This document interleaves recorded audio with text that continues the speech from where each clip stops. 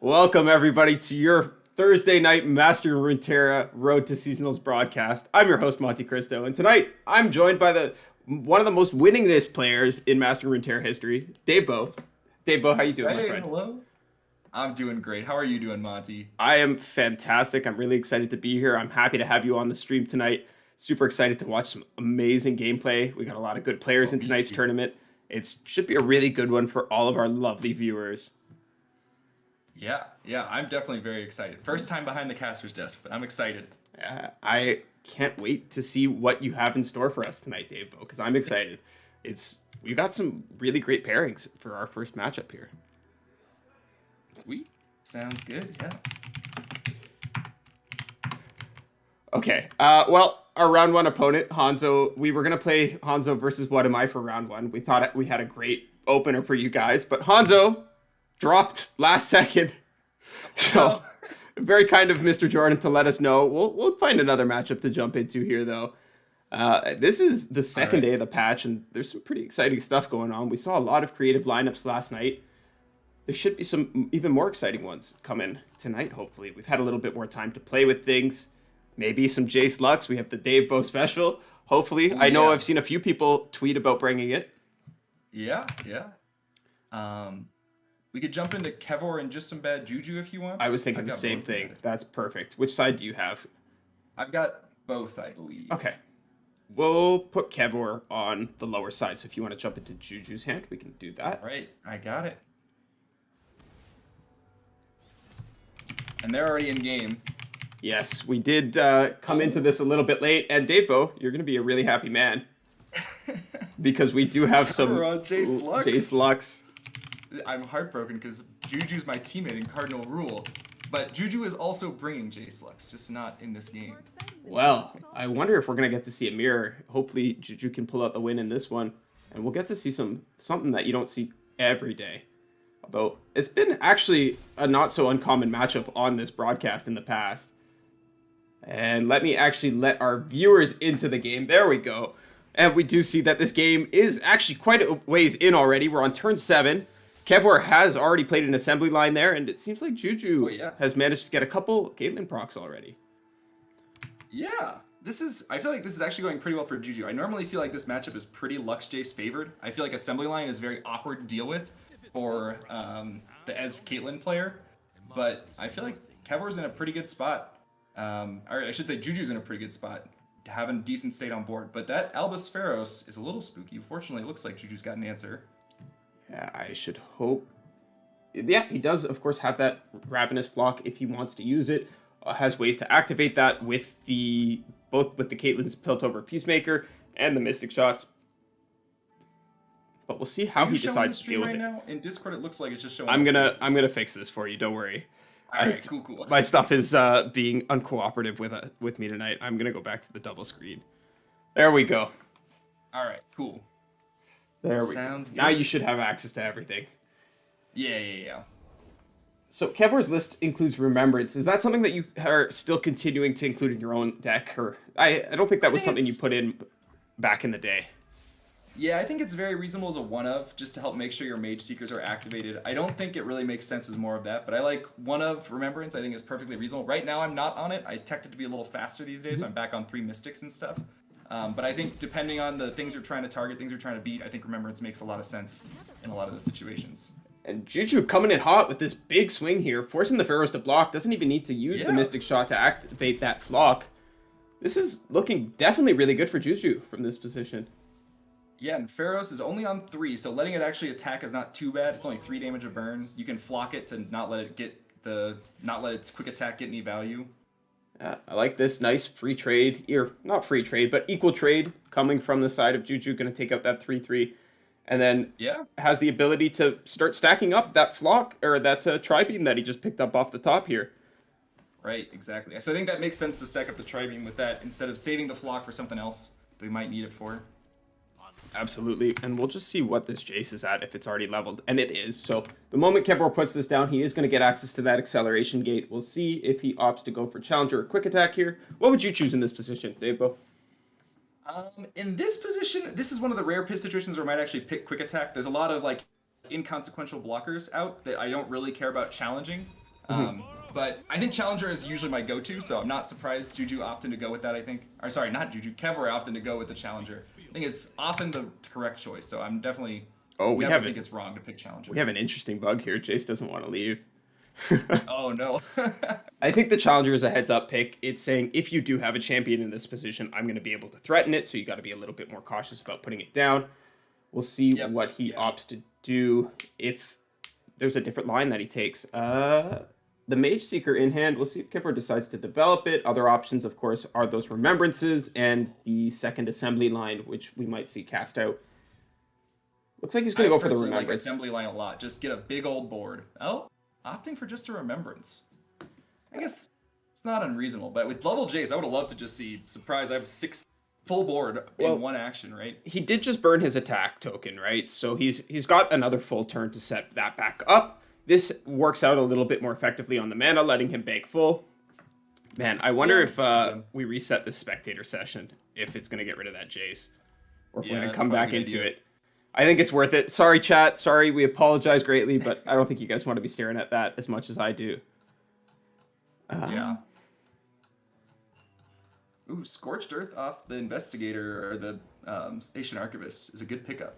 That is a good pickup. It's going to continue to stack up that Tri-Beam, which he did only just pick up. Should be at 2 now with the Station Archivist and the Peacemaker being played out.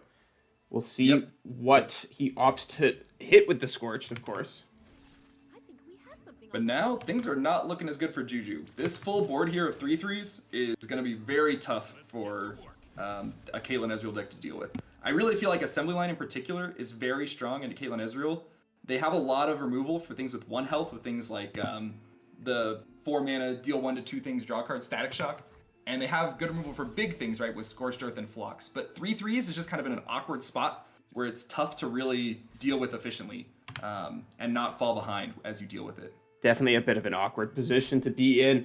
And we do see Juju go after that Jace. No double Assembly Shock Blast. Acceleration Gate. That's what I'm looking for. Right? No double Acceleration Gate for Kevor going to come out here. But still, with this full board, 1 Acceleration Gate might be all he needs. Yeah, I'm inclined to agree. I feel like I normally only like a casting Acceleration Gate if it's doubled if I can. I think For Demacia would usually be better in this situation. Oh, opting for the open. Interesting. Not want to give any opportunity for Juju to play any of his removal. Shock Blast would have been a pretty good answer to Acceleration Gate, so makes sense. Yeah, even this way, he's going to push enough damage that a Shock Blast gets a little bit closer to lethal. Not quite there yet, but can potentially threaten it on the next turn with the right pickup. Yeah, and you're still clearing out all of the Caitlyn Ezreal threats very efficiently, so the board state is just so commanding for Kevor right now. And now, do you go after this Ezreal immediately? With that single combat or with your Concerted Strike? You don't want to let it get any value, I think. I think absolutely. If Juju actually Shock Blasts here, he's pretty close to a burn lethal with Ezreal, right? If he manages to put it on the stack. Yeah, you're definitely right. So Kevor opting to go for the Shock Blast himself. We'll see if this gets punished at all. This does seem like it'll get punished. I think Juju might have it, right? That's 3 damage, 5 damage a burn. Yeah, that's enough burn in Juju's hand to just kill him right now. Kevor getting punished by the system changes. This is what day 2 tournaments are for. At least you can get a feel out for them right now before we hit the seasonals. I personally am a fan of the system changes. People say they reduce interaction, whatever. That's I can't argue that, right? Like, that's an unarguable point. It does kind of reduce interaction. That said, there's still points where you can interact with your opponent. There's still decision points, and clearly these mistakes can add up and they can be much more impactful. Yeah, and Juju taking it home here. That's impressive. I think the Concerted there would have been a very effective answer. I mean, you don't know they have Shock Blast, right? So it's tough to know that that's the play there. Mm-hmm. But sure enough, here we go. We got the burn.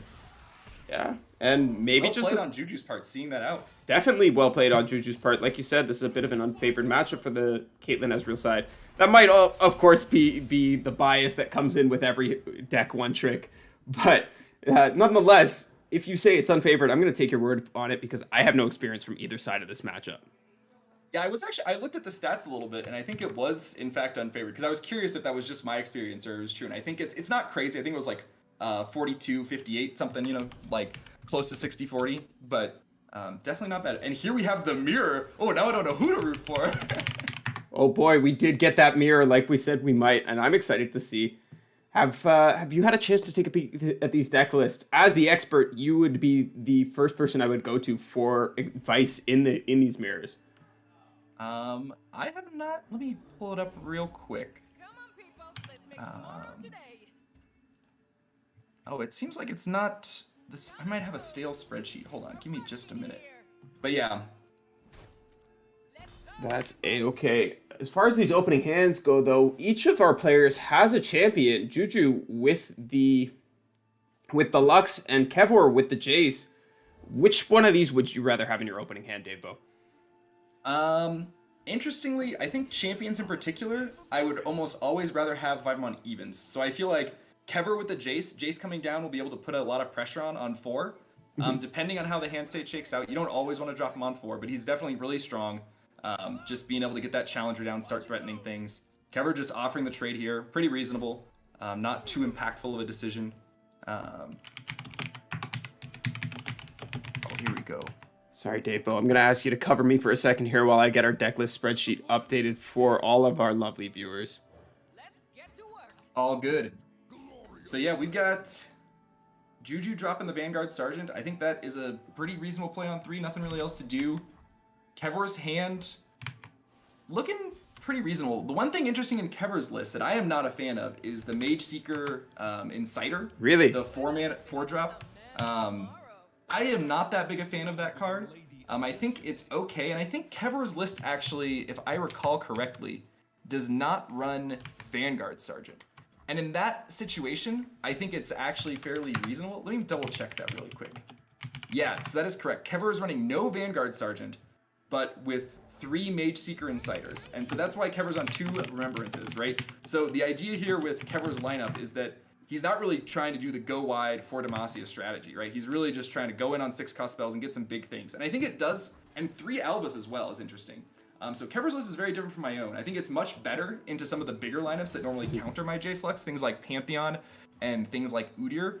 Oh, whoa, and is that an Indomitable Claim or an Unyielding Spirit? Yes, sorry, it is. On Jace already. Yeah, oh this is the hot MTUG tech that I was blessed with earlier in my own day. MTUG dropped his list in here, and it was honestly I really liked the card, especially in the current meta, and looks like Juju's running one as well. So maybe it's not quite so hot of a tech as I thought it was going to be.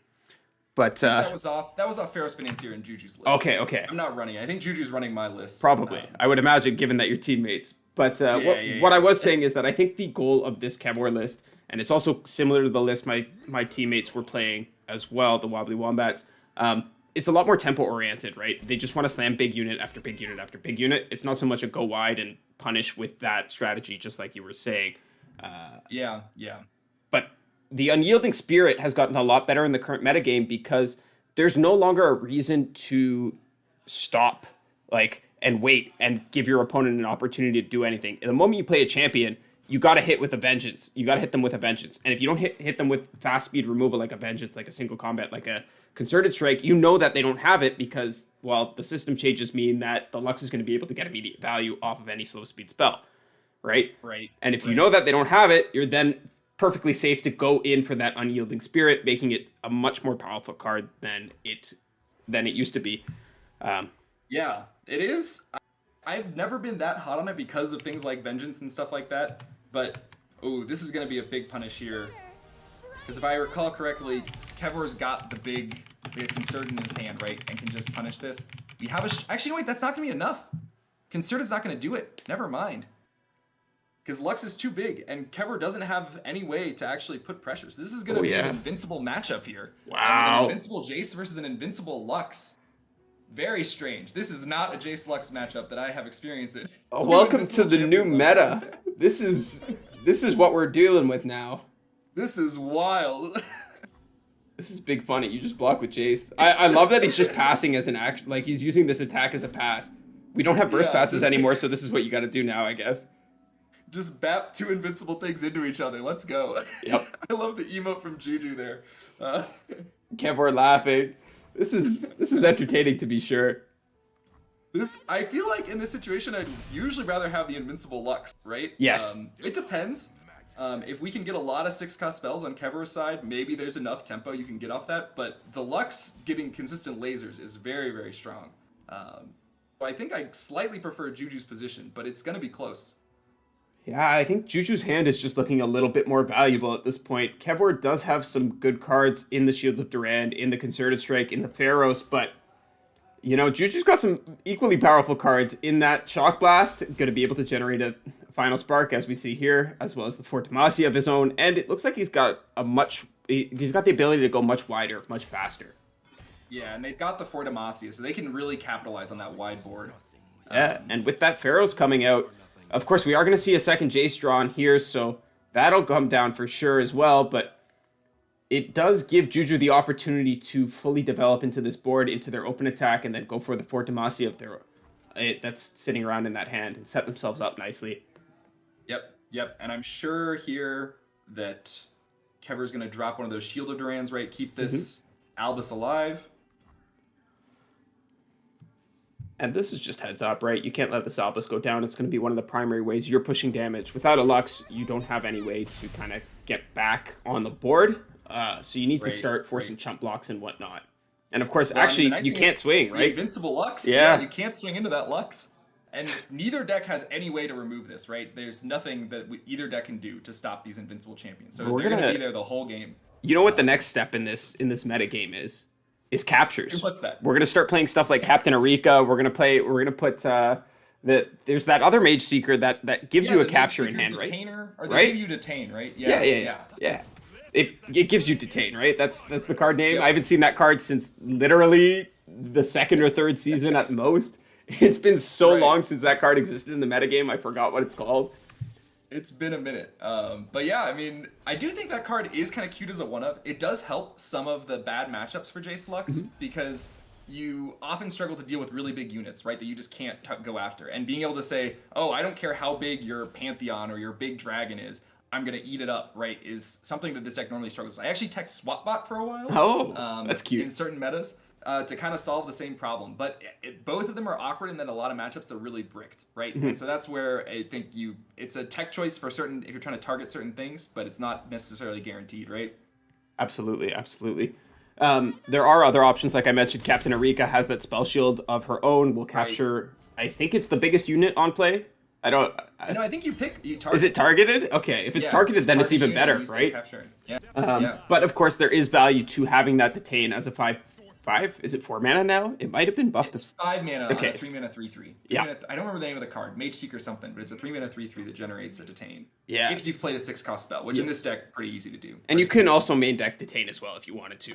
But I think that if this is the meta we're coming into, that's the next evolution, right? Because like we've been talking about, there's no real other way to deal with these cards in this deck, right? And if we're gonna continue seeing Unyielding Spirit be a popular choice, it makes a lot of sense to me to start bringing it out. Yeah.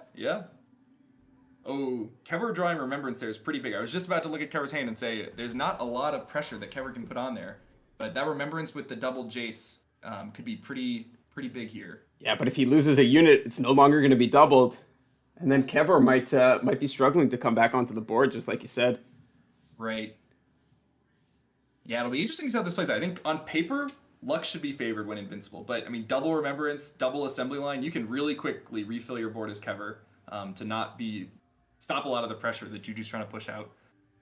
We'll see. Yeah. This is interesting. Definitely. In all my days of playing Jace Lux, I have never seen this situation. Shocking, right? How shocking. We'll see what these players decide to do in this spot. This is not something I've stared down in a very long time. I remember Burst Speed Unyielding, and I'm sure I've seen a couple Fiora standing off in this position, but it looks like Kevor's actually going to go for the Acceleration Gate here. Interesting. Trying to push damage when he can. I feel like this is going to be a big punish from Juju. Juju just has to Bright Steel here, and I feel like he's in a very comfortable spot. Kevor might be able to find Scout Elusive, and if that is the case... I mean, obviously, that is a way to win. That happened to me in actually one of the tournaments. It did, I remember that. Casting it, yeah. I was debating whether to kill Jace or Lux and decided to kill the Lux, and then Jace rolled Scout Elusive and just blew me out. I'm not sure if I like this Concerted. I feel like I'd rather save it for something a little more valuable, and we have a pretty good Bright Steel here to punish this. they really don't have that good of an attack if we Brightsteel, right? They kill our Brightsteel off, and we're kind of whatever after that, right? Oh, I did say Scout Elusive might win him the game, but we can see that there is actually a sharp sight available to just some bad Juju here. So not even that is enough. Kevor might be in quite a bad spot. We'll see what becomes of this. Yeah. Kevor contemplating the decisions he's made up until this point. How did I get here? Where am I going? How did this happen? We've got, Lifesteal is kind of nice. Can't complain too much. Although an interesting anti-synergy with Jace and Petricite is that A-Gate doesn't really buff the Petricite's attack. So that Petricite is only swinging for 3 here. So only healing for 3 and swinging for 3. Quick attack is obviously very good though, so it's still a pretty good card to have out. But it's not going to heal a ton here. And unfortunately, that spell shield doesn't really matter on the Jace. Yeah. I mean, you just block it with the Lux, right? And say, all right, neat. We can keep bapping these things into each other. Pretty fun, I guess. A little bit of healing is going to be quite beneficial, though, just like you said. Right, this can actually be punished by the sharp side if Juju so chooses, and doesn't, just decides to hit accept and go on to the next phase of this turn. Develops out the Mage Seeker Persuader.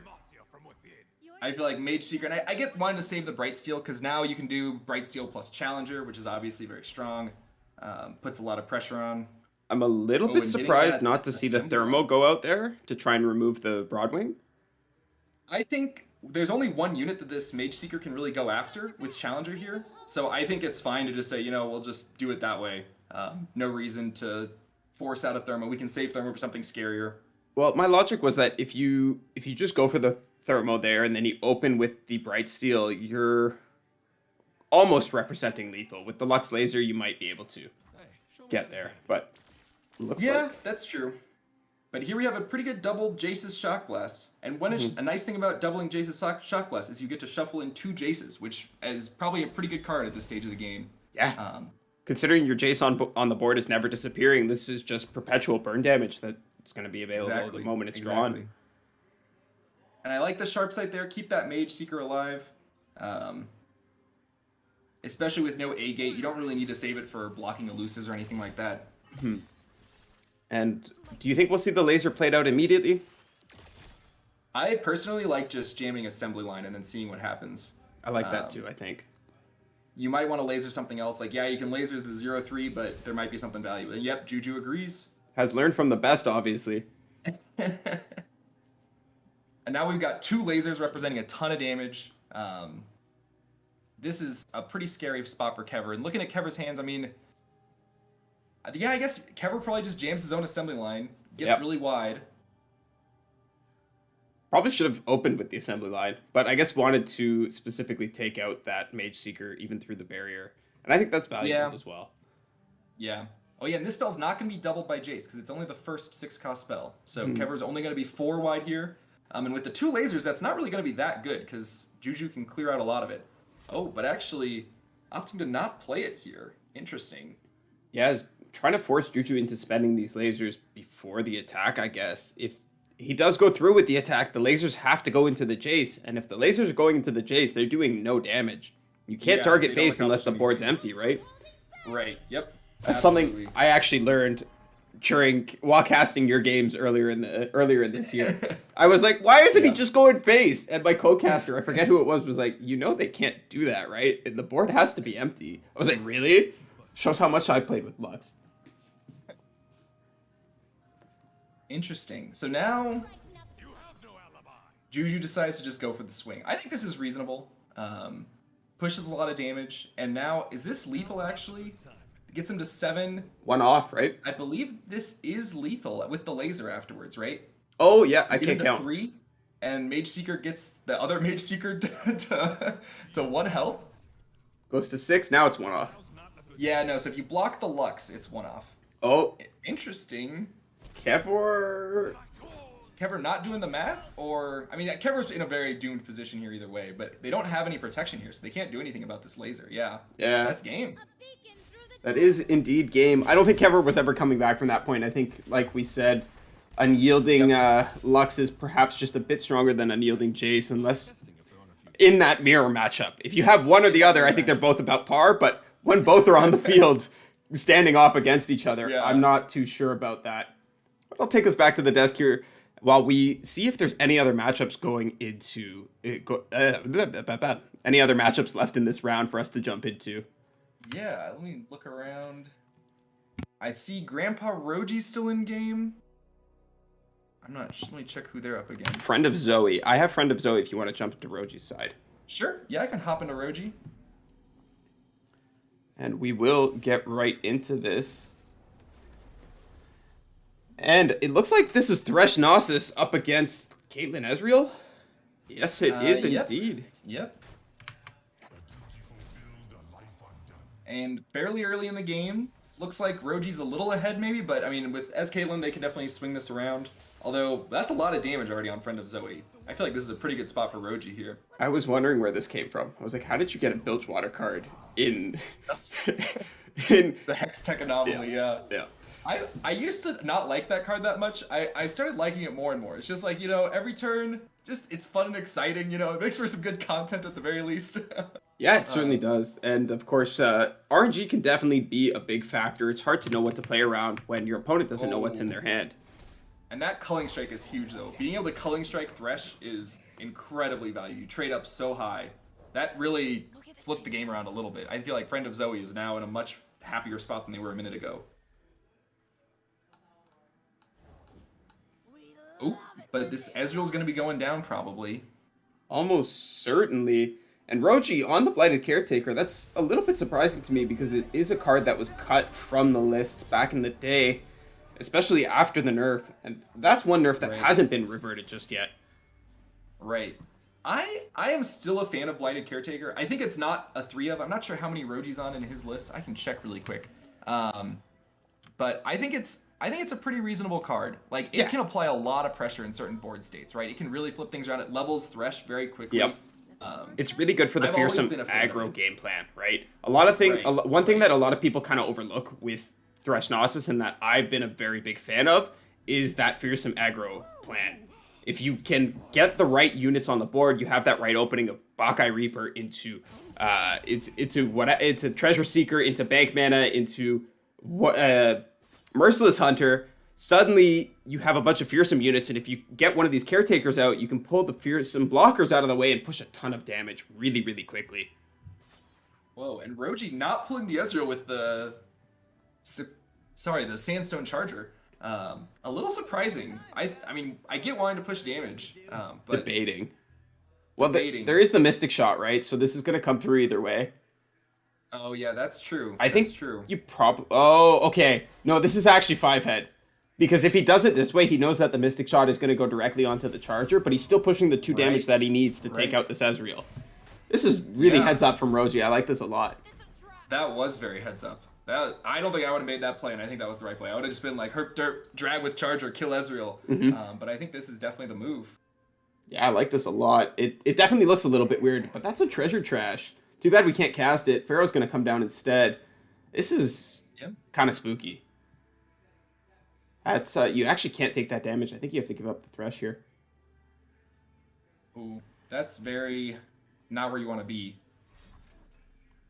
So yeah, we can take out this Ezreal, and that's nice, but have to not give up the Thresh, which is reasonable. This is going to be... But I feel like Roji's going to struggle to be able to connect through with the rest of his damage to get those last couple points out. Yeah, needs to somehow level up the Thresh in this turn. The Rite of Negation off the top is a pretty good find. It's not perfect, but it's not terrible. Yeah.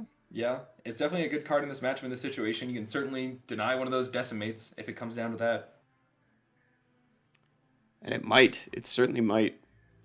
Let me just see if I can get a look at Roji's list here to see how I feel about it. Pass there. That's interesting. You can't make a swing. 3 Blighted Caretakers. 3 Blighted Caretakers. Yeah, I like the 2 Fading icon. A lot of people gave me a lot of flack for going down to that myself. Like, it's the best card in the deck. I'm like, It just dies in the mirror. It gets pinged off. Yeah, I think it's okay, but yeah, I've never been that hot on that card. Like, it's fine. One thing I can't agree with is cutting down on the card draw.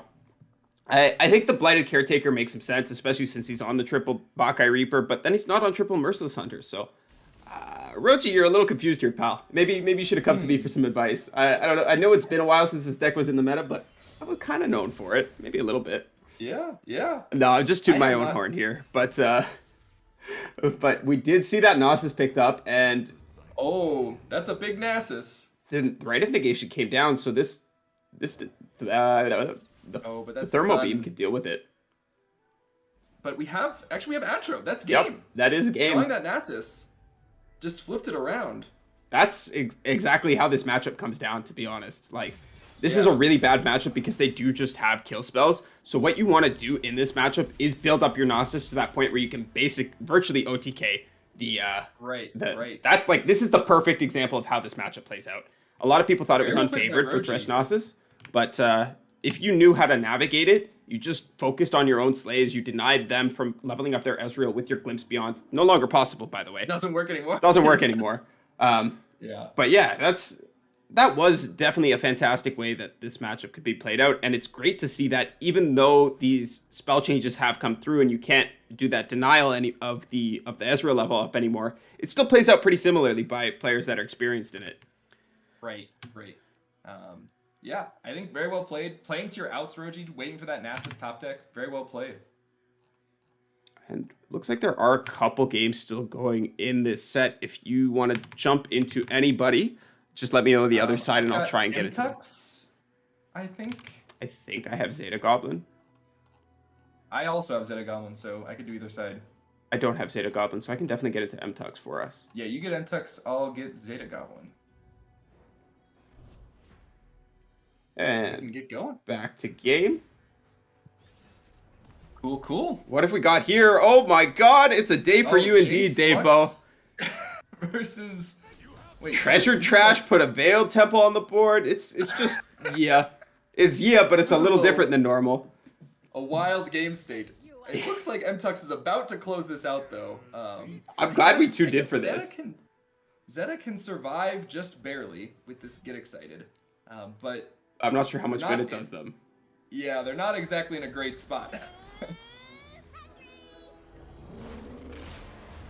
Yeah, I don't know. I'm wondering how we ended up in this position, and like, I wonder what else was created by this Treasure Trash. That Veiled Temple was the best card. Vandal City Mayor made that. This was created by Treasure Trash. Okay. Must not have been a very good trash. Yeah. And I think MTux is probably taking this home. Zeta Goblin... Wait, was that a War Mother's call? Activation? I think it had to be. I don't know what else could have done that.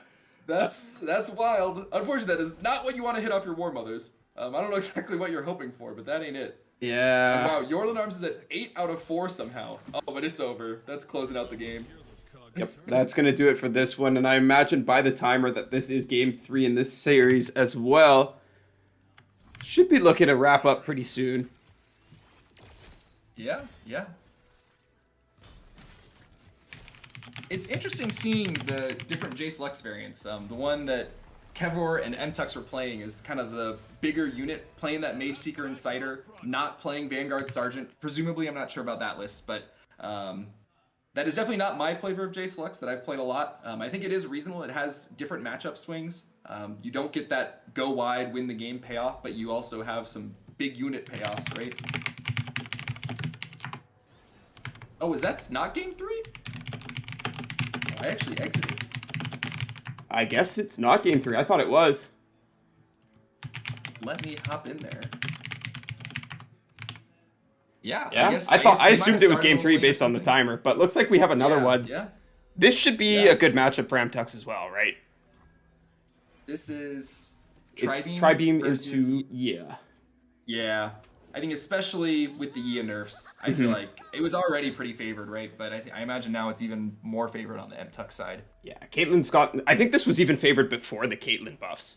Or at least it was pretty close. I don't know. Pretty close. I don't know how existent this deck was. It was kind of fringe even at that point, but I would imagine that just given the way the removal lines up and given the way the champions interact, that Caitlyn Ezreal definitely had a very good shot, but now with Yia being nerfed, with Caitlyn being buffed, with the system changes coming through to allow Ezreal to level up super consistently, I can't say like that has a decent shot in this.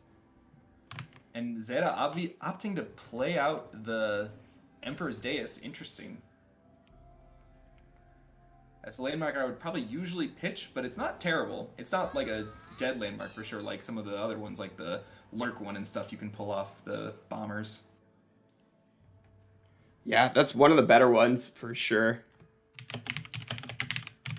I still don't know that I would have played it out. We do, of course, have this this Poro cannon here, so maybe would have looked to have gone for that instead. But still, nothing wrong with getting a free elusive attacker or a free ephemeral attacker every turn. Is going to help push some damage, force a little bit of blocks, keep MTUX's board trimmed down a little bit. Yep. I'm a little surprised that Ajin opt to pokey stick the Tutu instead of the face to just take it out because they presumably want to block the Sand Soldier, right? But I guess, I don't know. You don't know. Then they just wouldn't block with it, right? It seems okay. I don't think it's a big deal either way. Bomber Twins number 2 going to come out here. Star Spring, definitely something that you're looking to discard rather than play out. Absolutely. It's a desperation play when you're playing that ever. It's not really getting you much value in this deck. Ezreal going to go ahead and come down. I imagine now we will see these Poro cannons developed. I don't think you really want to be sacrificing that Fizz, and you do not want to let this Ezreal get through to Nexus either. Opting for another pokey on the face. Okay. I think I might have played this differently myself. Pulled the pokey. Yeah. Look to remove the Ezreal maybe with that pokey. Right, that's take where the block. I was thinking just pokey Mystic Ezreal, because now we kind of have to take this block, right? And let it go. Let them kill our 3-2 for free. Yeah, I mean, this is interesting to me. I wonder what Zeta's plan is with this line, because clearly they have a direction, right? They have a goal in mind. This isn't something that you do just willy-nilly. Now the Poro cannon comes out. Maybe they're trying to bait the removal into the Fizz. I don't think MTUX is going to fall for that. Yeah, no way. They're always just taking out the Bomber Twins. Mm-hmm. Yep. I suppose that you could also make an argument that the Flame Chompers is a good remove there, but MTUX, of course, does have that second Mystic Shot, and I imagine now we'll see it come down. Yep, we got Mystic Shot into Flock. I think you immediately just take out... Oh, opting to just kill the Chompers with the Mystic. Yeah, you don't want to let your Ezreal go down, right? Well, I was thinking just take out the Lulu right now. Oh! Just Mystic Flock right now. I didn't even think about that, to be honest with you. Because if they have a second Chompers, you're kind of in trouble. But, you know, there's good odds they don't, right? So now you do have the Mystic into either the Flock, one of your triple Scorchers, or of course this Static Shock that's available. And that's a Yia coming down. Yeah, trying to push that damage. Unfortunately, with the Static Shock and the Flock here, that's not really going to be that scary. Oh no, this is a tragedy for Zeta Goblin. I think this was a good line for them to try and attempt. I wonder how many Static Shocks MTUX is actually running here. Assuming it's only the 1 or the 2 that most lists are on, I do like this line that Zeta took. I think it is a winning line in most scenarios. But unfortunately, MTUX had the answers here. Yeah. I personally really like Static Shock. I actually used to run it in Jace Lux. I think it's just very efficient at dealing with problems. Actually, it's a full set of Static Shocks. Full set of 3, yeah. I like the full set of 3. It's very efficient with cards. You don't run out of gas and get 2 Ezreal level ups consistently. And you draw that card, and pings are nice. Pings are good. Pokey sticks have taught us pings are good, you know? Yeah, Pokey Stick has definitely taught us that much.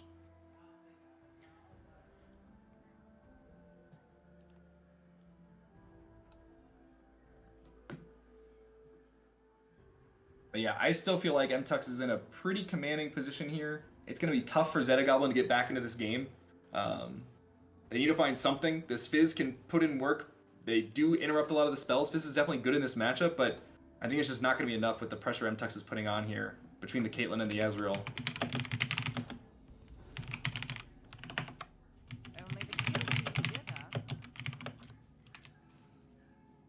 An interesting choice. We've got Salty Spinner, Professor Von Mech, and Earthshaker. Professor Von Mech is the one that gives you the 3 followers, and Earthshaker is the one that doubles the attack and impact on attack, or doubles the power and impact on attack.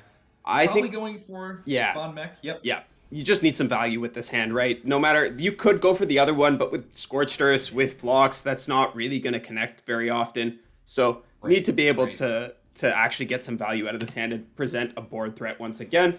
Those are some pretty good hits. Those are some really good hits, actually. Yeah, I definitely can't complain about those. Scribe of Sorrows, not the greatest, but Crackshot and Arachnoid are some of the best 1 and 2 drops you could probably get off that. And yeah, so now I think Zeta's basically hoping to find another Yia, right? I think with another Yia, they could maybe get back into this game.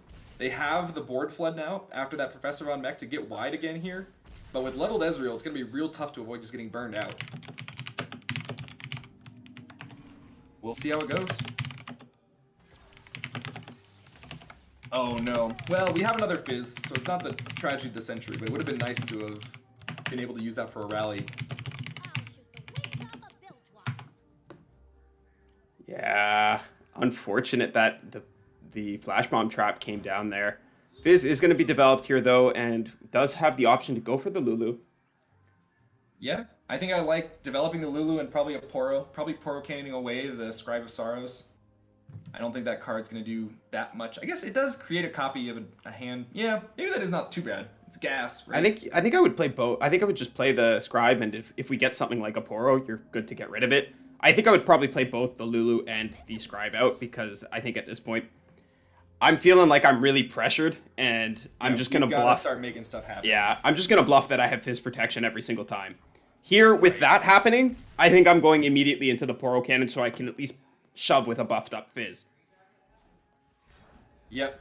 Get the damage while you can. They really don't want to block with Ezreal. They probably won't. I don't think their health is in that much pressure.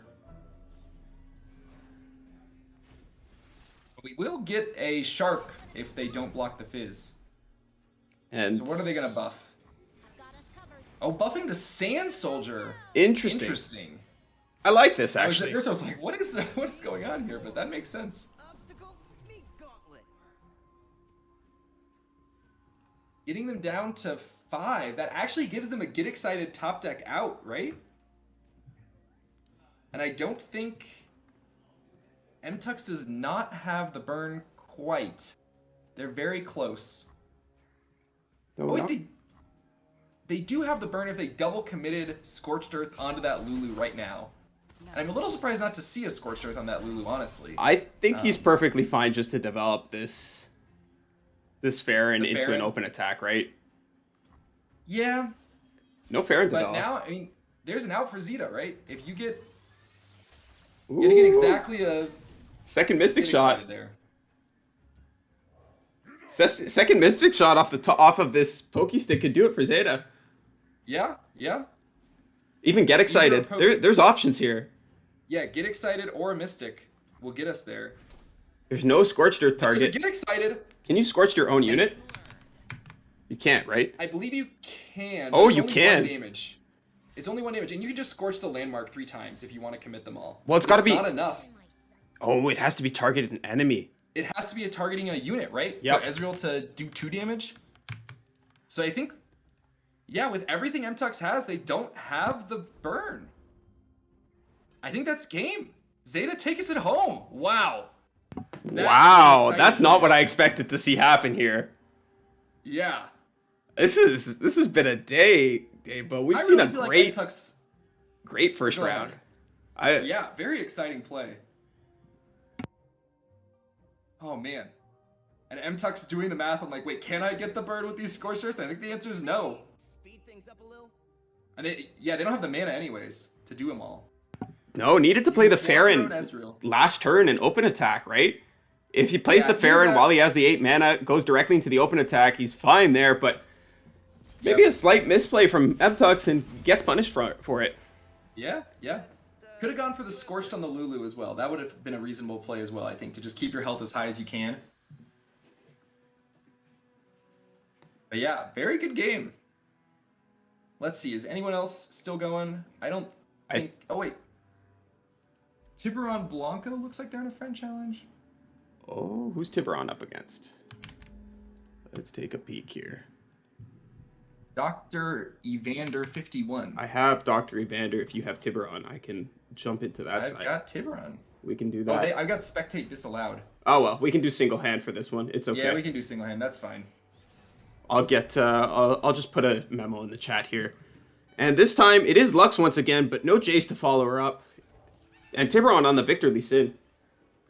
Yeah. Lux Targon. I think this deck is good. I just don't think it's as fun as Jace. I gotta agree with you there. But putting a lot of pressure on here, likely gonna take this home.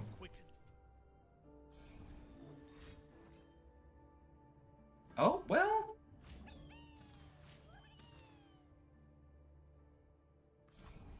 Tiburon doing a good job surviving, but we'll see if it'll be enough.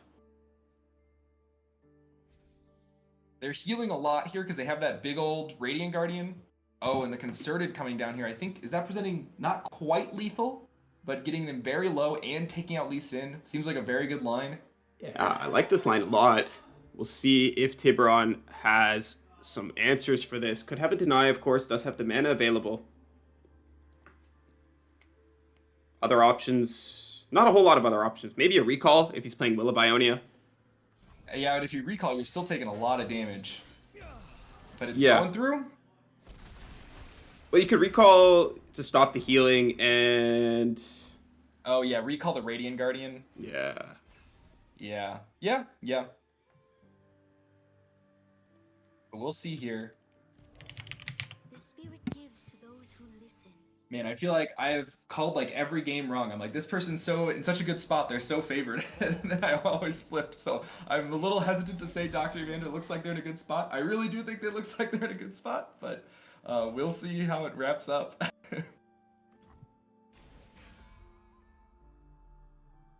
Stunning Lee Sin there makes a lot of sense. Just don't let Tiburon get a foothold in this game. Yeah, I like taking out this Eye of the Dragon as well, denying some healing. And we have a twin answer, but that does stop you from dying, but it's not really... Oh, and a Hush. even. The Hush Just in forcing response. it. I like it. It's really just putting that nail in the coffin. Tap, tap, tap, Right. tap, tap. And there's a second twin. Twin. Yeah, I mean, but that's the last card in Tiburon's hand, which kind of is saying, you're not really doing anything, right? Yeah. There's nothing happening this game. No way to get barrier, unless Deep Meditation is the top deck here. Which, of course, it could be. Right? Come on, one time. Your lesson. Deep Meditation, one time, and it's And not it's going to be not. it. All right, that's game. That is game. Looks like Dr. Evander's going to take that one. I wonder if it ends up being the set, or if we have one more. That's probably a set, unless they had a really late start, right? Because it's been an hour Yeah. now since the tournament started. Yeah, I would imagine that is the set, and probably the end of our first round here. That was way more exciting than yesterday's first round. Like, not that yesterday's first round was bad, but, like, we didn't get to see as many games. The games we jumped into were, like, taking a lot longer. It looks like there is maybe one more set going on, but I don't know if... I think I have the players, but we'll see if that's just a matchup delay here, or if that is still ongoing. I'm just taking a But yeah, peek. there's some exciting games. I think my favorite game was the Invincible Lux versus the Invincible Jace. Just it Right? was What a very way to weird. start the day off. Yeah, seeing a matchup I've played a lot. I've played a ton of that deck. Granted, is a different flavor, the bigger unit version. Hey, of Bo, Jace Lux, it's but not over. It's not over. It's not over. This is ongoing. Oh, There's Dr. 9 minutes. We Evander's might see a still clock going. win. Oh wow! I mean, they have the extra 5, right? Yep. So it's not crazy. And But, it's oh wow! Sentinels into Victor Lee Sin. I wonder how this matchup works out. Yeah, I'm not sure. I mean, they've got the denies in Victor Lee for things like Vengeance and stuff like that, but There's I'm not sure if that's enough to... Dr. Vander can just keep slamming removal on their key threats. Because Tiburon Blanco, if you don't have a key threat, like you need Ballistic Bot, you need Victor, you need Lee Sin. If you don't have any of those, you're kind of not doing a whole lot, right? Yeah. With Ballistic Bot being nerfed, not... The nerf doesn't matter too much, but it is definitely a lot more of a backline unit, so Victor Lee Sin's going to have a little bit more trouble pushing that little bit of early game damage that it kind of relies on. Yeah. I love the nerf personally for Petricite Broadwing.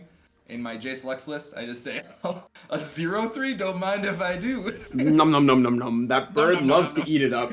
I'm right there with you. I think it was a good nerf. I think if they touched the HP, the card might have been dead, but I think Yeah. taking the attack down really solidifies it as a backline unit and enables it still enables its role with that purpose, to let it turn on ambush, to let it turn on some fumes, and just to continually give you a way to soft pass every turn. Now that matters so much more, right?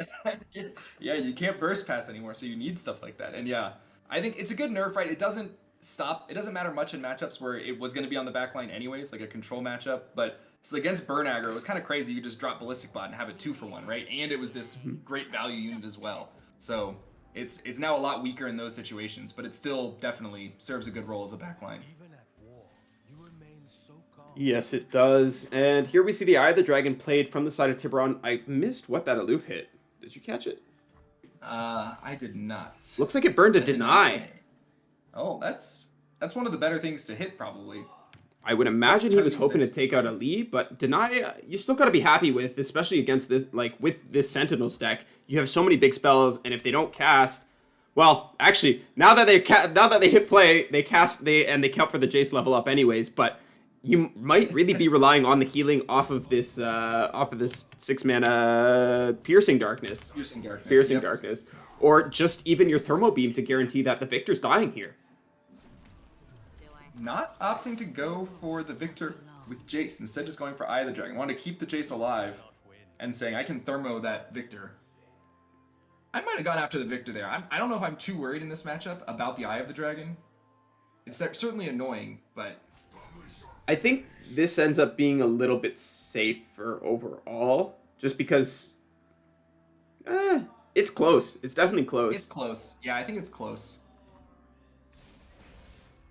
I mean, I haven't played that much Jace Sentinels. In Jace Lux, I'm very flippant with my Jace. I'll let my Jace die for anything. I go, yeah, whatever. We'll just send him in.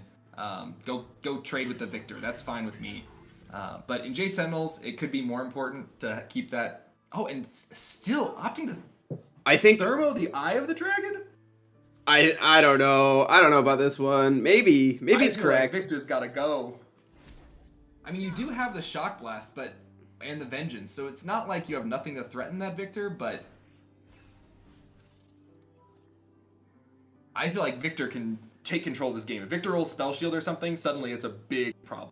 Right, yeah. You have no pings. I don't see... Well, obviously there are pings in the deck, but there's none in the hand for the side of Dr. Evander here. Let's see what this Hex Core is going to pick up. Spell Shield definitely can be a problem, as you identified. And looks like it's going to be Challenger. So you know one deny's gone. You just rip the Shock Blast, apparently. I was going to ask if you ever just go in for the Vengeance so you're not punished by Twin Disciplines like we're about to see, but it's actually the second deny. So now you're really happy in this position if you're Tiburon, right? You're good to pull. I'm feeling pretty good. Like, you saw one Thermal already. You're probably not worried about a second one here. You see a Spider. You can pull that to heal back up. You're hoping that hopefully your next Hex Core gives you spells. Oh, he's actually just going to trade...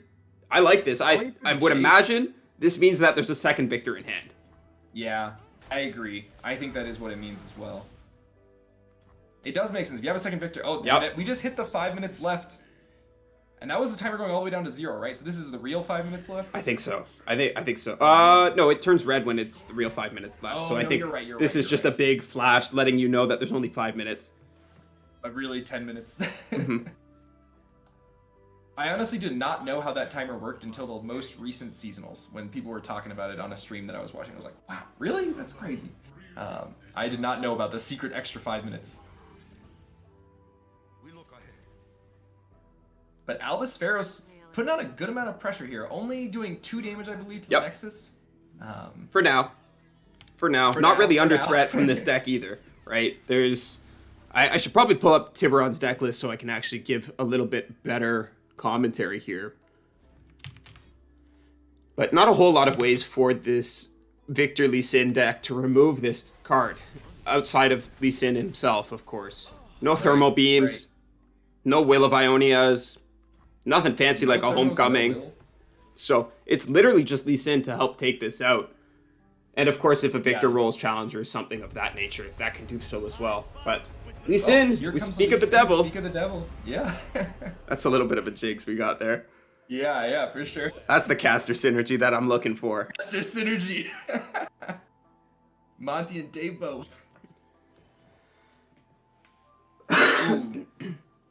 And these are some interesting pickups, right? I'd probably go Ruination myself. Yep. See, And I was going to be really greedy. Knowing that there's no real way for them to remove these spiders, I think Give It All is phenomenal there. Oh man, Give It All would have been hot. We saw 2 denies. There's only 3 in the deck, so I don't think you ever play around that third one. Yeah. I don't know. Give It All looks pretty nice there, if you ask me. Yeah, it's so weird because I imagine in this deck it's very rarely correct, right? It's like one of those cards that like just in the deck you're instinctively like, no, I don't really like Give It All, right? But in this situation with 2 spiders and a 2/2 and then a big old 6/5, Give It All can be pretty strong. It looks right? pretty good in that spot, if you ask me. Yeah. Now, yeah, for sure. Given, of course, the Ruination is definitely a solid pick. I'm not saying that it's a wrong pick. Yep. I'm just saying that I'm a greedy little guy, and I want to take the thing that's going to let me push the most damage. With the Lee Sin removing your Pharaohs here, with the Victor being such a massive threat. Oh, and is actually... See, I would have let this bounce, I think, and then... I might have just played this differently altogether. Let the Lee Sin bounce the Pharaohs. And there's the third deny. The third deny. So this actually works out even better. Yeah, because now we just Ruinate, right? Yeah. And it's guaranteed. That's all 3 denies. That's all 3 denies, yeah. And then... That's 2 victors, 3 denies, first Lee Sin. Yeah. I mean, I feel like you just rip the Ruination. Yeah. You could maybe be greedy with it, but I don't... Oh, opting to play Jace instead. Interesting. Must be a plan for this. Again, I'm not going to say that it's wrong because I don't play Sentinels myself that much, so there has to be logic here. I think they're going for a Shock Blast here, right? They're going to Shock Blast both of them to try to threaten, but the Lee Sin's almost for sure surviving, and now Victor rolls Spell Shield, so he's surviving. That's not what you wanted to see. That's a punish for sure. So now you just convert and go Piercing Darkness onto the Lee Sin. Yeah, that's exactly what I was gonna say. Maybe Piercing on the Victor even, because they're almost for sure gonna be able to get that barrier on that lead to keep him alive, right? And well, so, the barrier's gonna get Spell popped by the Shield- first one, right? Yeah, but it's only 5 damage, right? Right, so right, it won't right. Finish off the Lee Sin. Yeah. Whereas it will finish off the Victor. I mean, at least force a twin or something on the Victor. Yeah.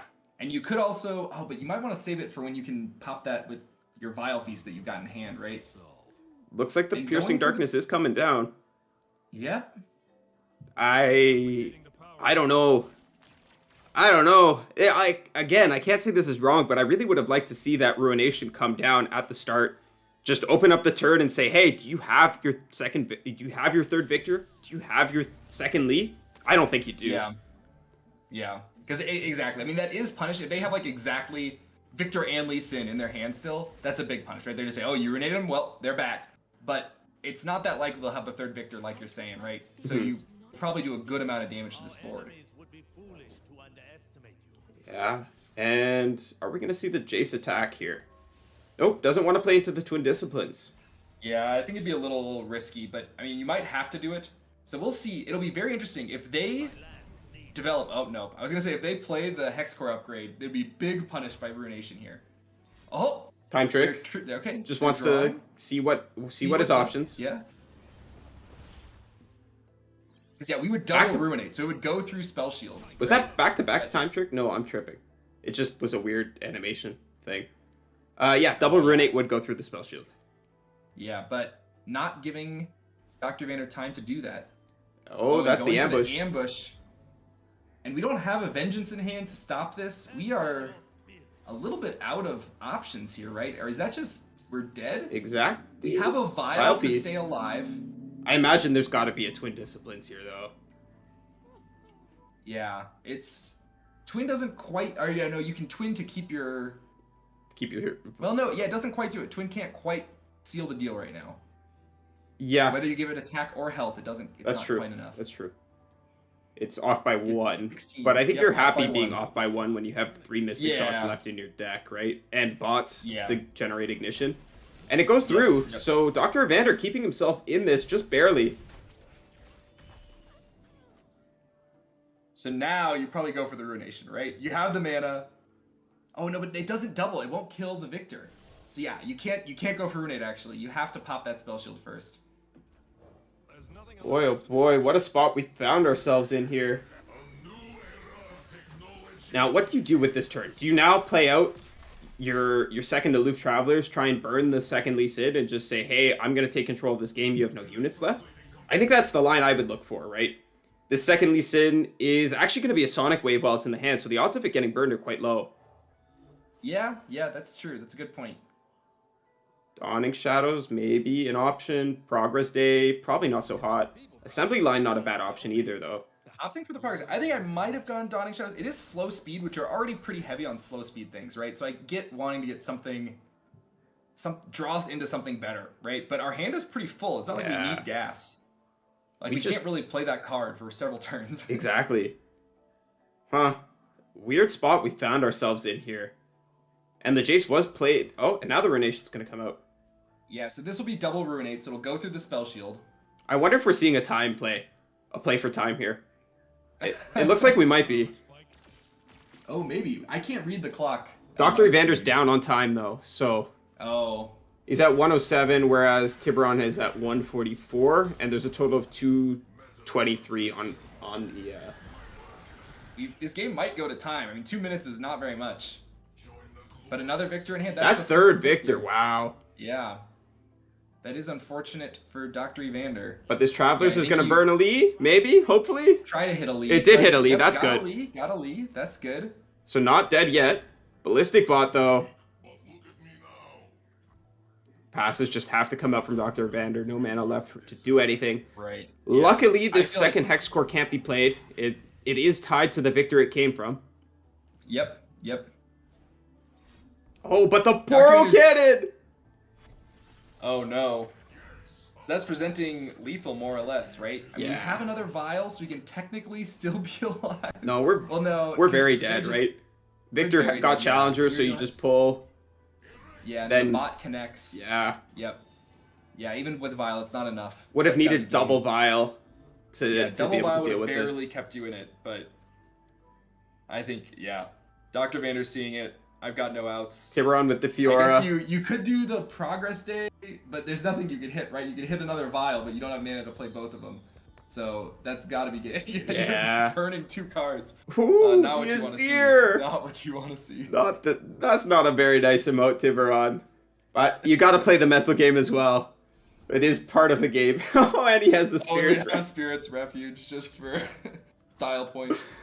Tiburon's not satisfied with just taking this game. He wants to take Dr. Evander's mental for the rest of this tournament. Oh, man. Boy, that was a long first round. It was a very exciting first round, and man, I'm glad we got to see so much of it. That was exciting. Yeah. Oh, man. Some crazy games. That last one was crazy, too. Yeah. Yeah, it was. I think every single game we tuned into was nuts. This tournament is shaping up to be a phenomenal one. But I think we're going to take a quick break because I know I need to step up and take a little second after that intense round. And I'm sure that we're going to have a moment or two while the next round is being calculated. Right before we do cut to that break, though, I do want to give a massive shout out to our sponsors, Community Gaming. They have partnered up with us both in the past and right now to bring you guys this Road to Seasonals tournament series. And so thank you all in the chat for sticking with us. We will be right back from this break and hope to give you guys some more amazing Legends of Runeterra action.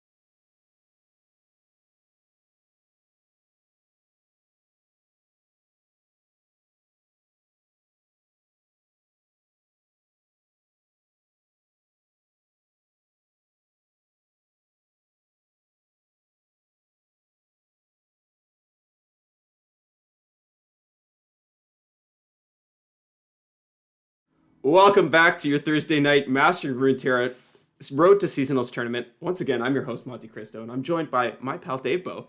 Davebo, that was a crazy first round we had, right? Oh, man, yeah. So many crazy games.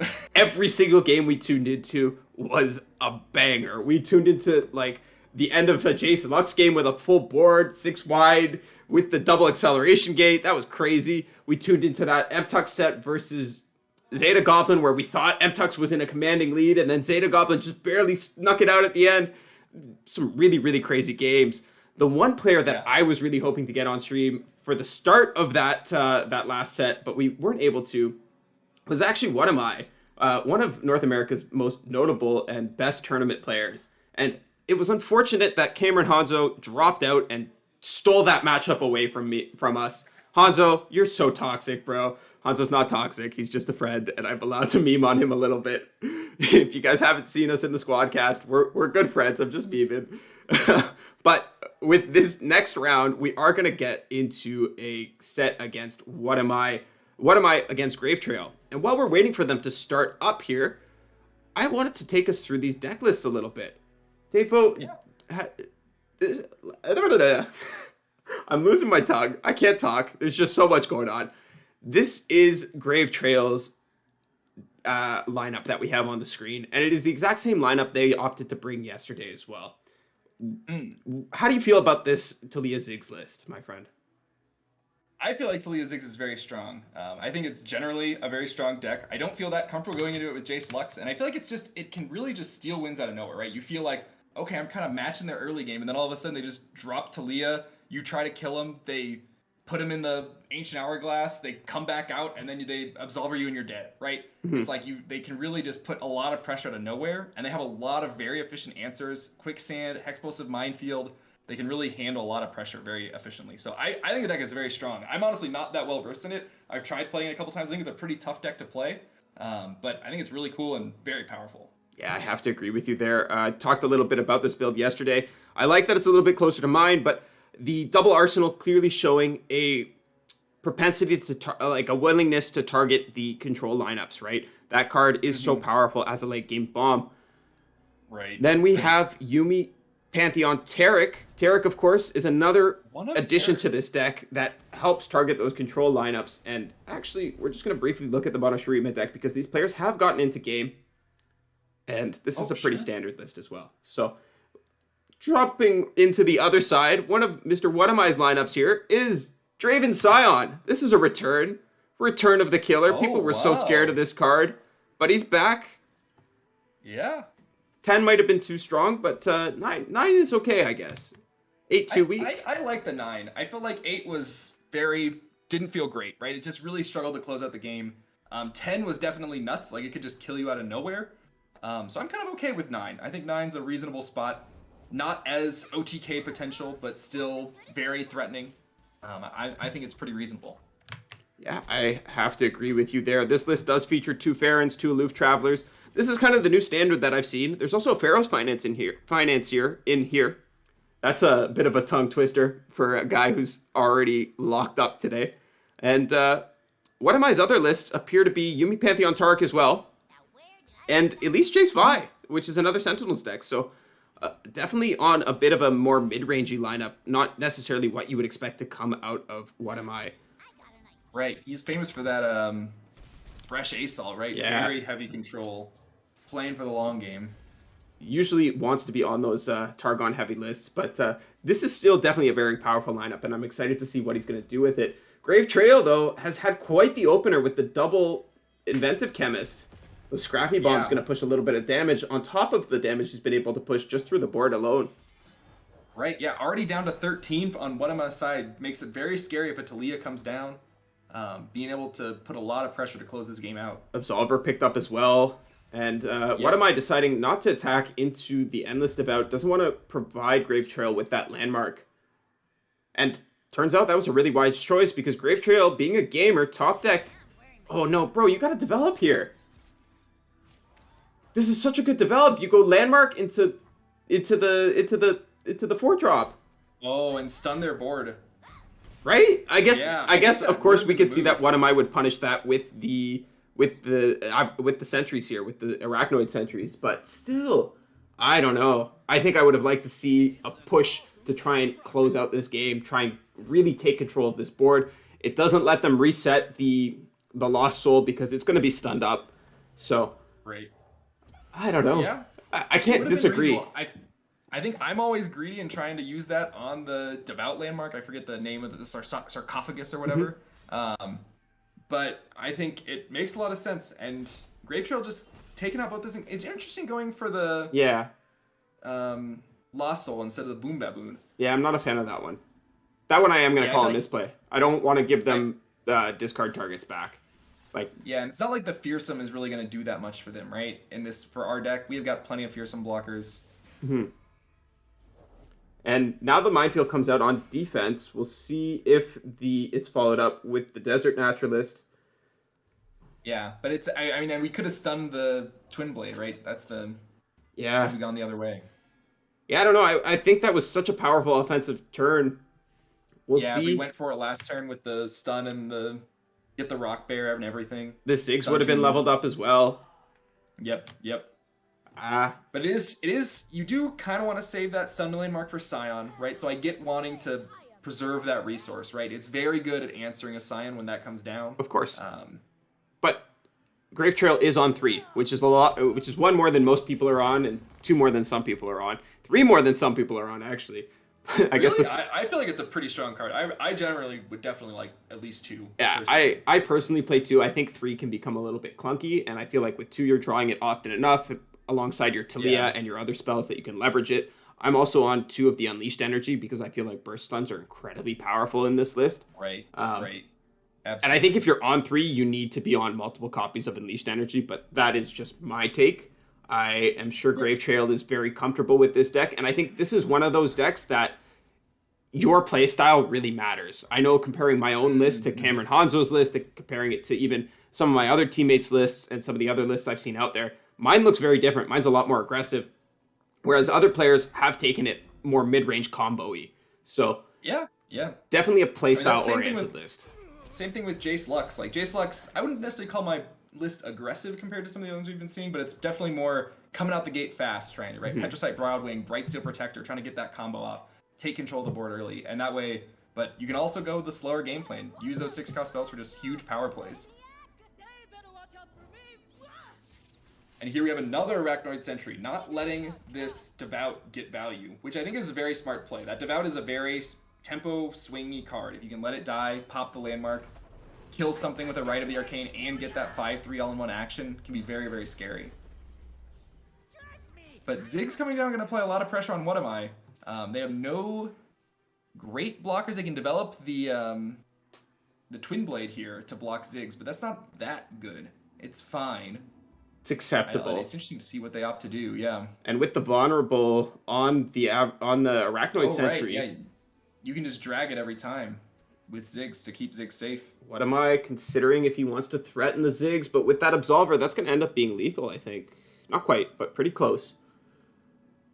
Yeah, this Ziggs is... Yeah, if you Absolver the Ziggs and drag the 3/2... You're pushing... That is lethal, yeah. It is lethal. That is lethal. And what am I... Deciding... I think that there's nothing What Am I can do, right? They can double Get Excited, but that's not enough through the Absolver to kill Ziggs. Grave Trail doesn't... Oh, it doesn't matter what he pulls, actually, because all of these have... Right, yeah, at this point it doesn't matter what he pulls, exactly. Yeah, and the Absolver is going to close out game 1 here. I imagine Grave Trail is going to go for it. Yeah, you got to go for it, I feel. You have the second one. If it's punished, there is no punish, obviously. Right. This is open deck list format. You can see that. There's no answer from your opponent. There's Mystic Get Excited is technically a punish if you have that exact hand, but they don't, so you're good. And even then, if they're committing that much burn on your Ziggs, you're probably still in a pretty decent spot. I think so. Too sad. You definitely have another turn. You're going into your Arsenal turn as well, and you have another Ziggs in hand. So and another Absolver. Yeah. You're not too scared.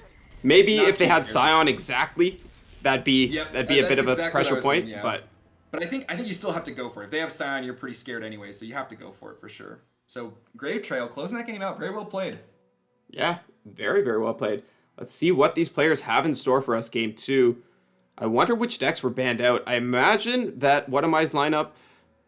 I actually have no idea what they would have taken out. Apparently it was the Sun Disc. What Am I says that I don't want to deal with that deck. It was supposed to have left the metagame. How dare you bring it? I don't want to see it. Goodbye. And sends it to the Shadow Realm with the ban. I might have done the same thing. I am not the biggest fan of that deck. It had a pretty rough matchup for Lux Jace, which was made Lux Jace really fall out of the metagame. I mean, with the nerfs in the patch before, but I feel like it is back with a vengeance, fortunately. Sorry, I'll stop talking about Lux Jace. I know you're good. Jeez, Davebo. You're good, Davebo. I wonder what chat's saying. They might... I'm enjoying it because I feel like when you can make a comparison to a deck that you're very comfortable with, it shows that you have an understanding of that deck. And if you have an understanding of one deck to that level, you kind of understand how matchups work in a different way, right? Yeah. So I do feel like it adds some value to, and there's some valuable commentary coming out there. I wouldn't say that you should bite your tongue because you feel like you're over speaking. All right. You're good. I like the open attack from What Am I there a lot. You could develop the Draven in this position, but what's it really doing for you? It's just letting Grave Trail put down a unit and block some of this damage. You know they're playing a dragon here. I mean, if they're not playing a dragon here, you're winning. So you just expect they're playing a dragon, right? And so you're perfectly happy. Take that 6 damage. Grave Trail already down to 8, so that's pretty good for What Am I? I mean, that puts him into the range where a Scion can really close out this game. And What Am I just has a lot of pressure on board. Yeah, he certainly does. Grave Trail digging with that Pale Cascade, wants to find some more units to put down. Does have that Saga Seeker, but not much else. We can make a really big dragon here, which is good, but I fear that What Am I is just going to get too wide, and then Grave Trail just can't keep up and will take too much damage. Yeah, it's looking like the way it might go. We'll see what I feel like happens. If you're What Am I, what do you think you do here? Drop the baboon? Yeah, that's what I'm leaning towards as well. Just want to continue going wide. Oh, actually looks like it's going to be the Sump Dredger. I guess that makes sense. You have a good discard target right already. So you're pretty happy doing that. You're chilling taking this damage. Yeah, for sure. With the hand from Grave Trail, though, we might see this end up closing out in a different way. This could be like a rally into a Cataclysm if he can survive the next 2 turns. Yeah, this is interesting. So, do you think you Cataclysm here to try to make sure you're not dead in this turn? Because you have a ton of damage next turn, right? You could really go nuts. But you could Cataclysm here to just try to make sure you're not dying. There's survival skills as a punish if you go for certain cards. There's Whirling Death as a potential punish. It's really close. Right. It could be the Cataclysm. I kind of I don't hate the rally just to protect yourself, but with the Boom Baboon coming down, you know that there's going to be a burst speed Chompers here. Pull They're any gonna push potential. A ton of damage here. Yeah. And Grave Trail saying, I can't take this much damage. I got to take something out.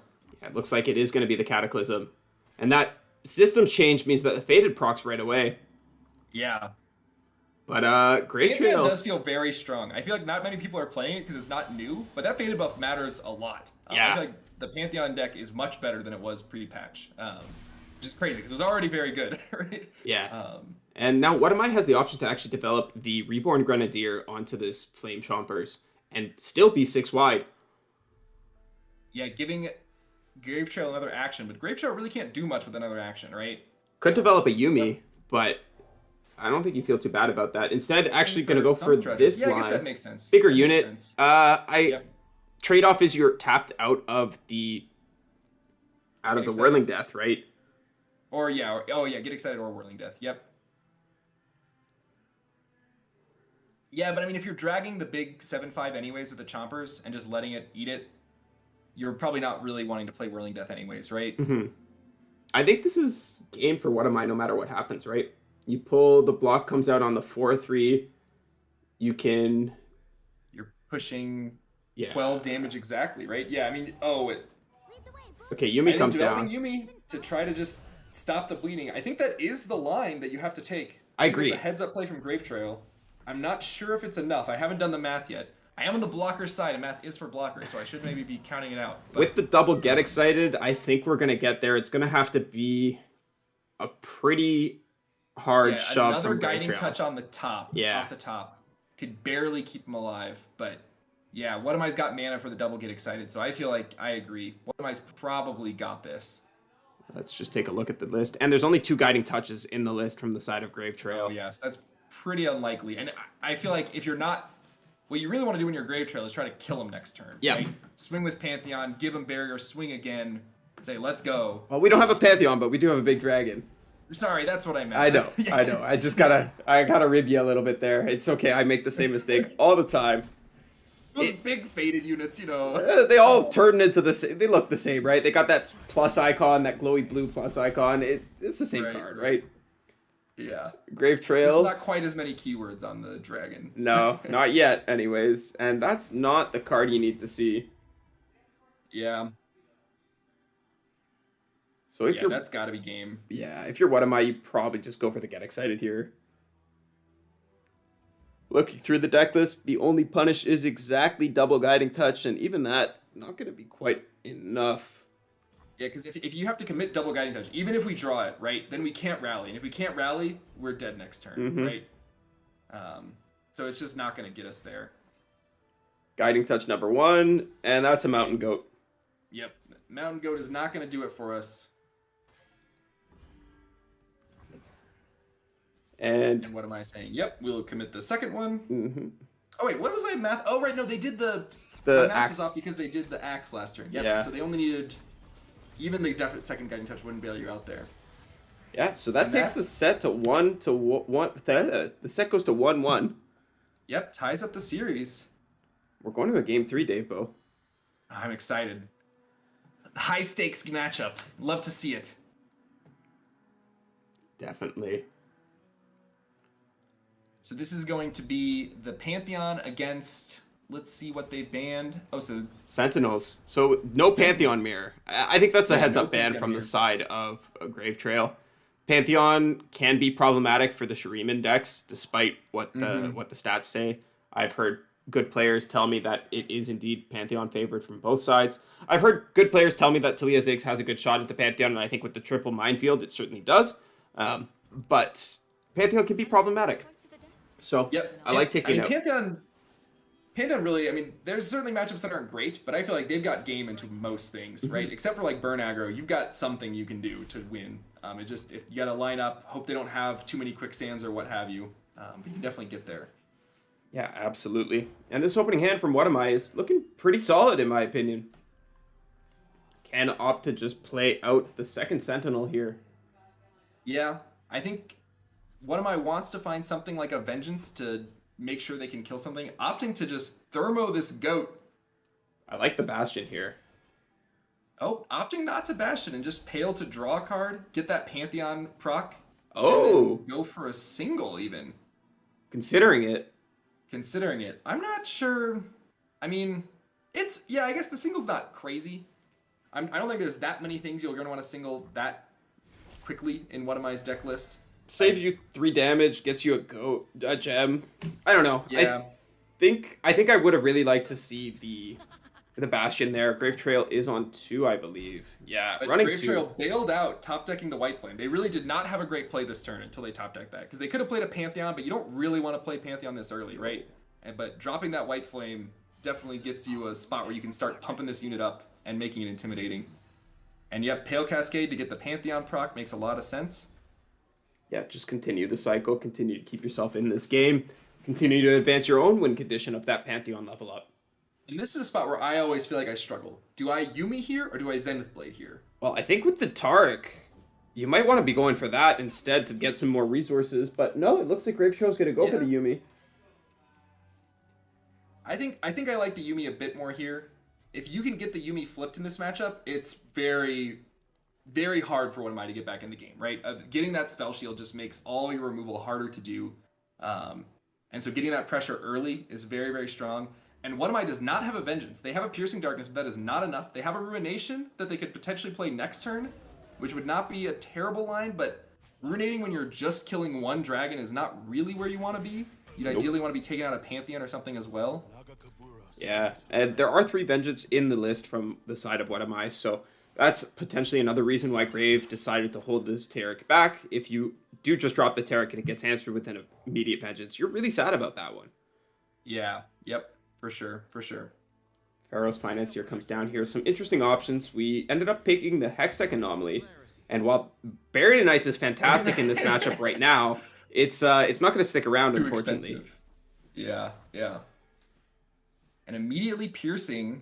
We could Bastion here. Now I you think Bastion, I right? probably like it. Yeah. If you saved it, it was for this moment, right? Yeah. Yep. Makes a lot of sense. It's a very scary Taric now. Yeah, and you can get some healing off with this guiding touch. Put your dragon back up to almost full HP, I think. Not quite. Opting for the Zenith. This is a little greedy, but I think there is not a punish in What Am I's hand. They don't have mana for Ruination. If they had a Vengeance here, that would be pretty rough for Grave Trail. And actually go Mystic Shot into the Monster Harpoon. Oh, Mystic Shot into Harpoon, and you barely... Yeah, you do not have any protection for it. Might be the... I mean, you could try to draw one with the Guiding Touch, but... We've seen a Pale cast already. Have we seen 2 Pales?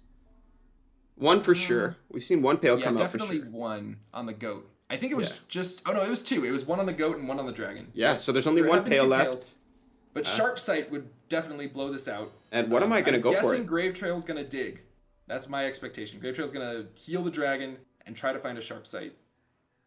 I like that line. I don't think you're doing much else with your mana this turn, and I think protecting this Taric is going to end up being quite a bit of a game breaker for you. Yep. If you draw the Sharp Sight, I think you win the game more or less, right? 4 cards. It is a gamble, but opting not, just letting it go. 4 out of 27, not going to be quite enough.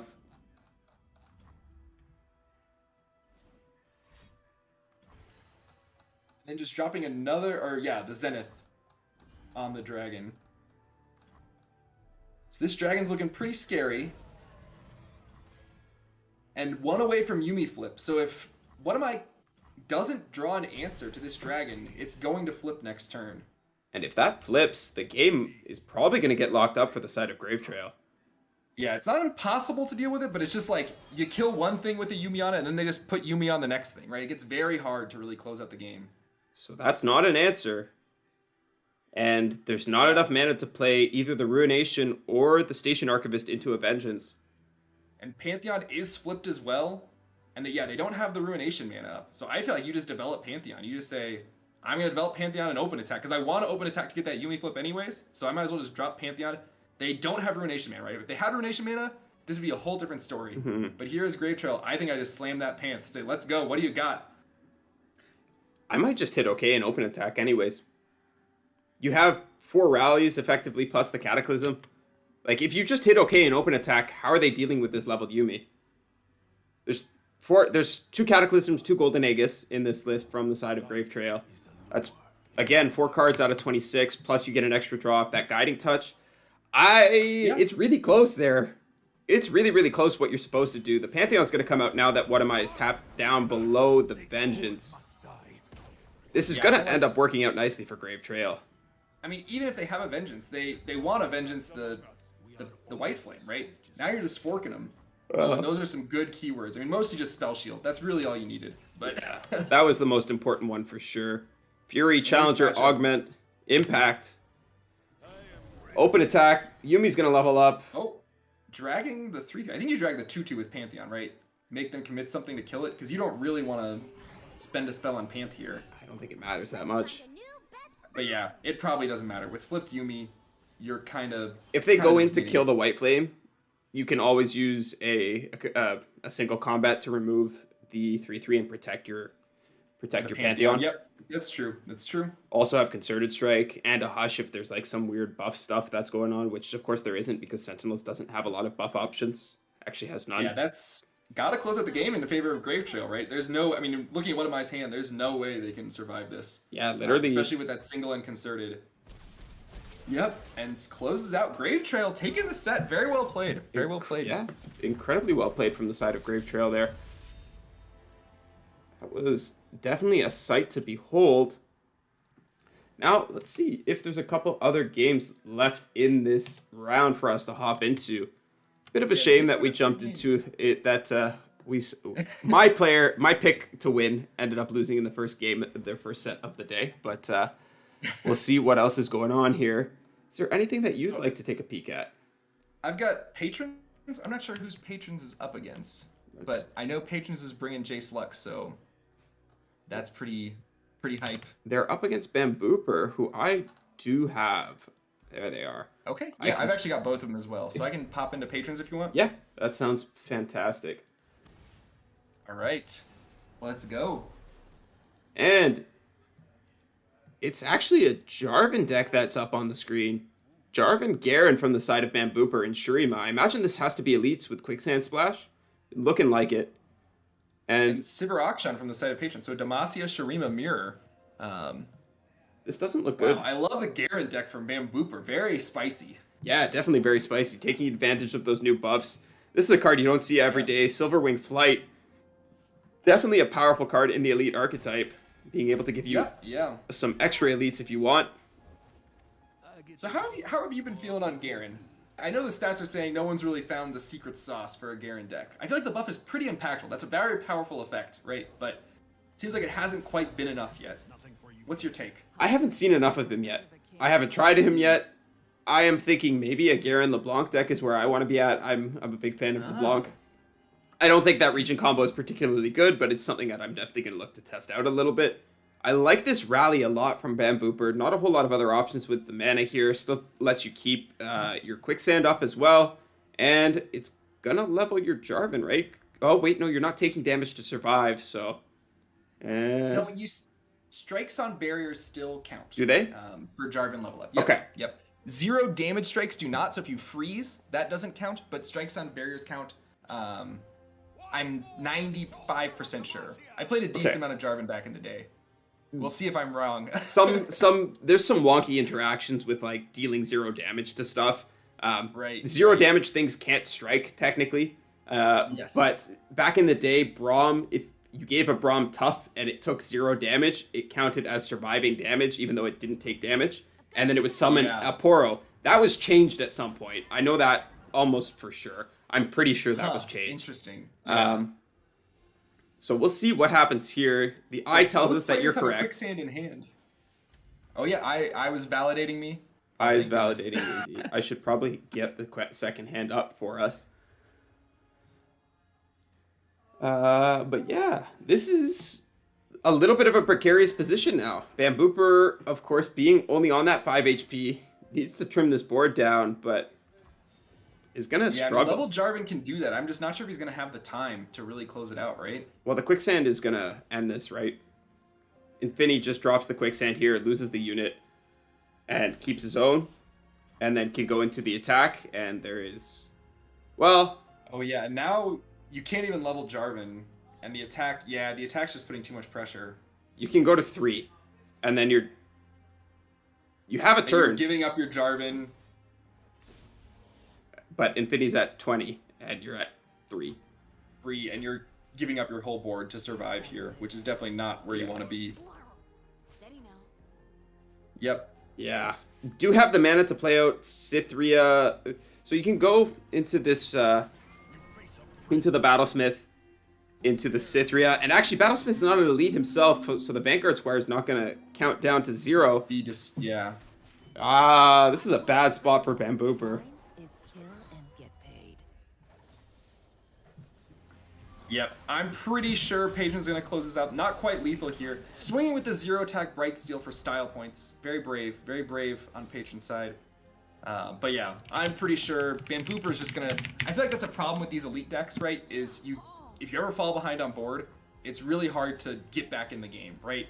You got like the Bannermans and things to like buff your whole board, but if your board's not there, it doesn't work out, right? Yes, you definitely need the board established and to be able to. Given the GGs, yep. Yeah. There it is. So let's see. Was that? You think that was game 2 or game 3? There is about I don't know. We'll find out in a second here. Yeah, we'll find out in a second. Looks like it might have been game 2. Or game 3. It looks like it might have been the end of that series, anyways. Oh, right. Just gonna take a peek, exit this, and see if they are still going. Yep, Or yeah, it looks like it was the end. Yep. So let's see who else is going. I have who's Roji up against this time? Roji is playing into Alexander. I've got Alexander. All right, we can do that. We'll see if it is that Gnosis Thresh again. And yep, Roji's making me happy. I really like that deck. I brought it to the seasonals when it was powerful. I was a big fan of it. It was definitely very powerful, so a lot of people were, but I was definitely a big fan of it. Yeah, me too, of course. And Roji is clearly a fan of it as well. Bit of a Shuriman master himself. Has always been pretty heavy on the Shurima decks. And Alexander, on the other side, is playing Ziggs Talia, another favorite of mine. Yeah. Shurima on Shurima. And I think this game looks to be fairly favored for Roji. We do have an Arsenal on the side of Alexander, though. Although I think it's a spectate bug. I can't see how many landmarks, unless they've actually destroyed 0, which would be pretty surprising. At least 5 have been played. Both the Talia appears to be leveled up. Yeah, that's a good point. So yeah, it's a spectator bug. So I'm not sure how big this Arsenal's going to be, but it's probably not small. 2 more just popped. There's 2 more, yeah. Thresh going to show up for the side of Roji as well here. This is actually looking like a pretty scary board from the side of Alexander. He can go into the Talia, pop the landmark with the fast speed spell. Right, yeah. Or with the burst spell. Yep. We'll see what they opt to do.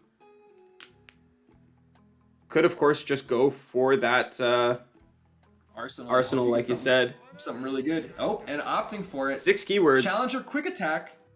That's a good combo. There is... Oh, unfortunately, there's a quicksand on the side of Roji, though. That's going to be a big punish for this line, right? Yeah. We'll see what they opt to do here. They might just pass. If the pass comes through, I wonder if you ever just take it back. Yeah, you're that scared of the quicksand. Opting to just drop a Merciless, don't want to spend some mana. The question is, do you go after the Nasus or do you go after the 4-2? Oh. You're just going to push damage. With the Overwhelm, this is reasonable, right? You're pushing a lot of damage, saying, I don't think you can kill me next turn. I like killing the 4-2 at the very least. Yeah, because, even if they have the Quicksand, you're still killing the 4-2, and you've got Tough, right? It's not like the damage on this Arsenal is really going to matter. Mm-hmm. Although, actually, there is a Black Spear in the hand of Roji, which it's quick attack, exactly... right? Oh, right, Quicksand. So after they Quicksand, right? So they do Quicksand into Black Spear. That is exactly enough. Oh, no, and actually, Quicksand will take away the Tough. So it's over. It's plenty to kill. But yeah, I think you go for that line if you're Roji, right? Yeah. I guess the thing you're worried about is Stasis Statue, right? That would be a big punish for that line. It's still fine, though. Arsenal gets a lot of keywords if you let the Stasis Statue happen, right? It gets basically every keyword in the game. Well, it's going to come back silent still, right? So its keywords are going to be reset. If you quicksand... it's not silenced, right? Well, it's quicksanded, whatever you want to call the quicksand effect, right? Yeah, so I guess they'll get 5 new keywords, right? 7 new keywords. Or 7 new keywords, yeah, sorry. That's okay. Quicksand gonna come out here, and I guess that means that we don't have to use the aggro landmark instead. Still, this opens up... This is very well played on the side of Alexander. I think Alexander has a line for lethal now, right? Yeah, can go to Leah into the Ziggs. That's gonna push 4 on the flip, plus fill the board. As long as they keep pressure, and that atrocity is not going to be enough. It will be, but we of course can see the deny from the side of Alexander is going to deny it, and the Atro nerf coming in hot means that Roji can't cast 2 in a single turn. Yeah. Right of negation. You ever play the Ziggs here? This is a juicy pass, but I think Alexander's like, no, I got to push the damage. I think gotta you get have the damage to. that I can. Yeah, you need the Ziggs, otherwise I don't think you're threatening lethal, right? Right. Yeah. Oh, I see what you're saying with the Atro. I was thinking the Atro is not going to be able to kill Alexander's Nexus, but it will be able to kill one of their scary units. Nasus is going to get some units, get some stuff back, right? Just 10 though, right? Which is not going to kill 13.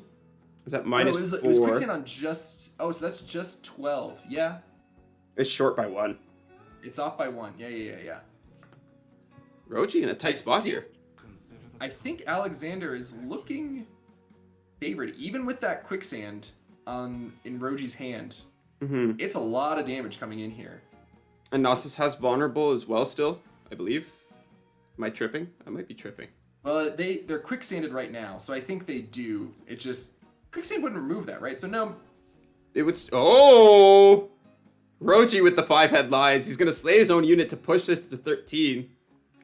Oh my gosh. This gives him a technical out.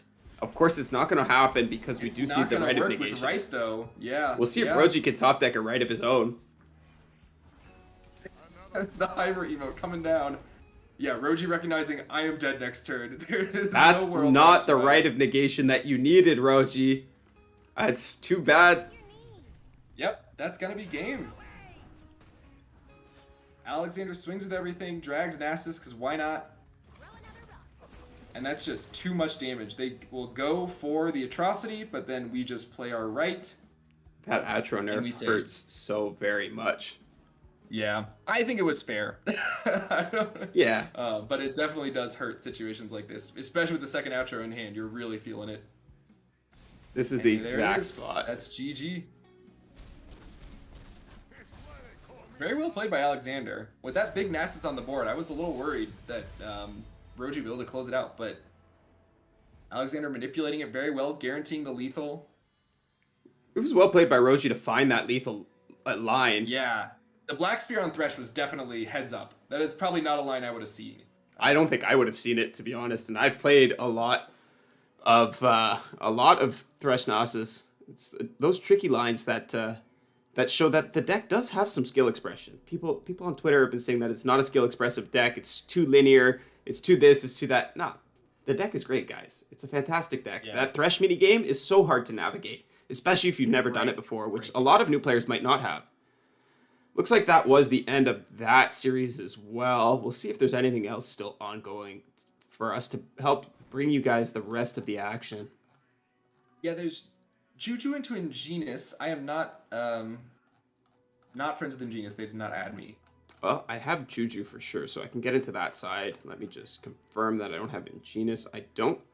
We'll get Juju's perspective up for you guys. Sounds good. And we'll just do it one-sided. Yeah. Yeah, we'll do it one-sided. All right. Let's go. And Juju on that Jace Lux into Sivir Akshan. How do you feel about this matchup, Davebo? Yeah, I feel like this matchup is pretty close to even. I think it really depends who can get an early advantage. Sivir is very tough to deal with. You kind of have to have a good challenger to go after, and the Sivir Akshan's pretty good at controlling the board. But here we see the Lux going down, and nothing we can do on Juju's side. Had to play a defensive for Demacia, it seems, which is not really what you want to be doing, but sometimes you gotta do what you gotta do, you know? Yep. Still not quite dead yet. Jace, of course, is going to be an option here. We'll see if this Jace is That leveled Jace- up. Yeah, if that's a level Jace, we can do I think it A-Gate is. here. Yep. Which I think, Jace is leveled. And I think A-Gate's going to be pretty dang effective here. Going for quick attack, I think I would have picked Challenger here to make sure that I can take out... Well, I guess it's pretty close. This gives It's you a pretty close. better high roll potential, right? Yeah, you can hit Scout and stuff, right? Mm-hmm. That's what you're kind of praying for. With that Concerted's, we can barely save it with Sharp Sight, but that taps us out of playing the A-Gate. I think... We just go for a concerted of our own, maybe? Or we could go for Concert of our own, exactly. I think you have to Sharp Sight here, or go for Concerted. Either one. I'm not too torn on either line here. Kind of like keeping the sharp side up. Yeah.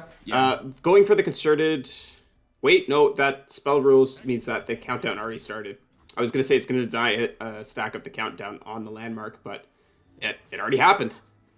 Oh, right. Still adjusting to the rule changes. Interesting. So it is an Akshan buff as well. Yeah. I hadn't really thought about that. Yeah, neither did I. And using a Sharp Sight here now to save one of our 3/3s makes sense. And intelligently not going after the Petricite block, because then they could have punished with a Sharp Sight of their own. And I feel like we're in a good spot here, but if Ingenious can pop that landmark and draw 2 cards, it's a little spooky. However, Assembly Line is going to be a very powerful play here. Just refilling that whole board on the side of Juju feels very, very good. Mm-hmm. And I think that's what he's going to go for. We'll see. We don't know what Ingenious drew. I think that's a 4 Demacia in their hand that we can see. Yes, and that's a Merciless Hunter, so... Merciless Hunter, I think that's... You just answer with a protect the Shock Blast, right? There's no response here. You know the last card is exactly that for Demacia. You Shock Blast these 2 units, they're dying, your open attack is lethal. There's nothing this deck can do without a unit on the can't board. do anything. Yeah, and exactly. yeah, Exactly. recognizes it. The FF comes out. Nicely done, Juju. Jace Lux bringing it home. And that was probably the last game. We'll see. I would imagine that was the end of that one.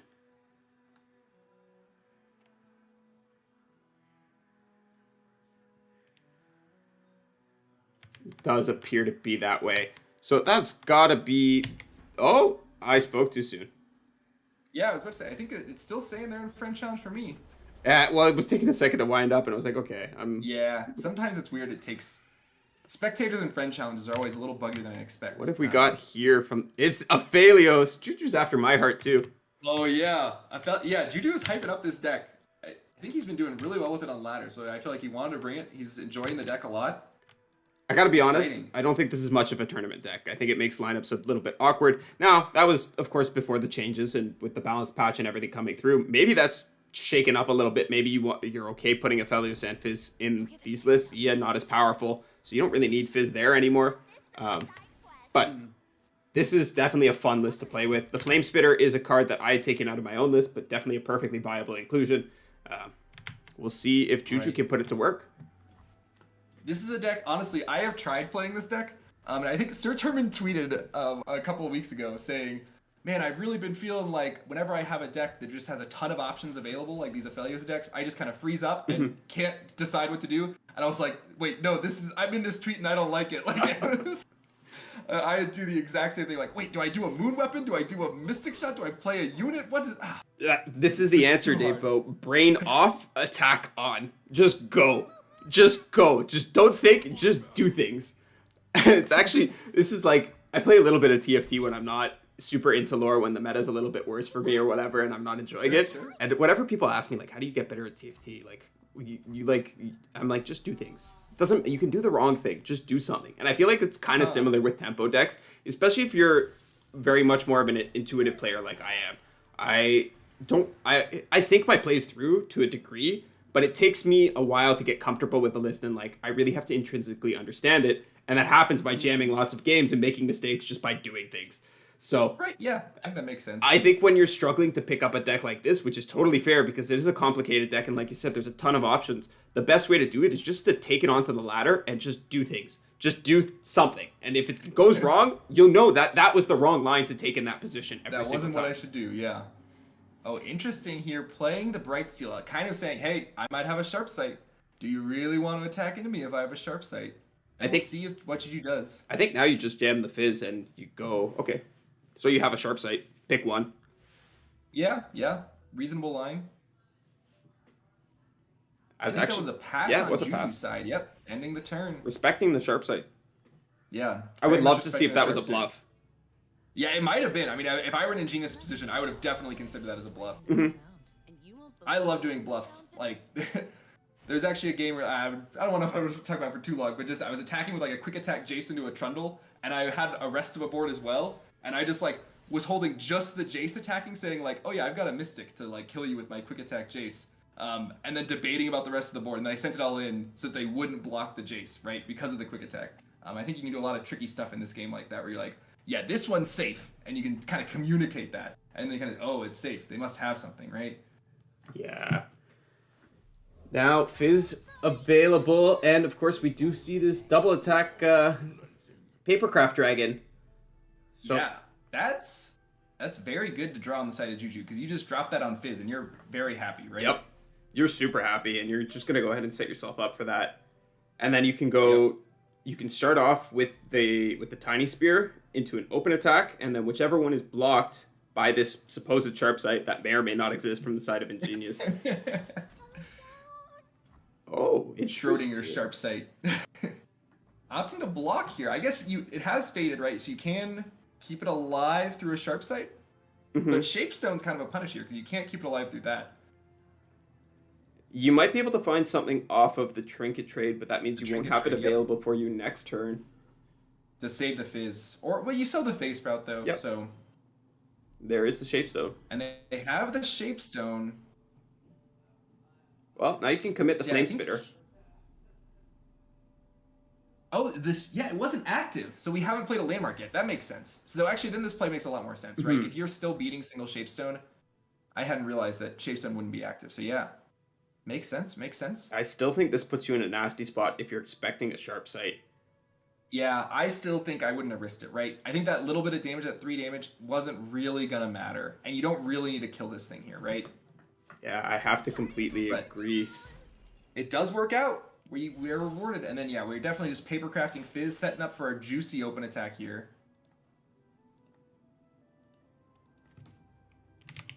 And so you think we're spearing the Fizz here every time? Is that the play? I think so. It's gonna equate to 2 damage. This is the other reason why I didn't want to block because I think if you Flame Spitter was picked up off the top, so now you're chilling. Right. Now you're chilling. But I wanted to keep the Flame Spitter because the double attack means that the impact is also going to deal 2 extra damage. Right, right. With the Flame Spitter picked up, I think this is perfectly fine. You're threatening exactly 10 damage, exact lethal here. Well, over lethal, but Quicksand, no sharp sight, but it is the Quicksand. Unfortunately, it doesn't affect the attach units. Yeah, so both elusive and the double attack, other than the Poppy emote. Mm-hmm. Oh, I love that Quinn emote. That Quinn emote is my favorite emote in the game. It's definitely my go-to. I've become a big fan of the Ziggs ones. Anytime something tricky happens, you just drop a Ziggs emote. Haha, I got you. So single combat gonna come out. There's some options here. These are not the options you were looking for. To look for something. Yumi at least pushes a bit of damage. Or Prowling Projectile, I should say. Opting to go for it. And I like this. I think you just commit all the damage onto the Fizz now and you pray. Yep. You push as much damage as you possibly can. This is... I think I can survive. Just shy of lethal, right? Because your Fizz levels, you get an extra... So you get 4 extra damage, plus the 2 off of the impact. It's just shy. Yeah, so down to 4. And of course, you do still have the protection for that Fizz there. And this gives you 2 sharks. That's the other thing. You get 2 sharks now. Oh, wow. Yeah, that's incredible. Yeah, so you can pop the Sipper Spell Shield. We have blockers. Yep, we can pop Spell Shield, develop blockers. Yeah, so now that block from earlier looks a lot better because you can afford to take a bit more damage here. Right, yeah. You're pretty comfortable here. It's very hard for Anginas to actually pull out lethal on this turn. Certainly not maybe impossible, but going to be very, very challenging. 1 mana short of Absolver on top. Well, Absolver not even active, of course. Right, yeah. Sivir's not flipped. Yeah, this gives us an opportunity to develop the blocker. But then we either conch or make a shark. I think it's always conch first, just for the most amount. See what we get. Yeah. Yeah. I think I like group shot there. I would have taken the group shot as well. If we get another action, we can just develop the fish as an elusive unit. That puts some damage on its own. Juju instead opting to go for the shark, wants to pop the spell shield here. This is a perfectly acceptable line as well. Yeah, that overwhelm damage does put some pressure on, right? Mm-hmm. And then for Demacia, we've got the group shot here to take out something. Yeah, I think you have to just go for it in this position. Probably just take out the 3/2. You're going to end up chump blocking down anyways, and the ephemeral unit's dying. And Juju sees it. Juju likes it. Good heads up play. And now you're not really pressured from mana from this point onwards, so you could take the damage from the Sivir and block out the 5/4, and then you can keep your 3/3 alive if you want. You can trade that down too. Yeah. I think you're obviously keeping the Shark and Fizz, right? They're both... Oh, opting to... Actually, I guess Fizz can actually trade down here, but... I don't know. I think that's close.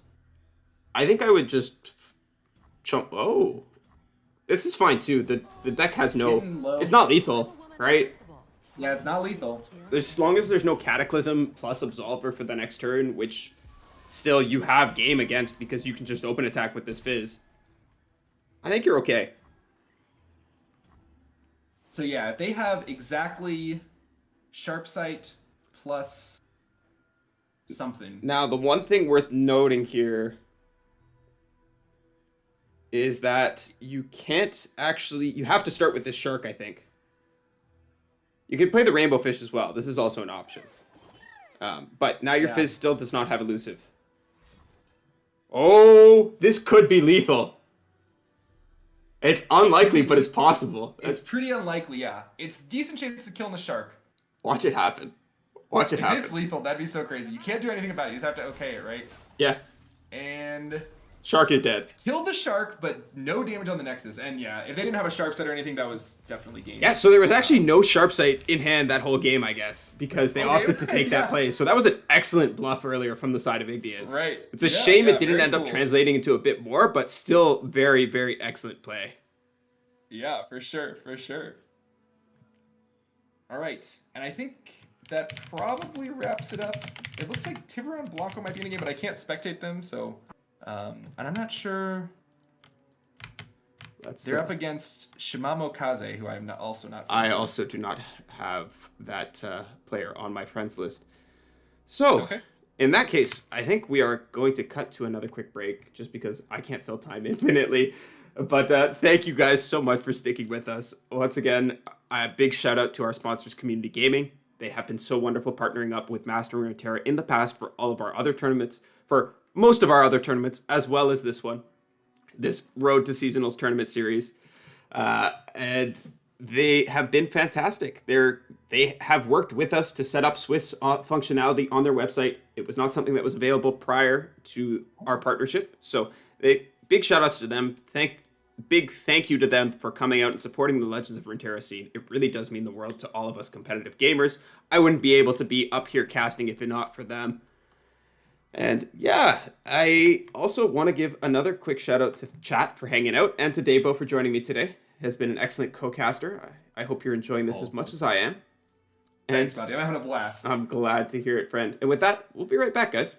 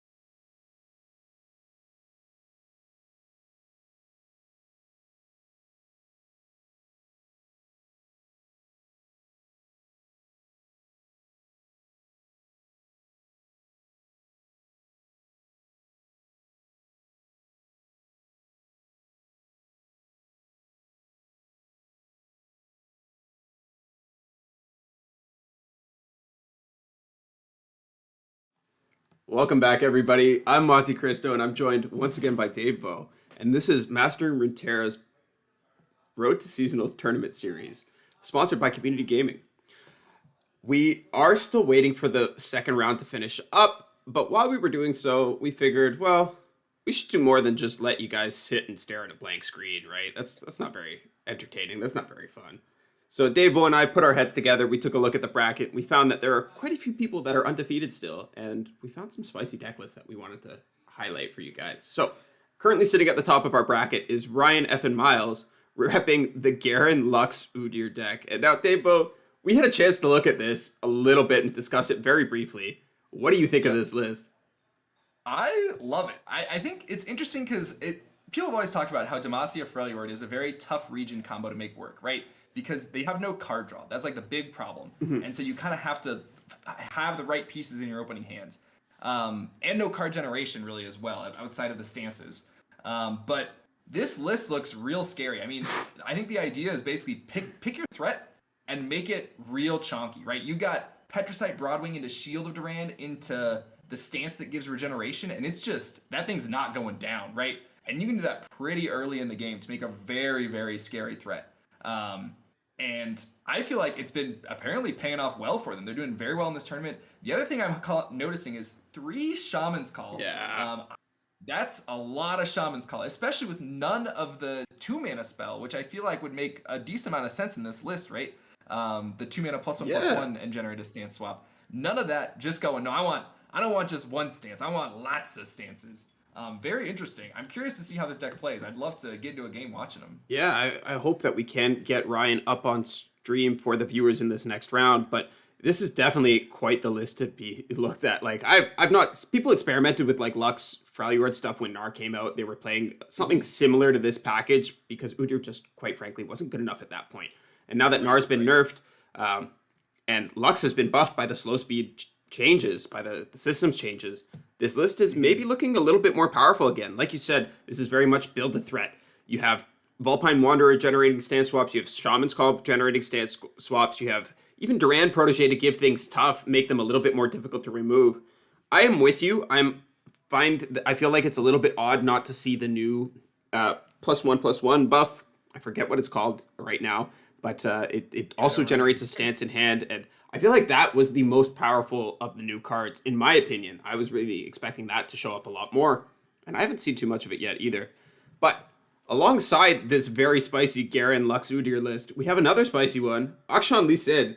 This is a deck that kind of popped in and out of meta a little while ago, but has recently seen a buff in the form of Scales of the Dragon as well. This card now being focus speed means that it's a lot more powerful. You don't have to wait. You can count down your landmark at focus speed. You can activate your Lee Sin at focus speed. There's a lot of great effects that can come out of this. You can buff up your Eye of the Dragon and make them almost impossible to remove. You know what's better than a Twin Disciplines on an Eye of the Dragon? A permanent one. Yeah. That is very interesting. I'm surprised to see 3 Scales of the Dragons. I've seen a lot of people like play around with it as a couple of, but going all 3. I mean, in a deck like this where you're really going for the combo kill, I think it makes a lot of sense. Patrons actually convinced me to play this on stream a couple days ago, and I did terribly. I was just not getting the deck. I just like threw an Absolver out for some favorable trades on defense or something, and he's like, "What are you doing? You gotta OTK him." So it doesn't play like the old Lee Sin decks with Targon. It's not as controlly. It's more, no, I'm gonna set it up and then I'm gonna kill you all at once. That is the game plan, which is very scary and very interesting. Absolutely. I have had the pleasure, or maybe the displeasure, depending on how you want to look at it, of playing against Alan ZQ on this deck on the ladder back in the day. I think there's a clip out there of me hitting him with a Vlad GG and chat saying, "Oh, what a BMer, what a BMer," and Alan's like, "No, guys, like he just knows the game's over either way." So this is definitely a powerful deck, can do some very powerful stuff in the hands of strong players, which Ryan F. Miles certainly is. And the final deck in his lineup is something that's become quite the staple in a lot of lineups. It's Mono Shurima, featuring the new edition of Clockwork Curator to keep it on that turn 6 pop-off clock. How do you feel about this edition and about this deck list in the current metagame? I like it as a one of. I think it's still a very strong tournament deck. I think it doesn't have it was very, very strong for it. It had very few weaknesses. I think it's not as popping off, right? You're not flipping on 6 almost ever. With Clockwork Curator, 7 is pretty reasonable, but most often it's going to be turn 8, right? But I like Clockwork Curator a lot. I think it's actually a lot cuter than a lot of people realize, because you don't have to put it on Sundisk, right? You can put it on the landmark you get off Endless Devout, or you can put it on a Ancient Hourglass if for like a really cheeky play, if you wanted to suddenly push lethal, or on a Preservarium if you really need to draw, right? There's not just Sundisk that you can use that on. Especially the Devout landmark is very, very powerful to use, because that's really 3 turns is a long time, right? And Mystic selling that by 2 really gets that guy out fast. Yeah, that's something I didn't even think about at all. I'm going to cut us back to the desk here because it does look like that round has fired. So if you want to take a peek at the pairings with me, maybe we can find something to a good match to get into. Ryan is against Falling to Void. I should have Void. Ryan hasn't added me, but we can definitely get into their set. I've got Ryan. Do you have Ryan? If you want me to get that side, yeah. Void, where are you, my friend? I have Void. Perfect. So we can definitely get into that one as soon as they're ready to go. While we're waiting for them, for those of you that haven't realized, the hot fixes come through. We've seen some changes. We've seen some fixes. LeBlanc is no longer going to make multiple copies of Mirror Image when she levels up. That bug has been fixed. There was some weird stance swap bug going on there. Hyara Allseer has been fixed as well. And Ashe is going to level up properly by reducing things to 0 and not just any reduction while she's on the board. Unfortunately, the Bandle Tree nerf does need a little bit more time to be fixed, but the team has been working overtime to get us these fixes, and they've done the best that they can to get us a workable game state. And honestly, Bandle Tree, not the biggest threat right now. Not the worst thing in the world that it hasn't been nerfed yet. I don't think it's going to be showing up on your ladder games anyways, so not too stressed out over that one. Bandle Tree, dodge and landmark removal. Even Riot can't remove Bandle Tree. And these players are getting into game. Yep. Just going to wait for bans to come through, and then... Oh, right, yeah. Yeah, of course. While they're doing that, I'm going to go ahead and fix our scoreboard here. All right. I'm excited for these games. I think the Ryan's list with the Lux, Garen, Udyr, that is some spicy stuff. I think Garen, I really feel like Garen is a very strong champion now after the buff, but he just has not yet found a home. And I'm curious if Ryan F. and Miles has found that home that Garen's been looking for. Because I think it's a very powerful effect that on summon, give everything +1/+1 for the round. That's a very, very powerful effect that on an already really not that bad champion, I feel like it pushes him to the edge of there's a deck out there that people just have to find that Garen fits in and is strong in. Yeah. So we'll see. Almost certainly true. I would be very, very shocked if Garen doesn't find a home in the coming days. And the players have gotten into game. Let's see. And it is that deck. It's the Lux deck. It's the Lux Udyr. We get to see it. I'm so excited, Davebo. Against Mono Shurima. This is such an interesting matchup to jump into here. Yeah, and I guess Ryan F. and Miles is definitely going to be looking to put overall on something, right? Be able to connect their big threats into the Nexus. I think Udyr is going to be very powerful here. Definitely want to be looking for that. And Mono Shurima, we'll see how much slower Mono Shurima is. I think I've played one ladder game against Mono Shurima since the patch after the nerf. So I haven't really gotten a feel for how much slower it really is, right? I haven't seen it either at all. So I'm kind of expecting that it is about the 2 turns slower that it should be, but we'll see if this Clockwork Curator can come up huge for Void here. Oh yeah, we'll see. They've got it in hand, so they do still have the potential for that turn 6. I think it'd be pretty hard to do on turn 6 while fitting in a Clockwork Curator, but certainly not impossible. Yeah, we'll see what they do here. That Petrosite Hound is going to go ahead and slap Void for 2 damage. Ryan getting himself on the board. Getting himself ahead as soon as he can.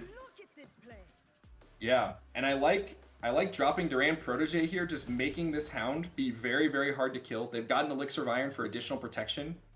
Just start swinging in with it, right? Yep, exactly. Ryan agrees with you.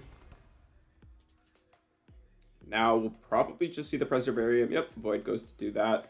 Second Preservarium drawn. Not exactly what you want to see here, but still a great option nonetheless. Yeah, Void is looking for some kind of early blockers, right? Something to slow down the aggression as much as it can. But also still wanting to turbo out Xerath. So Preservarium's not the worst thing in the world. Definitely get Xerath flipped very quickly. Ooh. the Udyr pickup from Ryan Miles. That's a very, very good thing to draw. Now, you can go for the Vanguard Sergeant. You can also go for the Remembrance. Ryan opts to play the Vanguard Sergeant, wants to keep their defensive options up. Clockwork Curator fits in very nicely on this curve. That's going to make it so that the turn 6 clock is still possible. Yep. And with those landmarks popping, Xerath's going to be flipped. Azir will need a little bit of help, but it's certainly not impossible for Azir to flip on 6. And Ryan dropping the Udyr. Oh, and opening immediately after. I like this play from Ryan. Yeah, I think you don't really want to tap out with a stance swap here, right? That'd be an option that you could do, but I think keeping up Troll Chant here is going to be very powerful. It's definitely going to swing 2 of these combats. Have to agree. You can just go ahead and drop it on the Petricite Hound. Buff that back up, and then also keep your Vanguard Sergeant alive. Oh, and you're actually, you can keep all your units alive, right? Yeah. With that Elixir of Iron on Petricite and then Troll Chant swinging the other 2. Oh, opting to let the other 2 go. Interesting. With the 4 Demacia in hand, I might have kept those other 2 units alive. Was maybe trying to play around a... Yeah, this is why. Oh, yeah, good call. That's a heads-up play for sure. This also let him play around the Quicksand if that was an option, because he can then go rebuff something. A couple different choices here, so this is going to work out nicely for Ryan. Does have this second stance swap now to give the Udyr regen if he so chooses. Can also give the Petricite Hound regen. Lots of options here. We'll see what he chooses to do. It is going to be regen. I like regen on Udyr. On Udyr, yeah. You want to keep your champion alive. He's really your biggest threat here. You're going to continue to scale him up by casting these stance swaps. You have a strike spell in hand to be able to get some more. Yep. And that's an Azir. It's turn 6. Azir is going to be leveled. 6. Yeah, Azir will be leveled, so it's going to be a turn 7 flip because they can't get both champs down here. Fox pickup off the top is another good one for Ryan. Yeah. We'll see if he can close this game out before the Emperor's deck takes over. It's definitely going to be tricky, though. No Lux found with to the Quicksand in Void's hand, I'm actually thinking this might be Sundisk favored. I haven't played the matchup, so I'm not sure.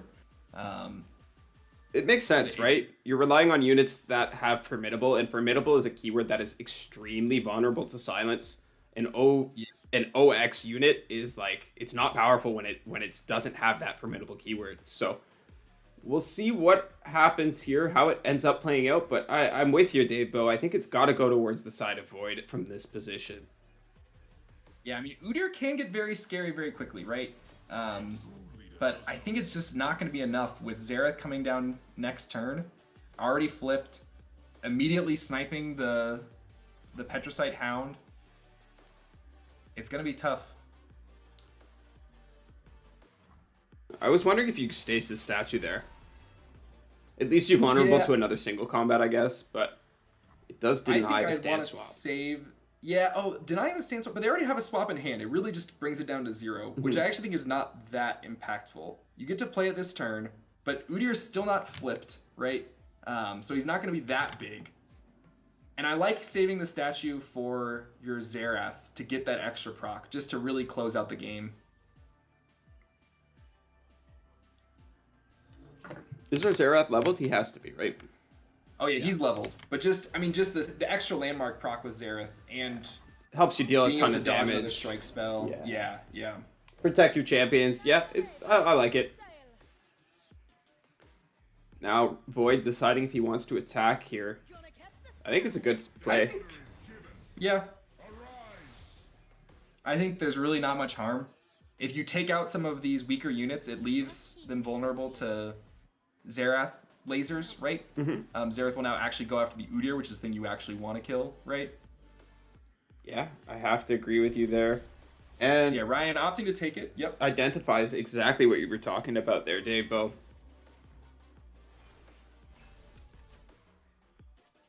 So now, I wonder what Ryan does here. I mean, you can... Oh, second Quicksand. That is not what Ryan needed to close this game out. I think you have to open attack, right? I don't know. I mean, I feel like Ryan deciding to go for this. I don't think open attacking is winning. So yeah. Letting them put the Xerath on the board just seems so scary, though. Yeah, they get to immediately... Although, actually, this is a kind of a heads-up play, because it actually doesn't kill our Petricite. Our Petricite survives with 1 HP because of the Tough. That is true. I'm not sure if it's enough. I love how the rockets from Anivia, like, interrupt the animation there. I don't know if you saw that. I didn't, but it's definitely amusing. Xerath level up coming through. It's movie time, baby. Yep. Get out your popcorn emotes.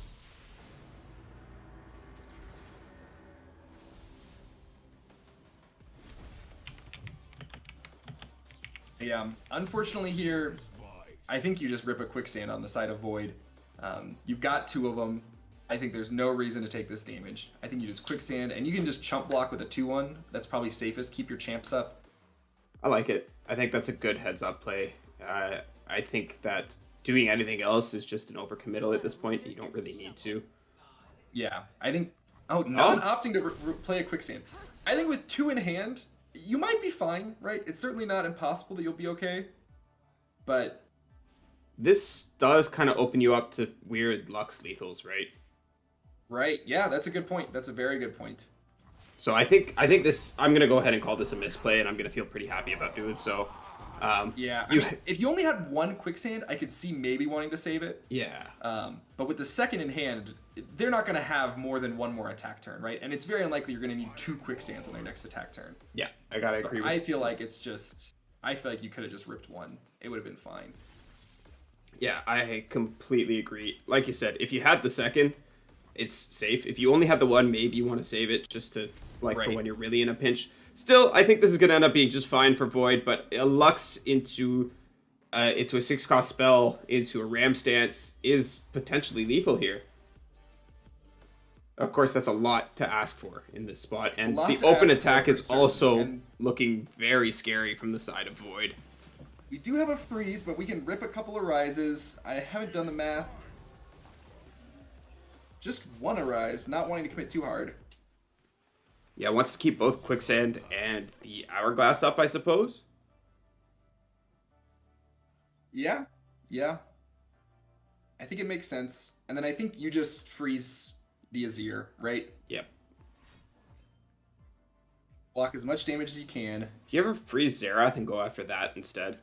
Are you dying if you do that? I think you are, right? You're dying if you do that, unfortunately. Yeah, it's too bad. But I guess this, because they used the right of the Arcane last turn, this Udyr is going to survive until the next turn. Regen is a round end effect, I believe. Yep. So it'll be healed up. Quicksand comes through, though. To deny the regen? Yeah, this should work that way, right? Yep, it does. It does. 1 HP, Ram Stance no longer an option to push damage. Right, and I think actually, if you just stasis statue here on the side of Void, you have lethal if I'm doing them. Oh wait, no, they can play a unit, of course. Yeah, it is really... And you can take out the Udyr. Yep, and they're doing it. Just say... You had to stasis the... He misses the round start now, though. You had to stasis the Azir. Oh, you're right. They had to stasis the Azir. I mean, the Azir would come back frozen, but yeah, absolutely that was a mistake. You get an extra turn, right? You don't really care if it comes back frozen. Yeah, you don't care if it comes back frozen. I definitely agree. I mean, we still have a quicksand, so I think Void's still in control of this game. Yeah, you just quicksand here, and you're pretty chilled in. You quicksand, block with Azir. So I don't really care about this Azir. There's no way to grant Overwhelm. There's no Lux. Even if Lux was in hand. Actually, if Lux was in hand, there is still no lethal because you have to shoot an enemy. And yeah, they have to play some units that don't have much health, right? Which don't exist in the Emperor's deck. It'd have to be this Waking Sands exactly. Right. And the Waking Sands you'd only push 2 through, right? Yep. You could maybe set up something cute with like a laser plus a Concerted Strike or something, but that's asking for too many top decks. I think we're not gonna get there. I don't think so. Oh, and actually Remembrance not being discounted because of the Xerath effect. Yeah, I was going to comment on to that. see that Xerath effect. Pretty funny, moved, right? Honestly. Obliterate is really annoying. Yeah.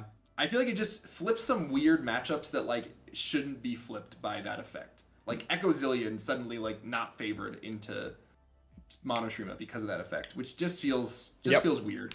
Well, the big thing is that why does it nullify strike effects? Yeah, that is definitely unintuitive. The strike is happening. Impact and things, yeah, for sure. It Right? does not make a lot of sense. Yeah. I've been told that it's intentional. I've seen that somebody told me that devs confirmed on Twitter that is an intentional thing. But to me, that sounds like a bug that they just can't figure out how to fix, and because of that, Yeah. it's intentional now. Nonetheless, the team does their best, and like they're aware that it is a frustration point for a lot of people. So I wouldn't be surprised to see it changed in the near future. Yep. I wouldn't be surprised to see it change either. I think it's just the timing of when things obliterate versus when they die. So it's not technically a bug in like the game engine. It's like a consequence of how it works, but it's still very unintuitive, like you're saying. Like it's kind of a bug in most people's minds, which means it's probably a bug, right? I mean, it just doesn't make sense, right? The strike happens, then the unit dies, is how like it would logically work out to me. Yep. So the fact that it doesn't work that way is just, like you said, very, very unintuitive. To all the people calling me a riot shill, I'm clearly not a riot shill. I've been attacked on Twitter the past couple days. I call it like it is when it bugs me. I say things don't bug me because they genuinely do not. But here, back to focus on this game, we have Kindred Viego up against that Akshan Lee deck. We'll see if Ryan can pull this back to a 1-1 game state. Yeah, I'm curious how this matchup goes. Kindred Viego has a lot of things that can stop the OTK. They've got stuns, they've got denies, but I don't know. It'll be interesting. They also tend to be a slow deck, so they're not going to really kill before Ryan at least has a chance to go for the OTK. It's just a matter of, do they have it, and what's the hand state, right? Yep. Yeah, and it looks like Ryan is just going to be pretty happy playing this slow, wants to get the attack in with the Akshan, gets a pass back, and now we'll see him go to advance that countdown with the Vagabond. Yeah, I think because of Camera Roar and Soldier, you kind of have to usually open attack into Kindred Viego, because that's such a punish, right? If they develop that, it just shuts down your whole attack pretty much every time. Yeah. So, makes a lot of sense. Do you bomb here? Ryan's thinking about it. I think I would. I think you might be thinking of, yeah, twin block. It's a little greedy, but you also have a quicksand if you really need it. Oh, they're just going quicksand block. Okay. Okay. This is better, right? Because this beats the opponent's twin. Yep, yeah, you're beating twin. I feel like you can be pretty confident you're winning this trade. Yeah. And now no, it's not beating it because now. Oh wait, twin is nerfed. Yeah, twin is nerfed, so you can't get the damage to finish it off. Need one more mana. That's not too bad though. No, you're still okay with this. Yeah. No Makes glimpse. sense. Not trying to get greedy, block an Akshan. Don't want to give that quick attack value. That's a turn 5 Hydrovine though. Oh boy. Very cheap Hydrovine. We do see the Lee Sin picked up in the hand of Ryan Miles, but no Absolver in hand, so it's going to be tough to really kill through anything. Is going to have this landmark pop and Akshan level though. Important that the Akshan remained on the board for this, so that way the Absolver is active. Although I suppose that not as important as I made it out to be, because Lee Sin will level up by the time you're going into kill with him anyways. And speak of the devil, it shall appear. It's been happening a lot tonight. Lee Sin is only at 1 out of 8, but this deck can dump a lot of spells very quickly. The Akshan landmark spell counts. We got a Deep Med. We got Sonic Wave counting as 2 spells. Yeah, like you said, it can dump a lot of spells very, very quickly, and as a result, it's pretty, like, the Lee Sin can go from 0 to 8 in a single turn without any real issues. Yep.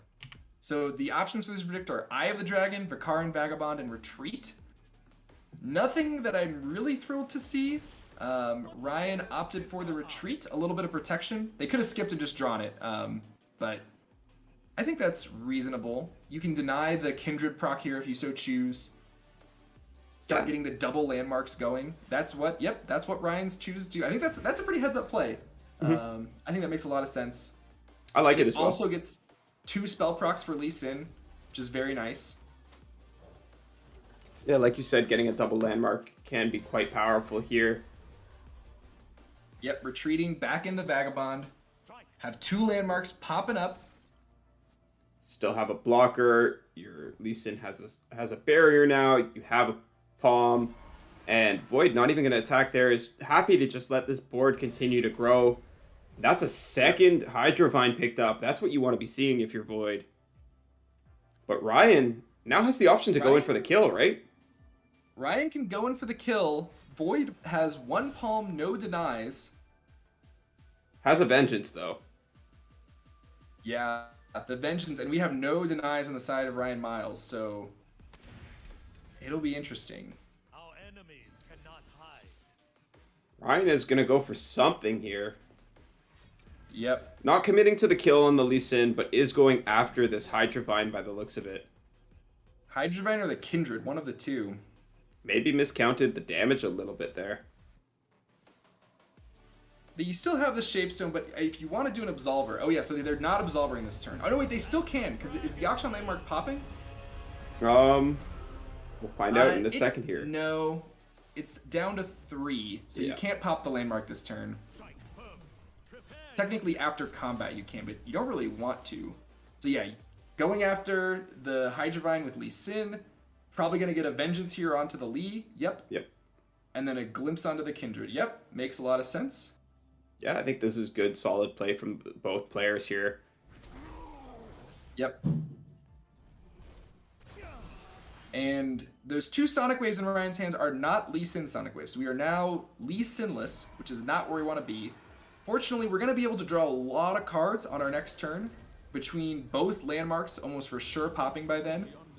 But, oh, that Viego is putting a lot of pressure on us all of a sudden. We do have the palms, so we'll probably be able to survive. Yeah, preemptive palm looks pretty good here to me. Yeah, I like just palm Viego, say no thank you. Is it Viego or is it Hydrovine? I think it's Hydrovine, right? Because you want the Viego to attack so that way you can kill it if you're lucky. Oh, yeah, maybe. Oh, opting not just passing. I think I might have liked a preemptive palm, because you're probably chump blocking with that 3-2 anyways, right? Mm-hmm. I think so. But keeps it up. Yeah, because now... Yeah, because if we could have used the 3-2 to block their 3-3, would have been taking a lot less damage. Because now we're in an atrocity range, which Void does not have in their hand. But it is a little bit spooky, right? Oh, it looks like both palms might be coming out here. Yeah, considering a double palm here with this block. Not a chance. This is the retreat he's got on the stack, right? Yes, that is correct. It's the retreat on the stack, which I think makes a lot of sense. Just pop that first landmark. Oh, and giving up the Auction. Yeah, I don't think you need the Auction at this point. You're just really trying to find that second Lee. Oh! I think that makes sense. Why did we take more damage here? Oh, that is...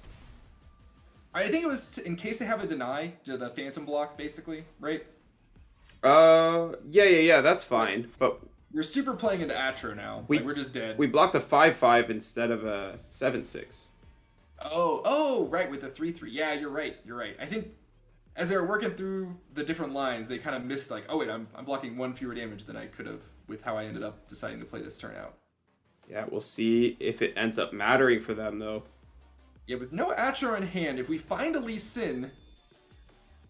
Is this Viego going to level up here too? Because we have a Palm. Oh, and what is that Viego at? That's a good 0, question. 10. So 10, well, 11 now. He will level on this turn, potentially. Yeah, for sure. It's at 12 now. If both those things die, both the miss die, it's leveled. So Ryan needs to find the Lee Sin. Oh, with a Vengeance, though. Has a Lee Sin. The level 2 Auction landmark popped. Oh, yeah, you can use that to tutor the Lee. Oh my god, Ryan found it! This is exactly what he needs. Heads-up play. They needed to get that extra pressure. Oh no, but now we have to deny this. But if we deny this, we're losing that Vengeance that's coming in later. Yeah. But we have no option. There's no way we're surviving another turn. I think Ryan has to deny here, but it's not going to be enough. Oh man, this is tragic. Void found the exact card he needed off the top, but so did Ryan. Found the exact Vengeance off two. the top. Ryan found two. Yeah. That balances out. Both deny and Lee Sin. But Void finding that vengeance, I think, is just going to close this game out. Yep, Ryan saying I have to deny this. I just have to hope they don't have another one, because I have no option here. And they were probably doing the math on if they could kill with Akshan, but I think it's just not going to be enough. No matter how many buffs you put on it, Akshan can't get there. You need Lee Sin. I have to agree with you. It is quite unfortunate that this is going to work out the way it will. Yeah, they're going to commit everything. They're going to dump all their damage on that Lee Sin, but it's not going to be enough. That vengeance is just going to come in and end the game. You might just hit okay here and see what happens, because this at least buys you another turn, right? Oh, I suppose that's true. You bounce the Viego to hand, so Viego's level up progress is reset, but then they just play Viego back down, and you get a mist on round start. I think it's too scary, I think. I think you had to go for it. I agree with Brian's call. Yeah, I think I don't think you were winning. I agree with you. I was just presenting the other options. So that's a quick 2-0 from Void. Not necessarily what I was expecting to see come out of this match, but definitely an exciting matchup nonetheless. These are some decks that we definitely have not been seeing too much of. Ryan coming in with the spice, coming in with the heater decks, and Void coming in with some tried and true lists and proving that, hey, these got gumption still. These are still a force to be reckoned with in the metagame. New stuff is cool, but old stuff sticks around. Yeah. And Ryan will hang out for a minute, trying to maybe survive this next turn, but I think with Viego flipping, there is just no hope. I think you can just open for pretty much lethal, right? With all the mists you're gonna have. I guess you're only gonna have. Is this lethal on open? Oh, and a quicksand pickup. Yeah, that's not gonna make that much of a difference. No, it's not lethal on open. But it is a very scary attack. It clears out their whole board. Yeah, and getting the sequencing, putting Viego at the end, makes sense. This is the 5-head sequencing, by the way. Because if anything before this mist dies, it's gonna grow by 1. This is like the 10-head sequencing. So the bad Viego sequencing is Viego first, because fearsome unit, whatever. The normal Viego sequencing is like mist first, and then it's Viego last. This is like the real heads-up sequencing, where you put the mist, you put everything else first, then you put the mist, then you put the Viego, because anything that dies prior to the mist is going to grow it by 1. Super minor things, but we've seen time and time again how much of a difference 1 damage can make. And I think that was a slight misplay on Void not glimpsing the scales of the dragon. Instead glimpsing, because now Ryan gets it back. I think this game's over. It's not going to matter. There's just, that Viego is too big. Yeah, big boy, that's for sure. If we top, I guess we can flip Lee Sin, flip the Warlord's Horde, and if we draw into Absolver Lee Sin, and it's not going to be enough though with Void's hand. Void has another Palm, another Deny, but that is kind of the out you have to play to, but it's not going to be enough. Yeah, picks up a Lee Sin, is going to try and maybe reset this Viego. Yeah, there's the Palm. Yeah, but then it's just a Palm, yeah. And we've got no answers on the side of Ryan. So, yep, that's a surrender. Yep. GG. Well played. Ryan playing to his outs pretty well. I think that was a very well played game. The outs didn't come. Unfortunate for him. Is going to lose his place at the top of the bracket, but still a great series for us to watch, and I hope you guys enjoyed it as much as I enjoyed casting that. Let's see what else we can get into. Some options here. I see people still playing. Let's take a look at matchups, though. Who else is at the top of our bracket still? Looks like Juju is still at the top of the bracket along with Alexander, and they appear to still be in game. We've seen both these players already, but I would be happy to get them up on stream again. Do you want to jump into both? Who do you want to pull up? I was covering Juju last time, I think, so we'll put Alexander up as player 1 this time. Okay, I'll pick up Juju. And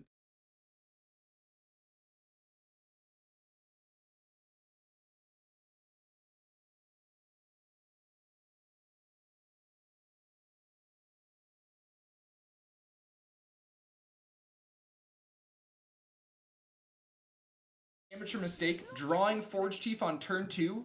That's something that good Jace Lux players really try to avoid. They try to get that Forge Chief down on turn 1, but sometimes you draw it turn 2 at the very inopportune time. It does feel bad when that happens, unfortunately. Fortunately, it is a nice thing to... Well, what do you do here? I think you can play the Forge Chief to eat up the landmark, but now with that 3/3 down, it's a little bit awkward. I think you would rather... I think I still like it. Yeah, you would rather have the Forge Chief have the vulnerable so that way you're not giving them the sarcophagus as opposed to your one of your other cards. You definitely don't want the Bright Broadway. Steel here.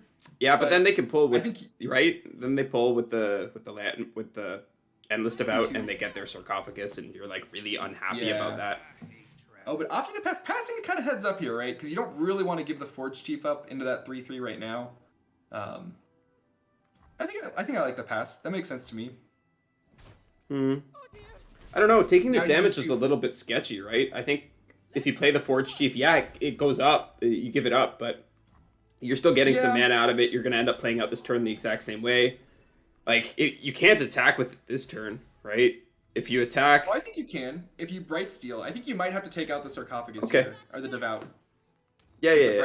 I suppose this is a good line. If you're Alexander, though, you can just hold Quicksand here, and you're really, really happy about this.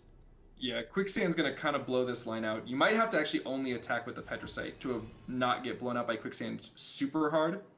I still think it's... And you have to attack with the Petricite, right? Make him have the Quicksand. But it does... I think I like just attack with Petricite, nothing else. Oh, it looks like he's setting up for a full swing, though. Glorious Evolution, Molten Breath, and Unyielding Spirit. Not great options. Picking Unyielding Spirit for sure. Yep. Sure enough. Paid off for Juju. I think it was Juju we saw last time. Was it?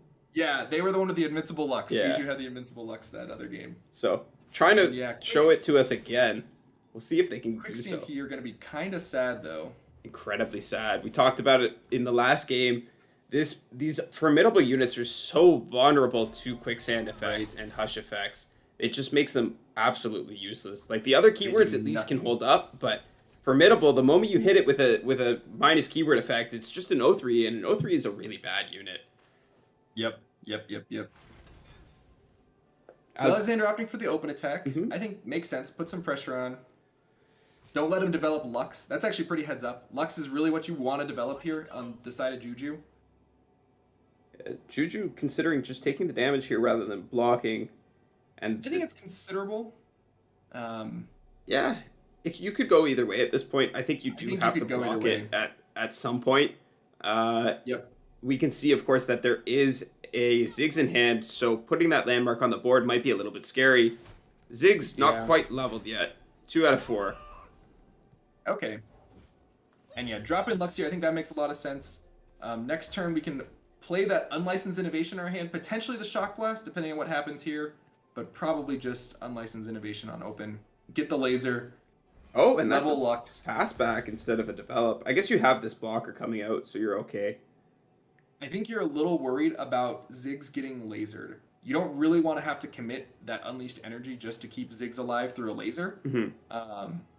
So I think you kind of want to not make sure it doesn't die. Opting for the Shock Blast, I think I might have slightly preferred the Unlicensed Innovation there. But taking out this 2/2 really doesn't accomplish that much. Like, it's fine, but and Shock Blasting Faith, we're not close to a burn lethal, so Shock Blasting Faith here doesn't really put that much pressure on, right? We're not that far from a burn lethal either, though. This if you send this like if you develop anything here, this is not a great develop, right? You're feeling pretty bad about this. Yeah, I mean you laser this, right, and then you swing with the Lux. They play the Ziggs. Was it ever just swing with Lux first so that we could go laser for... it's the same either way, right? Yeah. I think it's... I guess nothing's leveled, so you don't have to worry about Absolver killing your Lux there or anything. But yeah, it opens your Lux up. You don't really want your Lux to take damage, right? Because then Rite of the Arcane can threaten it. You want that Lux to survive if you can. Absolutely. I think you're right. I think because if you swing with the Lux first, she's almost guaranteed to die to any one of these Rite of the Arcanes. This line was definitely the correct one from Juju. Ziggs now going to prove to be a threat. The round is going to flip over. I'm not liking Juju's spot here, honestly. We do have the one thing going for us is we have this Unyielding Spirit, which we can use this turn to block the Ziggs. So if they go for a big swing here, we've got a pretty decent answer. And interesting, think about pre-committing that Unleashed Energy to just get as big a swing as possible, get that extra 5/3, put a lot of pressure on their Nexus. The more I'm thinking about it, the more I like it. I was thinking you go for the Explosive Minefield here, because anything they develop in Countenance, you can once again stun, and then you have it's the same outcome. You lose a 5/3, but you have double stuns, and your Ziggs is guaranteed to get through along with the 5/3 on the board. I don't know what actually does more damage. I would have to count it out. But we can barely survive here by using Concerted Strike on one of the 5/3s and then blocking. But we are very not happy about this. We have to give up our Lux. I think going to 1, if you block like this and Concerted the other 5/3, you go to 1 HP, which is not very comfortable with the Ziggs on board, obviously. Also, Pokey Stick's in this list. Yeah, and there's a Pokey Stick in hand, which is gonna close this game out if we go for this line, but I think it might be the right call because if you block the Ziggs and don't kill it, I feel like you might be losing anyways. Like, you kind of have to take something out. This also makes you really weak to Absolver, but again, you kind of just have to commit something. Yeah, I think Absolver is always killing us. There's no way we ever survive an Absolver here. Yeah. But I think this is what we can do, but again, we do survive the turn. We go to 4 HP, but then what are we doing, right? We can drop a couple units. It's going to be very hard to ever threaten this Ziggs. I think this is probably a game for Alexander. It certainly looks like it's going to be that way. Oh, and with that picked up, it's definitely game. There's nothing Juju can do. Any develops are just going to end it. Gets exactly one burned out. Yeah, it gets one develop, and that's another and a Pokey Stick as well. Yeah, that's got to be game. I mean, Juju probably plays a Mage Seeker here, or just surrenders. Yeah, they recognize there's nothing they're beating at this point. Unfortunate, but sometimes it's just the way she goes. Yeah, I personally think that matchup is slightly unfavorable for the Jace Lux side. I don't think it's terrible. There's definitely worse matchups. But yeah, it's definitely tough. The one nice thing is they often struggle to deal with our Lux, which we kind of saw in that game. But if they put so much pressure we have to block with Lux, then it doesn't really matter, right? Yeah. When you're forced into blocking with your backline champion, you're not feeling good about the game state. Certainly not. Certainly not. It looks like there's a couple matches still going. This one appears to have finished. So let's see if we can jump into one of the last games in this round. I hate how much the friends list lags. Yeah, for sure. Was that over? Juju appears to still be in a friend challenge. Yeah, I think Juju's just at the end game screen. Yeah. Alexander's out, so yeah, we've got Patrons is still in a game. Apparently I don't have Sonic. Oh, I do have Sonic. So I can jump into Sonic's side if you want to get into Patrons. Yep, sure thing. And spectate session. Do you want to work? They might be in between games. Maybe. Is yours working? Oh, they just got out. Patrons just exited the chat. Yeah. We just missed the end of it. Unfortunate, but that's okay. Goes. Dr. Vander versus Bambooper, maybe. I am not friends with either of them, unfortunately. Looks like they're done. I am friends with Bambooper, but they wrapped up. Yeah. Yeah. I was looking at my in-game people. Yeah, it looks like that is it for this round as well. Yeah. So this was our second to last round. Depending on how this bracket paired up, we may or may not end up with a top cut today. We'll keep you guys updated. But once again, I want to give a massive shout out to Community Gaming for partnering up with us today and through all of our past tournaments. They have been truly phenomenal sponsors, working with us to get Swiss pairings into their system, so that way we could have what the people want. On top of that, if you guys are interested in participating in these tournaments, they are running every single day from now until the seasonals. You can get all the details at MasteringRuneterra.com, and the entry fee is the low price of a base tier subscription to the Mastering Runeterra Patreon or to the website. It's the same thing. You can sign up either way. Both of the options will grant you access to the Discord server, where we post the links to the community. Well, the Discord server is free for anybody to join, but there's some hidden sections that are unlocked when you're a subscriber. All you got to do is go to MasteringRuneterra.com or to patreon.com/MasteringRuneterra, I believe, and sign up there. And then if you have any troubles, you can go ahead and PM our lovely tournament organizer, Greg, who is actually off today. Today, Hydroflare's stepping in to do all the heavy lifting and bring you guys a wonderful tournament experience. But Greg is more than happy to take care of your needs in other situations. But yeah, we're stumbling through some of this. It's been a bit of a long day for myself. Davebo, how are you feeling about this whole thing? Oh, I'm feeling good. I think it's been a ton of fun. I appreciate everyone in chat hanging out. I love these tournaments. I love these community tournaments. I think they're a ton of fun. So thanks again, Mastering Runeterra, to put them on, and Community Gaming. I'm excited to play in some of them coming up in a little bit. So yeah. I suppose I should also let you guys know what the other perks are for signing up for the Mastering Runeterra premium service. You get access to some team calls in the Discord server. Those happen every Thursday, I believe. And what those are, basically the pros like myself, like Majin Bay, like Jason Florent, like Jason Sational, like Henneke. Sometimes all these players jump into a team call, and you are more than welcome to join in. They play some games out for you guys for you to watch. You can comment and say, well, why would you make that play? What about this play? Sometimes I believe they help you play as well. I actually haven't had the opportunity to hop into one myself, but I have really been looking forward to. I just happen to be at work all the time, so it's a little bit unfortunate for me. But on top of that, they give you access to the premium articles on our website, which include most of our deck guides. Mine are not premium because I decided that I wanted everybody to be able to see what I put out. But there's lots of great premium articles there, and I do write some other articles that are premium alongside all of our other writers who are fantastic and super skilled players as well. They do a phenomenal job of breaking down some of the best decks in the metagame. And there's some other perks too, if that I'm not aware of, but that you can go and find out for yourself at MasteringRuneterra.com. Davebo, are you a premium subscriber? You must be. I am, yeah. You are? I just subscribed a couple weeks ago, I think, somewhere around there. Yeah. But yeah. Have you had a chance to make use of any of these features yet?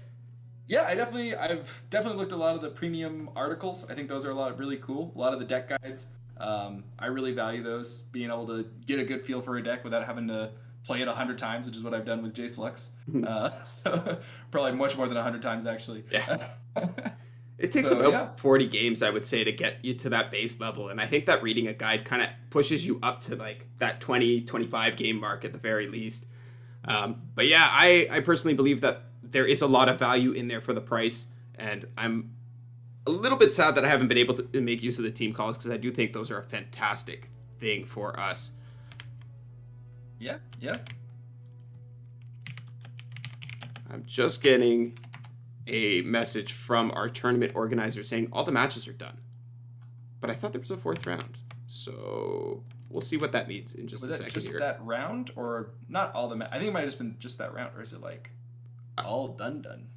I'm wondering if Hydro knows that the stream is 5 minutes in the past when we were asking if there are any more matches in this round. Oh, yeah. We'll find out in a second here. But yeah, as I was saying, there is tons of value in the Mastering Runeterra subscription. So if that's something you would be interested in, go check it out. It gives you access to all these tournaments. If that is not something you're interested in, because, well, not everybody wants to pay for a subscription service, we do have some tournaments that are going to be free coming up on Sundays. We have 2 tournaments partnered with GG Tour, I believe, and those details for those are already kind of out there. They were included in the initial announcement article for this tournament series, which you can find, again, on MasteringRuneterra.com. but those are going to be free to enter for anybody and everybody. And we hope to see you there. Yeah. And I'm just waiting on Hydro to let me know. Yeah, I see on the website they haven't started round 4 yet, but it is probably starting here pretty imminently, would be my guess. Oh, round 4 just went up. Okay. Looks like there is round 4, but due to the way the math worked out and the way the bracket paired up, there's only going to be one 4-0, so no top cut for you guys tonight, unfortunately. But round 4, Davebo, do you see a pairing that you want to? We should check out our top pairing, right? Yeah, it's got to be falling to Void and Alexander. Yeah, this will be a great set for you guys. These players have been bringing their A game today. Yeah. Which side do you want to jump into for this one? I can take either one you want, although they haven't started yet. Or no, wait, actually, I have to take Alexander. I don't have Void added. Okay, looks like Void might be in a game. Oh no, Void's away. Never mind. I do have Void added. It was just they were at the bottom. Okay, I was wondering where Void was because I wasn't seeing them either. Yeah. But yeah, getting into the finals. I'm excited. Two really good players with some cool lineups. Let me take a look at Alexander's lineup again. I think we've spectated them a few times, but I don't think I've ever looked through everything they had. These tournaments do fire quite fast, so it's a little bit hard to keep up, especially as a caster when I'm keeping us going. So I don't blame you for that one. I struggle with it too myself sometimes, and a lot of the times I'm just going off of what I believe would normally be in the deck. I like Alexander's lineup. They're bringing Jace Lux, and this looks like my style of Jace Lux, not going for the Mage Seeker and Siders, but notably, definitely not net deck for me. They're running a Get Excited, which I think I've never included in a Jace Lux list, which is kind of hot. I like it. And also a Radiant Guardian. I've definitely included Radiant Guardians in the past, but I'm not super hot on it. Very interestingly, only 1 Petricite Broadwing and 3 Mage Seeker Persuaders. Okay. I'm really going for that 6-cost spell synergy. I'm trying to get that online and making it happen. Yeah, I like that. Definitely spicy. What do you think he's trying to target with this build? I think it has more burn potential over the top right, the Get Excited. And they also are running 1 Albus. I like 1 Albus. I think it's a perfectly reasonable option to include. But yeah, I don't know. I think it's pretty similar to my own. So I think it's probably... I tend to try to build Jace Lux to beat aggressive decks, like beat burn aggro, with a couple Forge Chiefs, 3 Petricites. I think those cards are fantastic into aggro matchups, compared to what I assume the slower Jace Luxus would be experiencing. But yeah, I think the list is good. It's very my style, which I like. Couple different tech choices, kind of interesting. Yeah, I think the Radiant Guardian definitely lends to your theory of it being teched a little bit more for aggro. Especially in these new metas, I think that's a good read to make most of the time. It seems like today it's not quite such a common occurrence, but yeah, a lot of the time in these new meta games, these players and they just got in. Yep. All right, so which one are you getting? I have Void. Okay, perfect. I'll get Alexander. Great. Okay. All right. And it's Jace Lux up against Mono Shurima. How do you feel about this matchup? So I played this matchup a lot. Mostly in the last season, right, where Mono Shurima was much stronger. I feel like it is definitely unfavored for Jace Lux, but definitely not unwinnable. I think one thing that is notably not in Alexander's list is Forge of Tomorrow, and I think in this match in particular, that card can be very powerful to do a big swing turn with Lux, get a double laser on turn 6, especially if you're on evens, can really turn the game around, put a lot of pressure on and try to end the game on the spot. We're not going to be able to do that combo. But I think it'll be interesting to see if we can put enough pressure on. It's kind of like the one good thing is we have the Vanguard Sergeant. It's very good to try to go for a big 4 Demacia line to try to close out that game in the mid game on around turn 6, which I think, yeah, we're on even. So yeah, it's probably going to be turn 6. We're going to try to drop that 4 Demacia if we can, depending on if our things are alive. But yeah, it'll be interesting to see how it shakes out. Back-to-back is a card that I really like in this deck myself. I'm a big fan of the Burst Speed Lux Lasers. Obviously, it was a little bit more impactful in the past, but still very, very strong combat trick alongside that Jace. For those of you that have been playing since the beta, you'll know the really scary days of back-to-back. It used to be a much stronger card. I think it was 5 mana, which... I think I've heard that. I didn't play in the beta, I might have started like at the very end of the open beta, Yeah. but I don't remember the card being like that. I was kind of just getting my feet wet at the time. I think it was nerfed just before Rising Tides launched, but don't quote me on that. I should probably go look it up. It was definitely strong at some point in the early days of the game, and I think it was 5 mana, which ironically is actually a nerf in today's metagame because it means it doesn't work with these amazing champions and it doesn't fit into this deck where it is such a great combat trick. So Double Pharaoh's Financier finds a True Shot Barrage and a Progress Day. How do you feel about those pickups? Progress Day. True Shot Barrage is definitely good. I think in this matchup, picking up Shock Blast or True Shot Barrage is very good because typically how I've seen it play out is we get one good turn. We get one turn where we really get to swing for a lot of damage, and then we hopefully get them to a range where we can burn them out. That's kind of how I typically see the matchup go. So if we can get our good turn and get them to 6 now, that we have both the Shock Blast and the True Shot in hand, that'll be enough to close the game out. Interestingly, deciding to take this attack and trade down our board, I'm not sure how much I like this because I feel like we really want to 4 Demacia on our next swing, and we want to be 6 wide for that, which now we're going to really struggle to do. Yeah. This also has I think I'm the added benefit of putting landmarks on the board to help towards this Azir progress, and these landmarks are now going to be able to count down and set up that Xerath, which can be kind of difficult sometimes for MonteXristo to actually level up. Yep. There is no Xerath in hand on the side of Void, so if we manage to have a couple extra turns from them not drawing a Xerath, we could definitely still turn this around for Alexander. Right now, I'm not loving our spot a ton. Just I feel like we don't have enough board pressure to really start closing this game out in the next couple turns, which is I feel like what we need to do. Oh, and I'm getting notified that we may have a top cut possibility anyways. So we'll see. We'll see what happens. I think that'd be exciting. I like top cut. It has high stakes games, single elimination, putting it all on the line. I'm a big fan.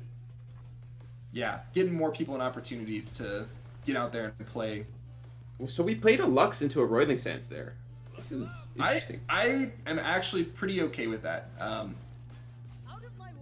It's definitely one of the better choices to put down with the barrier. It's not really going to be threatened on that turn. And here's a back-to-back, giving us a laser at that burst speed. Like I said, keeping Lux healthy makes a lot of sense. Unfortunately, I feel like this just still is not enough pressure. We'll see if Alexander can find a way to close it out. They do have that Get Excited in their list. That's going to be a very good card to draw against MonteXristo. Get that little bit of extra burn. And yeah, we definitely just have to laser this. It sucks, but it is what it is. So we are currently 2 damage off of burn lethal, but there is a Rite of Negation in Void's hand. So if we go too hard for the burn win con without developing a scary board, we might not be able to get there. Still no Xerath, though, so... Still no Xerath is very huge. Even off that predict, they didn't manage to find one. We'll see if the extra turn bought by this nerf is going to make a difference here for Alexander and allow him to come out ahead. Fortunately, this board is very, very scary. Oh yeah, because Azir pumping those 2 Endless Devouts, making them able to threaten the Lux with the Vulnerable, and just pushing a ton of pressure on. Even without Xerath putting a lot of pressure on. Yeah, this is a big threat for sure. Alexander forced to trade down that board. Like you said, this could be bad. We do have Jace, which could start doubling our burn spells. Unfortunately, Rite of Negation, better than Deny a lot of the times against Jace Lux, because you get to deny both of those spells from a leveled Jace.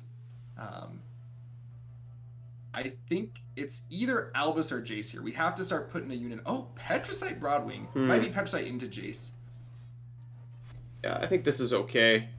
I like the Roiling Sands cast there just to dig further into the deck, try and find that Xerath, get the Sun Disc popped. Yep. We'll see how this turns out. It's really coming down to the wire here. Yeah, absolutely. I don't know what. Now that they have that landmark, I'm not sure if I want to play Jace anymore. Maybe I still have to. I might be. Yeah. They pick quick attack. Makes sense to me. I lost track of the fact that we've already cast 2 spells, so this Jace is leveled up.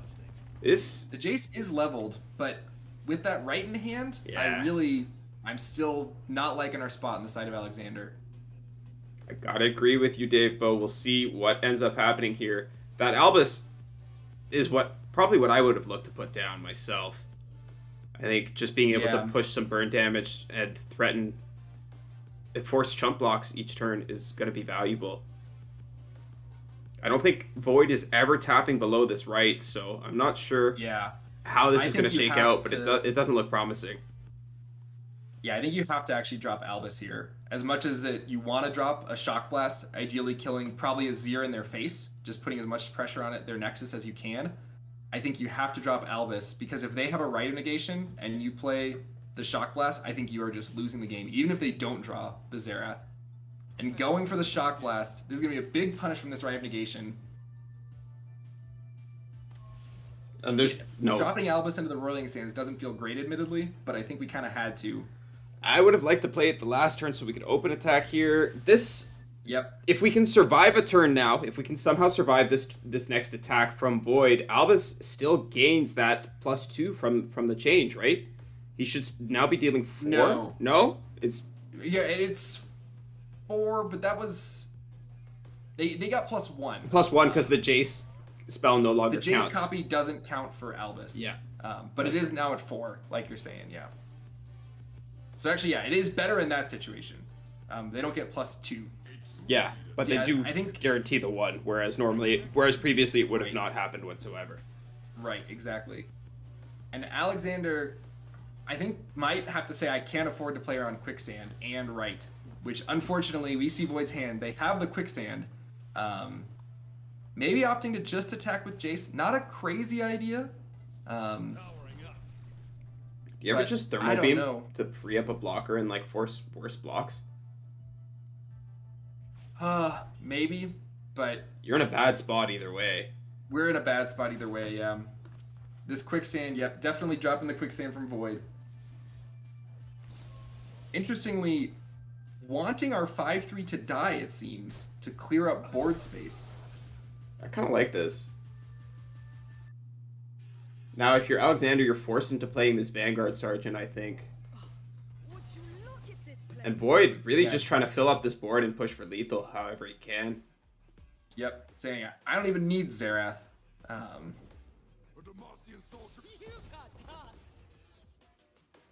Quick hands make quick work. I wonder if you if you're given the opportunity there, if Alexander passes back, do you ever just overwrite your landmarks so that way you can play a Zero spell next turn and like gain that 1 extra attacker?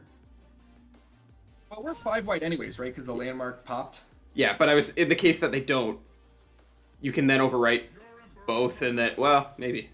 Yeah, I think you always just overwrite the Roiling Oh, Sands, overwrite right? the Sun Disk, you Yeah, mean? yeah. That's a hot move. Sorry, I was thinking overwrite the other landmark.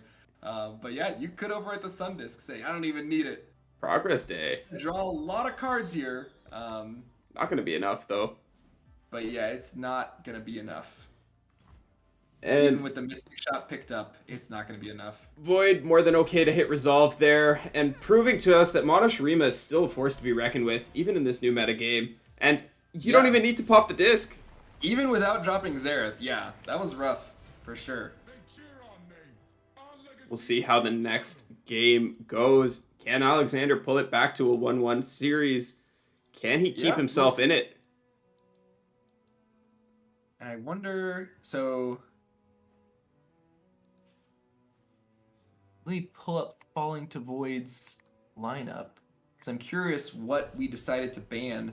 Oh yeah, it's the Kindred Viego, Mono Shurima, and Caitlyn Ezreal Tribeam. Mm-hmm. Yeah, I definitely like leaving up the Caitlyn Ezreal Tribeam. I guess it doesn't really matter at this point because you know you have to 2-0 the Tribeam deck. But I think the Jace Lux matchup... Oh no, this is the Rumble Scion Victor list. Yeah. Very interesting deck. No Draven, which is a little interesting. But I think with Rumble, you might not need him. Well, Draven's benefit is that he gives you access to burst speed discard consistently, right? That's Right, like yep. the big thing. That's the big reason you would play Draven. So it enables stuff like survival skills. It enables stuff like really crazy reborn grenadier swings. Like, Yep. you can do some And- disgusting things with Draven. He's also a threat of his own. But of course, with the Victor buffs, he kind of just acts as a 4th copy of Ballistic Bot here. So Yeah, makes sense. And Alexander notably does not have survival skills, which I think makes sense. If you're not running Draven, I think you kind of don't really want to run survival skills. Mm-hmm. So how do you think this matchup goes as Caitlyn into this Oh. Noxus aggro PNZ deck? I would imagine that as Caitlyn is going to do just fine here. Unless Yeah, we I get think- exactly a Rumble draw into triple discard plus Spell Shield plus Bite plus Whirling Death, right? Like, you need a lot of things to go right as the Rumble deck to have a chance here. And even then, Rumble, like the newer versions of as Caitlyn have a lot of ping spells, like you said, in the Static Shocks and whatnot, to be able to pop that Spell Shield very, very quickly and very effectively.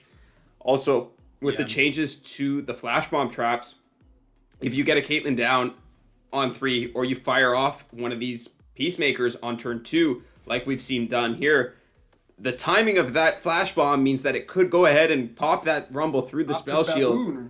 And it could pop the Baboon, but it could, if a Rumble does come down in this perfect case scenario, it could also hit the Rumble, and then that activates your Phlox as extra pings as well. So Right. Yeah. it's definitely a little bit of a worse matchup than it used to be. Yeah, that makes sense. And I feel like given the hand state of Alexander not having a Rumble, that Static Shock's definitely brutal. Yeah, really not what you want to see. Yeah, having Void still at 19 health in this matchup is not where Alexander wanted this game to go. Still definitely possible. I mean, Scion's in hand. Scion can definitely flip the game, and there's notably no Sentry on the side of Void, which would be the big punish for to a Scion, right? The thing that can help you stall out a turn. You can definitely kill it, right? But you kind of have to kill it twice. And just throw in the get excited at the face, saying, I'm gonna get there someday. I like this a lot. Your Station Archivist is sitting kind of dead in hand if you don't go for something like this. It gives you a bit of an insight into your future cards. Only problem is if you do end up drawing a Rumble, you're now down a potential discard in that Lost Soul. Yep. Let me get you that file. Oh man. Just as I suspected. Void gonna go ahead and play their own Station Archivist here. And Peacemaker picked up. Gonna allow them to trade off the opponents. A missing piece? Yeah. Now we can finish off that 3-2, keep total control of the board on the side of Void. And throw in another get excited straight to the dome. That's just gonna keep up the pressure. Alexander might be able to find their way there through this burn strategy just because of the way this hand lined up, but Yeah. I mean, they've got the Might in hand as a potential burn pressure. Scion. They've got the Scion. Scion is not really that close to flipping. They cannot flip this turn, but I think if you do Twin Blade Revenant, Scion might be flipped after that. He's at 22. The sun rock got me good. That gets him to 24. oh, and the Flash Bomb trap kills the 2-1. 2-1. Yeah. I'm not sure. I mean, the 2-1 is mostly there as a blocker at this point, right? Like, you're not getting through non-overwhelm damage. Like, you just kind of have to accept the only damage I'm getting through is overwhelm from one way or another, right? Mhm. But we do see that the Arachnoid Sentry was picked up just in time to kind of stop the Scion in its tracks. Yes, very key card for this situation. Being able to sentry that Scion to just buy a turn is so huge. Being able to set up an opportunity to kill the Scion without, when you are comfortable doing it right, you can kill the Scion when you know the rally is not going to be that threatening, and they don't get that first hit in is so huge. We'll see if Void can continue to maneuver this matchup into his favor and come out ahead here. Oh, and 2 traps on the Twin Blade. Scion not leveled even after summoning. You still need 1 more power. Can discard. Can discard it? Get excited, discard the Fallen Rider. Yep. Not gonna matter Unfortunately, though. Yeah, with the stun, Void knows and is just like, I'm not giving you time to do anything. I know that Scion can flip. You ever just... Nah, you never go after the Scion here because it's just too easy to flip it, right? Yeah, I think it'd be pretty risky. I think you try to wait until The first attack comes through and you kill it while it's pressuring you anyways. yes, yeah, I think that's the way to do it. And sure enough, Get excited Scion comes out. flips. Scion flips, but it's not going to do much while he's stunned. yeah, Do you think we'll ever get a champion that just breaks stuns? Kind of interesting. I feel like it might be too niche because it's like if you're up against a deck that doesn't stun, then it doesn't do anything special, right? It would be like a. I'm trying to think of like a way to make it interesting, but it's just not. It's just not a particularly interesting effect. Maybe break silences and hushes, but like or add stuns, but like still too niche, I think. Whirling Yeah. Death gonna try and save some HP for the side of Alexander. Obviously feeling Alexander? incredibly pressured here. Alexander might be able to get there, right? We just go Pacemaker Oh no, we into have Mystic Pilt Shot, over right? Mystic. Pilt over Mystic, right? Yeah, no, never mind. You're absolutely correct. Pilt over Mystic is gonna. No survival why- skills.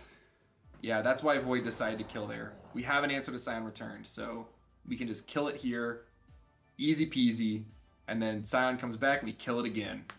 Yep. And that's gonna make it. Unless we could maybe have outs of top decking exactly another Scion.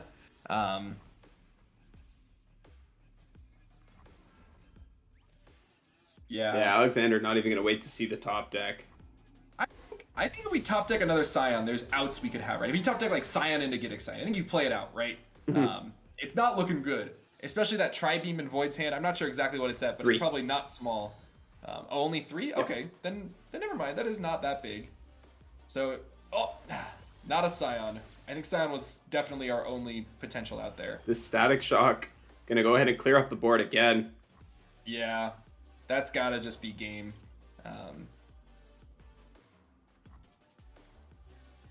Yeah, I mean, do you even swing as Alexander? There's like not really much of a point. You're kind of like, yeah, I can kind of do nothing.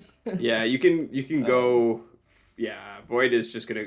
I'm a little So bit surprised not to see the slow speed spell come out here as well. True Shot Barrage, because it can go True Shot 3 to would've been- face, 2 on the Chompers, Right. and 1 on the Baboon, and then you're clearing the Yep. entire board. But it really doesn't matter. Yeah, I agree. It really doesn't matter. I think. Yeah, there it is. And Alexander's just going to FF. That's a quick 2-0 from Void yet again. Void, most people get a little bit stressed out when they end up on stream, but it appears that Void is very, very comfortable. I know he's played Fight Night multiple times.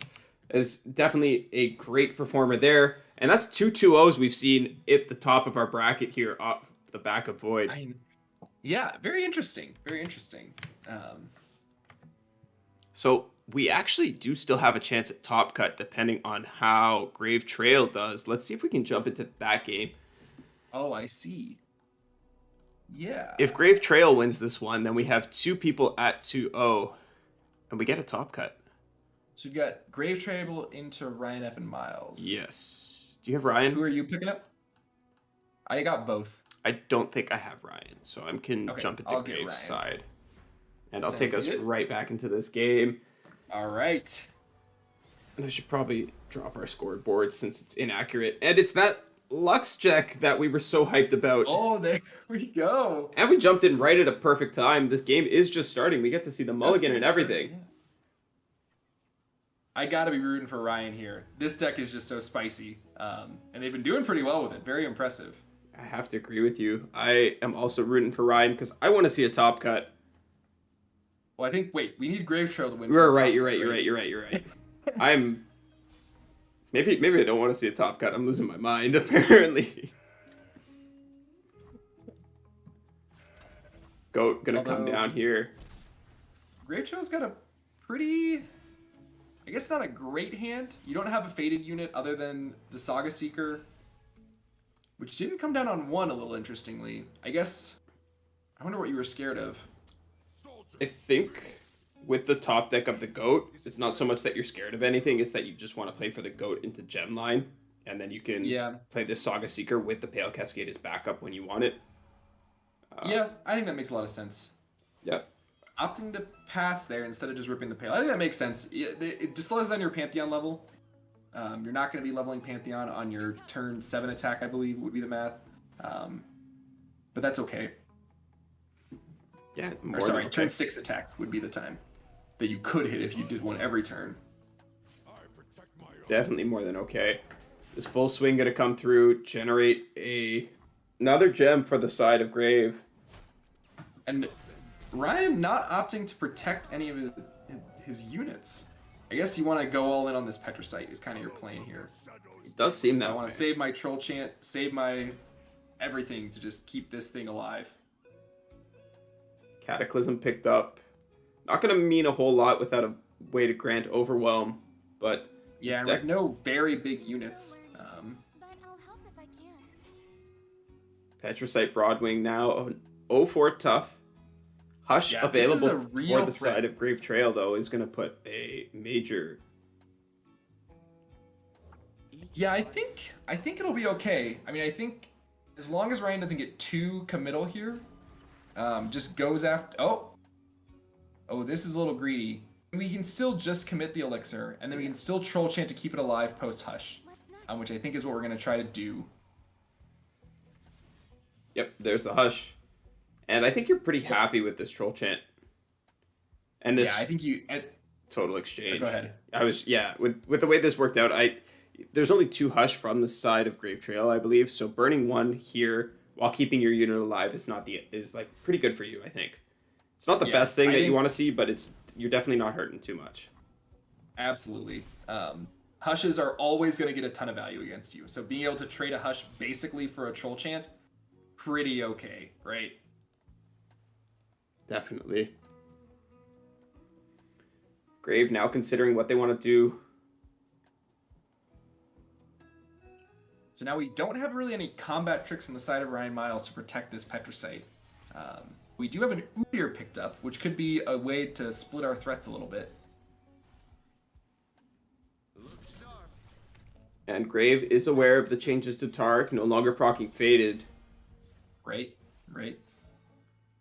I think after that change, I'm a little surprised people are still running Taric in this list. I think it really brought Taric down a peg in the Pantheon decks. Still perfectly reasonable. Doubling Rally, obviously, still very strong. But you don't get quite as reliable value out of it compared to what you were getting before. But I think it's still a reasonable one of, which, as Grave Trail's shown, it seems to be. I gotta agree with you, Davebo. It's not like the worst thing in the world to miss out on that 1 extra proc. It does suck. It feels icky for sure. But, it really helps out those control matchups, and that's all you need sometimes. These stances are going to turn this Petricite Broadwing into a major threat now. Well, Grave Trail can go for a single here, and Ryan does not have an effective response. It's very risky into another Troll Chant, obviously, because you lose your unit and really accomplish nothing. Or even a Elixir of Iron. Second Elixir Iron would also blow this out. But deciding to go for it, I think that was pretty heads up. I like They it. used 2 of them last turn. The risk reward is like really there. It's Yeah. even if you yeah. lose this unit, you still have 2 more on the board. Like you're not hurting. Yeah. You have a dragon in hand. It's gonna suck for sure, but you're still gonna be able to recuperate from it. You have more than enough options to do so. That's got to be brutal for Ryan, though, right? I think that might be the play that decided the game. I feel like it's gonna be really hard for Ryan to get a toehold in this game after losing their Petricite. They had invested so much in, right? They played a Shaman's Call, and just lost it. Yeah, it also slowed down this Udyr level up progression. Had it gone through, Udyr would be leveled up right now. Instead, Yep, that's another good point. Udyr's gonna die to this Cataclysm. Oh yeah. Again, I think you just go for it, right? You have the healing. What's the punish here? Yeah, I mean, they don't have a Troll Chant, right? Oh, not gonna go for it. Opting, probably not. Yeah, because I think you'd want to do it with the Guiding Touch, right? If you wanted to go for it, you would do both at the same time. You would keep the Guiding Touch up for sure, anyways. Just to beat out single combat, which is an option. Sure. Well, yeah. If they single, you're kind of accomplishing the same thing anyways, right? Yeah, but at least it's stopping the Yumi level up progression and resetting it and Yeah. getting the biggest, scariest unit off the board. You still might Right. go for it, but I don't think so. This Taric is getting pretty close to leveling up, though. 5 out of 7. Perfect score. So do you think Grave Trail goes for it now? Just trades off? Oh, I guess they pass, so I guess not. Nope, ending the round. saying, no, I like my Saga Seeker, thank you. I want to trade it for your Udyr. I think as Grave Trail, you're more than happy to just take this open attack now. Yeah, this looks pretty scary. Yeah, and Ryan's Oh just yeah, gonna go ahead and and FF. Ryan just surrenders. So Grave Trail winning means we're like, I guess we don't know if that's the last game in the set. Yeah, we know that's game 2, but we don't know if there's another one. We'll find out in just a second here.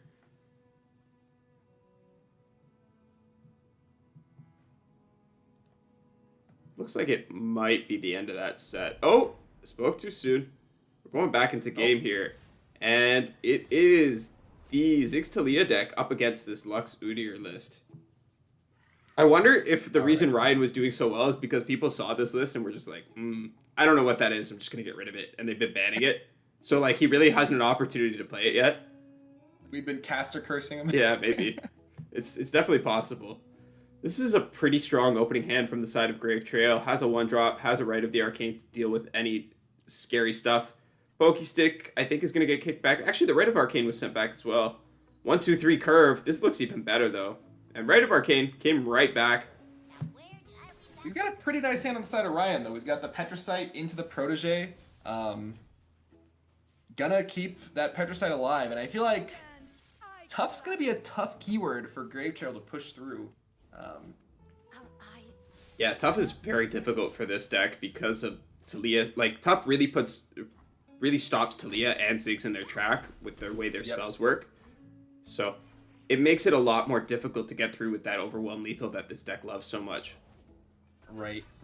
Also, while we talked about how Formidable is a terrible keyword against Quicksand and Hush, it is a fantastic keyword against this Explosive Minefield. Unless it's the only unit on board, it's often going to dodge the stun. Right. That's a good point. I think you're always passing here, right? I guess they're kind of they're pretending to, oh, you could, I guess, develop another thing. I don't think you're ever attacking, right? No, I don't think so either.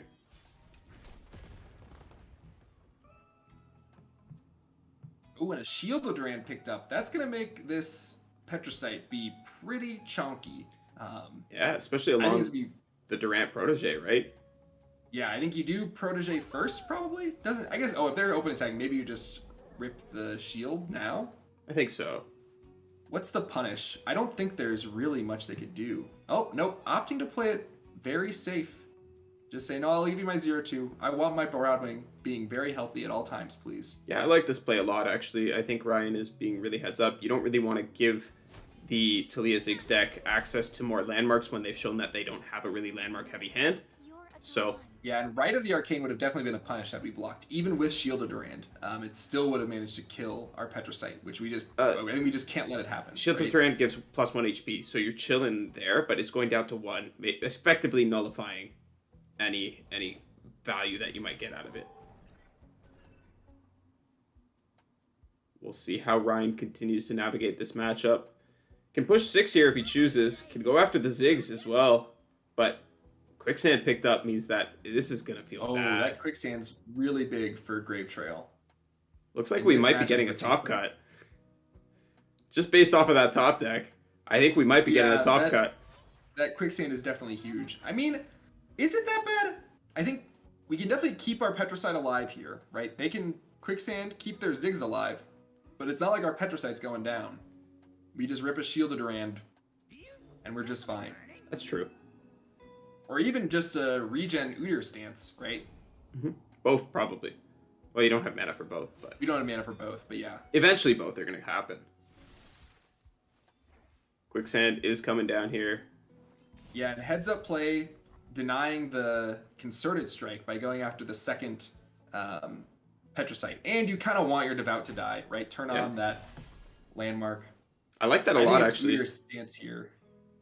I actually really like that play. I didn't consider that line. I was like, why is he doing this? Why not just keep the blocker? But no, you're absolutely correct, Davebo. That was definitely the right line to take in this position.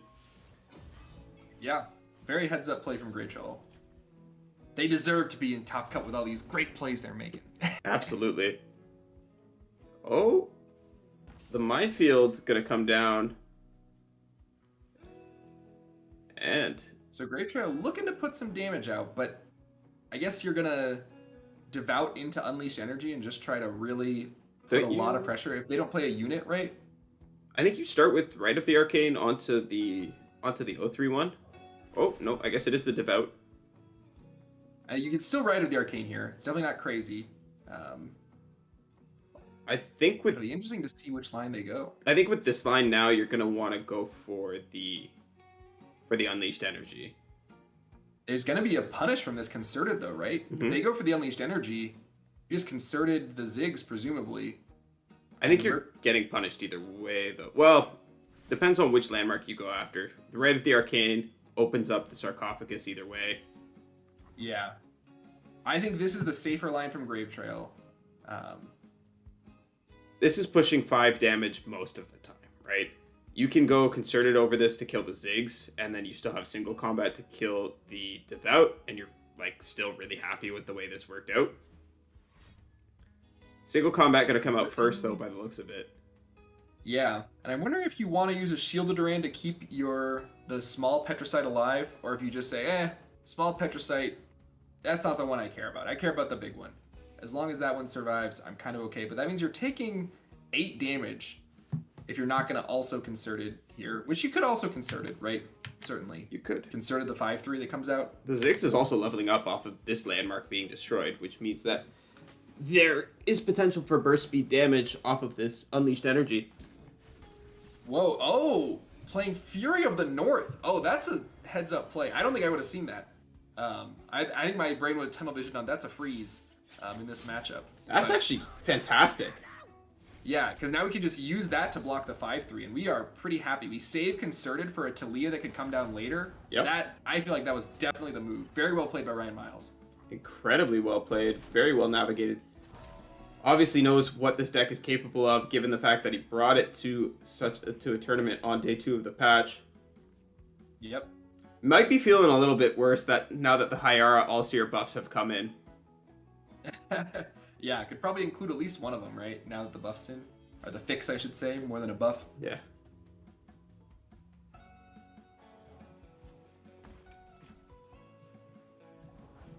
Discipline and steel.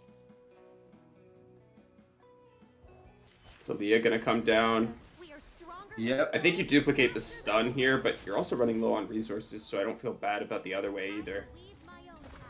No, I think on the attack turn, I like duplicating the stun. Just put as much pressure as you can. And you do have another stun, so even if they develop a unit, you can fully lock up the board.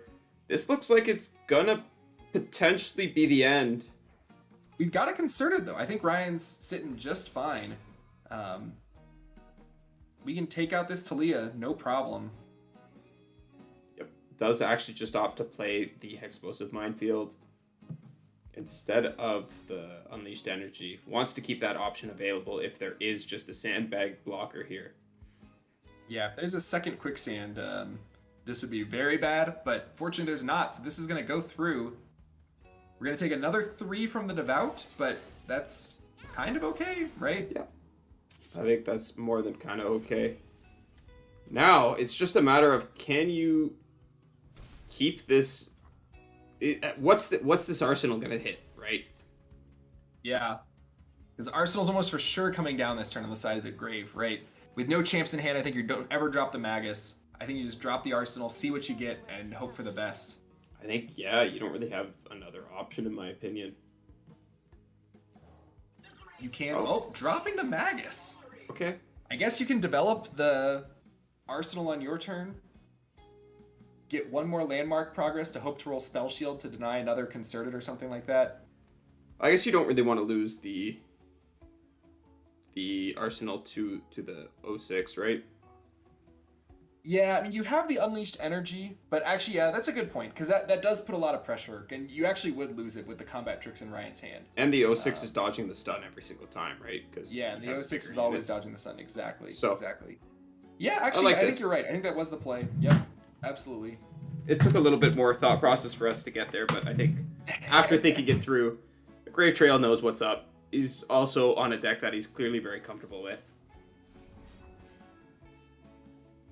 And opting to give the Vanguard Sergeant regeneration and more health. Yeah, just wants to develop another chump blocker here. And passing again. I might have liked a for Demacia there to put some pressure on, but maybe you don't want to give them an opportunity to develop a big unit, right? Grave is probably going to be able to close this one out now. Oh, drawing both Ziggs and Talia after playing the Herald of the Magus. That's probably better than Arsenal every time, Yeah. right? You just drop your champs. Yeah, so I think you go Ziggs here into Unleashed Energy, into Talia maybe. Yeah, I think that line makes a lot of sense. Oh, it looks like it's going to be Unleashed Energy first into the... And then I think you drop the Talia, copy the... Yeah, and Ziggs overwrites, right? This will get the most stuns out of the board. Right. I think this makes sense. I think that sequence makes a lot of sense. I think either way you do it. The other way you're getting 1 extra damage off of the Ziggs, or 2 extra damage off of the Ziggs. Right. But I think maybe reducing the blocker ends up being more. I'm sure Grave Trail worked it out. We're just lowly casters. That's why we're on the desk and not not in the game right now. We don't have to cast. We just have to we don't have to count. We just have to take note of what the players did and assume it was correct, right? We're gonna give them the benefit of the doubt. Yeah. If we really wanted to work it out, the Ziggs would have dealt 2 extra damage, but we have an extra 3/5 block. We have an extra 2/2 blocker. Yeah, and I think that 2/2 blocker would at least block a 4/4, so I think it was a little bit more damage. But then, go this way. But then you put the Unleashed Energy onto an Overwhelm unit. So I think playing the Ziggs first actually works out better for you. Oh, because yeah, we get the guaranteed damage. Oh, and interesting. Going for an Entomb on the Endless Devout, not on the Talia, which is a little bit interesting. Definitely a little bit interesting. Talia gonna get kind of cock-blocked by the tough though. And no Ziggs committed. Wants to keep Absolver available. Oh, that's why. Yeah, this is lethal. Every time. This was very well navigated by Grave. This works out a lot better than the Ziggs play. Because now you just double Absolver onto the 4/4 and you've just seen one of two 3 sisters. There's no other freezes. Troll Chant kind of stops it, but not really. Troll Chant keeps you barely alive, but then you stall out one more turn, right? Ryan. Yeah, and Ryan hits him with the GG. So it looks like we are going to get a top cut. Yeah. Very well played by Grave Trail. And Ryan. Both well played on both parties for sure. So is the top cut top 4 or just the top 2? I'm not sure. We'll find out when Hydra lets me know. All right. But I will cut us back to desk in the meantime. While I ask the question, do you want to just tell the chat how you're feeling about your first casting experience and how you're feeling about this tournament as a whole? I've been having a blast. I think especially, I really feel like you made the comment, those first few rounds were so exciting. There were a lot of crazy games where people were finding burn lethals out of nowhere. And like, yeah, it's just been very exciting. And that Jace Lux Mirror were both, Jace got Indomitable, or I always say Indomitable Claim for some reason, Unyielding Spirit, and so did a Lux. That was a crazy match. But yeah, it's been a very exciting series. And I've been having a blast. I've never casted before. I've streamed a bit, but it's definitely a different experience when I'm not making the plays. I can talk a lot more, but I'm probably talking more, and so I'm not thinking as much. So what I'm saying probably isn't as intelligent. That's okay. But yeah, it's been a lot of fun. And thanks, Monty, so much for having me on. It's been great casting with you, great hanging out. Been a lot of fun. Thanks for reaching out to join me. I have been looking for people to hop on the desk with me. So I have been informed that it will be a cut to top 4 if there is a cut. Well, we just saw the game play out. It looks like there is going to be a cut. Grave took it 2-1, I'm assuming. I'm assuming that ended up 2-1 there. So yeah, probably. We're going to see Void versus Grave. I believe these two are teammates, if I'm not mistaken. So players that are quite familiar with each other at the very least. I can feel like I can pretty confidently say that. They have definitely been tournament grinders for a very long time. They're both from Latin America, as far as I know. And as a result, I'm sure they've matched up into each other more than once, even if I'm wrong and they're not teammates, which I'm pretty sure they are teammates. I'm like 95% sure of that. So we're going to get a little bit of an OTK showdown here, if I'm not mistaken. Yeah, it'll be exciting. So it is a top 4 top 4 cut, you said? Yes, actually. So it's a top 4 cut. So that would be, even after all of this, I believe it's Void, Alexander Grave, and Ryan F. and Miles. Which we'll find out in a moment. It might actually be... Or no, wait. We'll see. Ryan lost that game, right? Yes, he did. So let's so that see means what that it's not Ryan. I think it's going to be... What am I What am maybe I sneaking actually? through? Yeah, because Ryan's now 2-2. Yeah. So yeah, I think it's going to be either What Am I or Roji. They're exactly tied, but I don't know if in advanced details. What Am I has an advantage in opponent match win percentage. So What Am I is going to be the 4th person in the top cut. Oh, and it looks like Ferretto versus Infinipatrons might still be going. Oh, you're right. And actually, so actually, depending on the winner of that, Infinipatrons in particular has a pretty high OMW as well, opponent match win. So it might be Patrons over What Am I instead if they win. If Floretto wins, it's going to be close. I'm not sure. I'd have to do some math to figure out if Floretto would end up ahead of What Am I or not. But yeah, it'll be...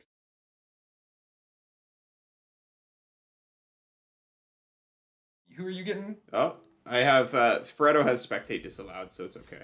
Oh, all right. I'm really messing up with my transitions here, but it's Jace Lux on the field for us.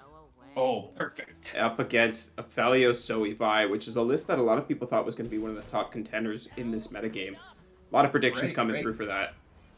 Yeah, after the Monoshrima nerf, which after the show match, I am convinced that Monoshrima is favored in that matchup, or was, I should say. But in this situation, I feel like Patron's in a pretty good spot. Be able to drop Lux, and we can assembly line. And this is an interesting situation where the cast timing changes really matters, because we can assembly line and it will pop the landmark. Before the patch, if you tried to assembly line here with this board, you would only get 1 3/3 because you'd summon the 2 3/3s and the landmark would still be there. Then the landmark would pop, but you'd only get 1. But now, post change, the landmark pops as soon as you press commit, and so you'll get both 3/3s, a full board, and a laser, which on the side of Patrons we're bound to be pretty happy about. If Ferretto has, or Ferretto? I can't read. I've got a small sorry. Ferretto. Yeah, no, you're good, you're good. If Ferretto has a comet, which is... Oh, no, wait, never mind. We get first action here. So, yeah. So, we are pretty happy here on the side of Patrons. We can laser that Aphelios, which feels really good. Yep, we can also ping off the Sky Shadows that was just drawn. So, yep, Ferretto going for a Calibrum, taking out one of these threats, but I think that's just fine with Patrons, right? You just say, okay, I'm going to go laser your Aphelios. Yep. Gonna look and opting for the Mystic at the same time. Yeah, wants to push extra damage with this swing, threaten the backline blockers, force this bot to come in and get off the field.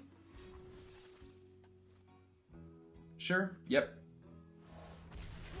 And then I think at this point, because they've removed 2 of our threats, we just drop another assembly line and then laser the bot.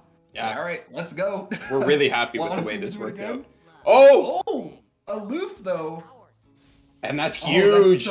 That's huge. I think Patrons is about to close this game out. Yeah. But losing that assembly line definitely hurts. I mean, we can take a swing here. It's not a bad swing, but it's not great.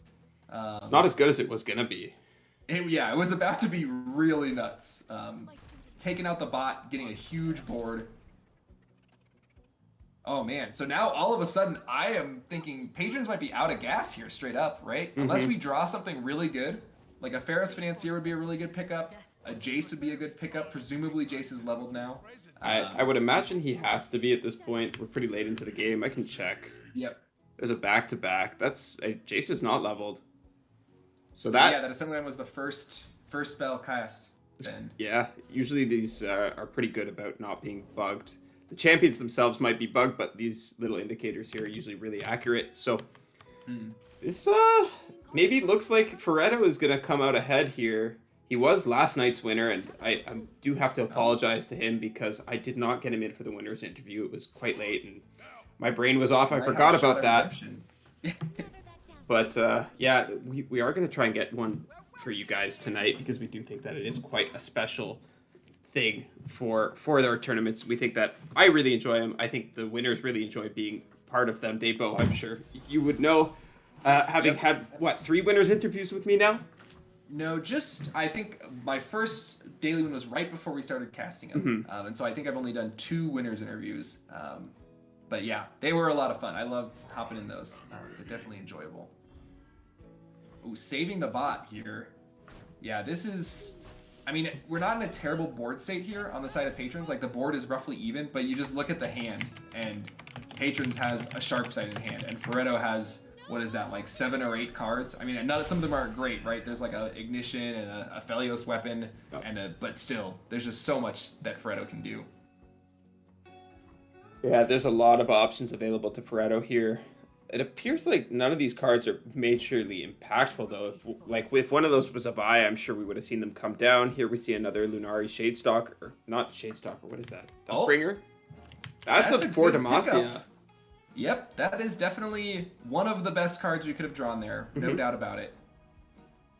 A Comet here would be a good pickup for Feretto. Just say, I gotta get this Lux out of here. I think Lux is the only way Patrons really has back into this game if we can get a couple more lasers. Mystic Shot Mystic Shot, though, gonna make this attack. Oh, but we have a sharp side. I think we rip it. Yeah, we need to get a good swing here. I'm with Patrons play 100%. Yep, I'm all for this as well.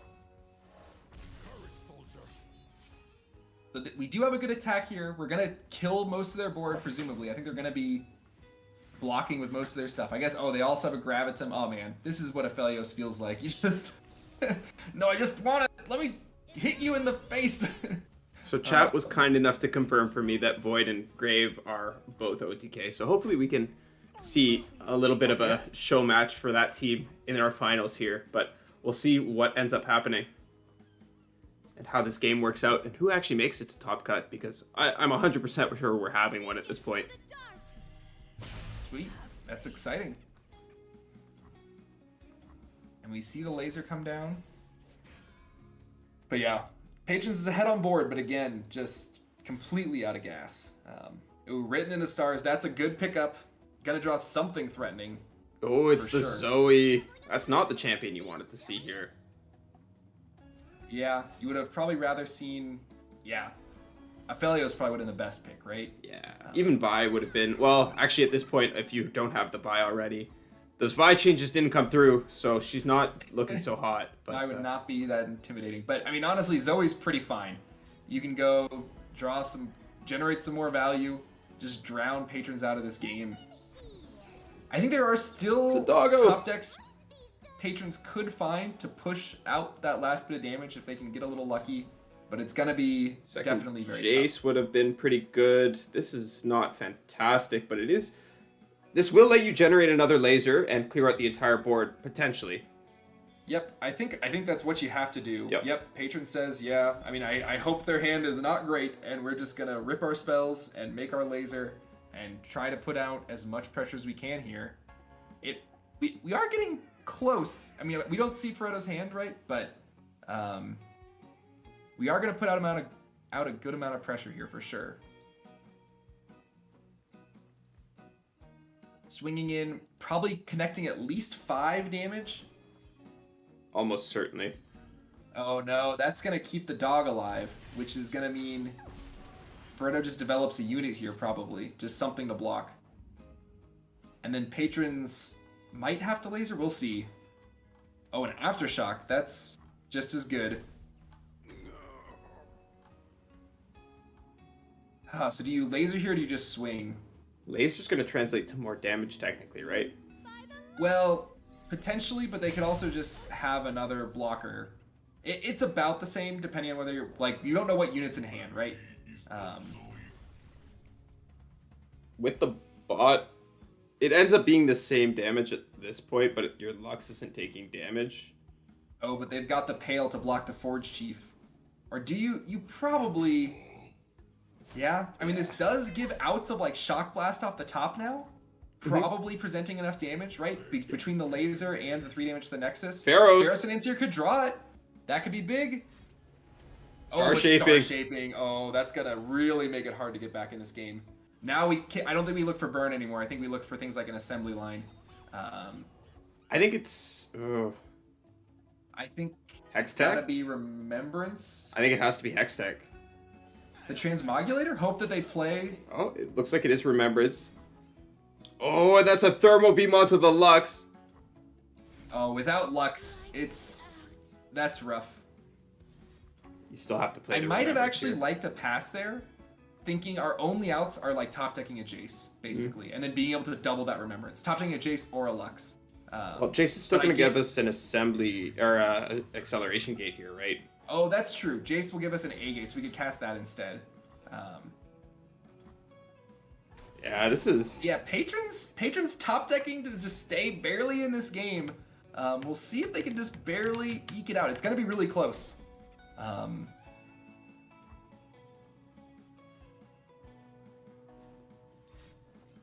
But yeah, Paretto's just has so much value. That whole deck cycles, right? Yeah, they're just drawing cards, discarding cards to draw more cards.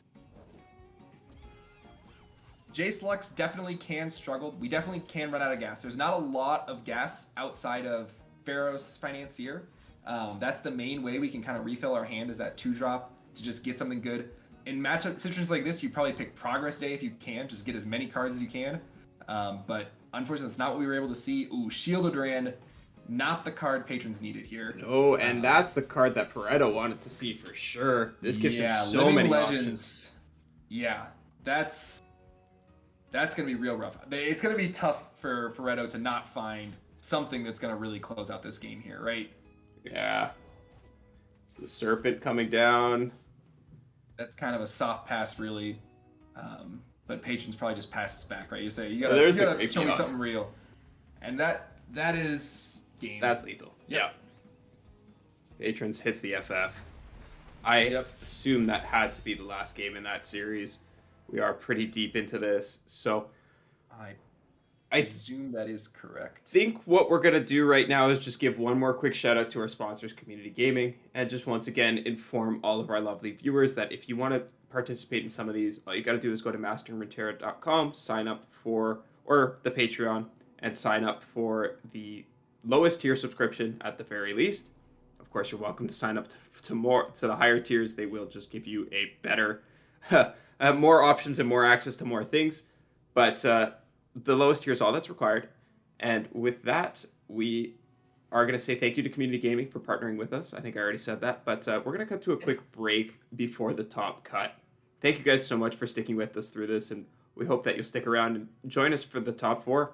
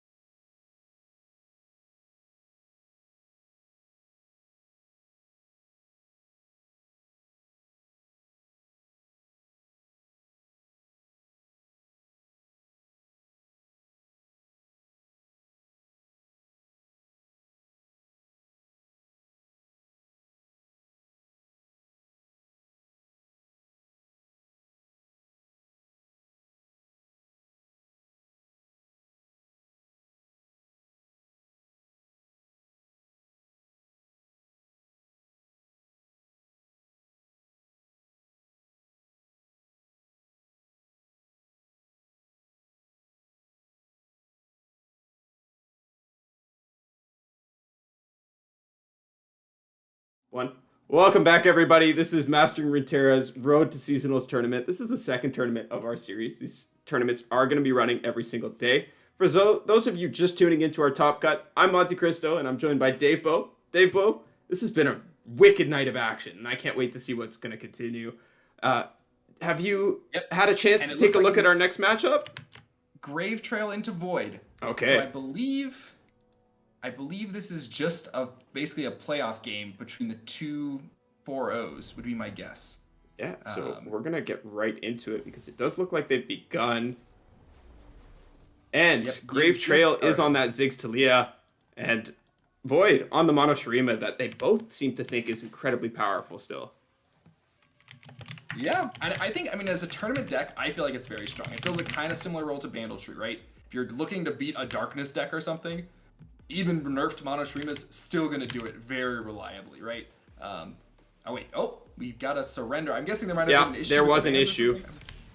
They were told to start before the top cut was generated. It looks like the matchup pairings are not actually going to be this. Okay. It looks like Grave Trail is playing Alexander, and Void is going to play What Am I? So we have only managed to feature What Am I on the stream at one point tonight, whereas Grave Trail and Alexander have been featured multiple times. So I think we'll get into that game if you're cool with that. I got What Am I's end. We'll just wait for them to start as soon as they can. Oh, it looks like What Am I's actually in a ranked game. So maybe we'll jump into the other side of that one. We'll see what Am I is up to. He's in a ranked game. What am I up to? It's going to be Grave Trail versus Alexander anyways. Okay. I can hop into either side of that, no problem. I don't think we've had looks like they haven't started yet. Yeah. Alexander's not in game, yeah. Looks like Greg is fixing the communication for our lovely players. Thank you to everybody for sticking with us through that extended break and for patiently waiting while we figure out what is going on with this top cut. Special shout out to Hydro for stepping in and giving Greg a day off here. Greg has been working so hard to TO all these tournaments for us. And of course, another special shout out to Community Gaming for working with us and sponsoring these tournaments. They've been such wonderful sponsors throughout the Legends of Runeterra's history, and even right now, working with Mastering Runeterra to give us access to the Swiss Top Cut. Yeah. And looks like these players are still waiting on the okay from the game, from the TOs, if I'm not mistaken. Sounds good. I can fill time talking about Jace Lux. If you want while to. Monty's figuring stuff out. You can tell everybody how powerful of a deck it is. Because I'm sure they're itching for the skills to play it, given what we've seen tonight. Yeah. I was talking with Monty. I think it's impossible for that deck to really be tier 0. I think there's a lot of pretty powerful counters. I don't know how much I want to leak to this broad audience, but if you want to beat me on ladder or in a tournament, here's how to do it. You can bring probably Talia Malphite or Pantheon. Generally, Jace Lux struggles to deal with very big units. Interestingly, though, there's a couple people in this tournament, like MTux, who are bringing some kind of chonkier. They're playing the Mage Seeker Insider, and I feel like that lineup, or that version of Jace Lux, is probably more favored into some of those other bigger decks. You can really contest them, right? A Mage Seeker Insider is going to contest a, like the Dragon, the Wounded White Flame, right? Mm-hmm. So I feel like, I don't know, maybe there's builds of Jace Lux that can beat different things. I think it's a pretty techable deck that if you want to target different things, you can target whatever you want. But I think it's definitely going to be a powerhouse in this patch. Lux, not being able to deny the Lux Laser with a Vengeance or a Deny, really makes the deck a lot better in a lot of matchups. Like, I feel like Ionia used to just generally counter us, right? You deny a 6-cost spell, that's already good value. You deny the laser on top of it, even more value. And it looks like we're getting into stuff. Who do you want me to watch? Looks like What Am I has finished his game. So if you want to grab Grave Trail, we are going to get that pairing that we were hyped for. Grave Trail and Alexander? What Am I think. Okay, What Am I and Void, you mean? Am I tripping? I am so tripping. I'm all over the place. Yeah, do you have Void? All good. Can we do that? I got Void. Yep. I'll fix our bracket. Void? Yep. Amazing. All right. No worries. I got you. Thank you guys for bearing with us. We hope that the scuffness is adding character and not detracting from your viewing experience. We're out here doing our best. Davebo definitely a little bit more on top of things than I am tonight. It's been a day. I just have the easy job. Yeah, I think they're still in bans right now. I just hopped into spectate, but it's taken a minute, which usually is a sign that they're still doing bans. Does look that way. But yeah, let me pull up What Am I's lineups again. They are on the Yuumi Pantheon Taric, Jace Elise Vi, Sentinel Control, and Draven Scion. Kind of an interesting lineup. Oh no, what is happening? I'm. Why is this not? Maybe they're just taking a second. Sorry. I think they're just taking a minute. I'm also not started out on Void yet. Okay. I think they're just being slow on bans. But yeah, I think that's an interesting set of decks from What Am I.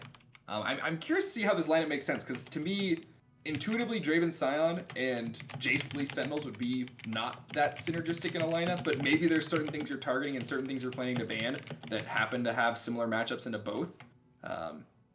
And Pantheon, I feel like Pantheon's just a very strong deck right now, so I'm not surprised to see that in any lineup, really.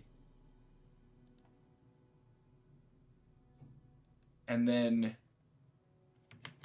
Void is on the... Oh, looks like we're getting into game. Yep, here we go.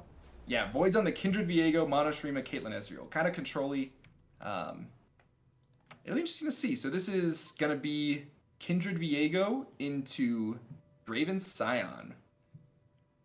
How are you feeling about that matchup, Mati? I think that this probably has to be a tricky matchup to navigate. I'm actually not sure who's going to come out ahead in this one. I wish Hanzo was around so I could ask about the Viego matchups, because that's a favorite deck of his. But given what we see on the screen, I think What Am I's off to a good start. Yeah, we do have that very nice Spirit's Refuge in the hand of Void, which I think later in the game in a few turns can really flip the matchup around. Blocking a Scion with a Spirit's Refuge kind of makes that Scion do nothing, right? Mm-hmm. You heal up a ton. If you've got a big unit, you're kind of sitting pretty happy. No attack coming Opting through. not to attack. What were they afraid of exactly? Mystic Shot maybe, but that's... Or maybe a burst out Grenadier? Oh, that could be it, but I think you're still pretty okay with that, right? Yeah, that's what I'm thinking. I mean, if they burst out a Grenadier, they're going to do it at some point. Might as well just, let it happen. Mm-hmm. I agree. And here we see What Am I committing the attack with the Draven. Not going to commit an axe, no point, just wants to develop a second one. Yep. I imagine we're going to see his next turn turn into this Aloof Travelers, which will end up burning... Oh, this is a potential Draven level up, though. Oh, yeah? Oh, wait, do we have a Whirling Death? We have a Survival Skills, and we can double axe. Oh, I see, yeah. And it looks like What Am I's going to go for it. I don't think you get a lot more value. Yeah. Yeah, I like that's an this. interesting call. It's an interesting call. Getting that overwhelm in this matchup can be really big. Draven level just gets so many axes. It's definitely an underrated level up, I feel, by a lot of people. Like, they're like, Draven level up, it's not that. You get overwhelmed, whatever. But I feel like double axes every time with quick attack and overwhelm, you're just putting so much pressure on. And this early in the game is very, very powerful. Yeah, and he gets that point of HP back, so he's still at 2 HP, meaning that he's not dying to Vile Feast or anything. What am I opting not to actually play out the Aloof Travelers, instead going to set up this fearsome unit in the Lost Soul. We'll see. Yeah, I mean, you can still open Aloof here and not really lose anything, right? Oh, no, Open attack. Take the attack. I guess that makes sense. Yeah, I like this. I like this open attack. I don't think the Aloof actually does much. So this lets you keep a lot of mana up. Lets you threaten a lot of things from the side of What Am I. Yeah. But now Void can develop the VA. Oh, opting to pass playing very safe. I guess saying, I'm the control deck. You need to burn me out. I don't need to tell you what's in my hand until you tell me what's in yours. And here comes the Aloof, taking out the Hydrovine that was discounted, so that would have been a good play next turn. And now But yeah, Viego now hits Void the drops board. the Viego. And that's going to be a tough thing to deal with. They might be able to get tricky with the Draven attack if they can bait the Viego into blocking the Draven, but I'm not sure if Void's going to fall for it unless he's very confident he can keep it alive, right? We know What Am I has a lot of burn that can poke through that barrier, poke through whatever. Really heads up Poro Cannon from the side of What Am I, just putting down a 1/1 in the case of a Kindred for this turn has something to avoid getting Draven hit with that mark. Also, just spending mana efficiently is really, really good. Yeah. I like taking the 4 damage there on the side of What Am I. Say, I'm not going to let you get free Kindred value. My Nexus health doesn't matter nearly as much as yours does.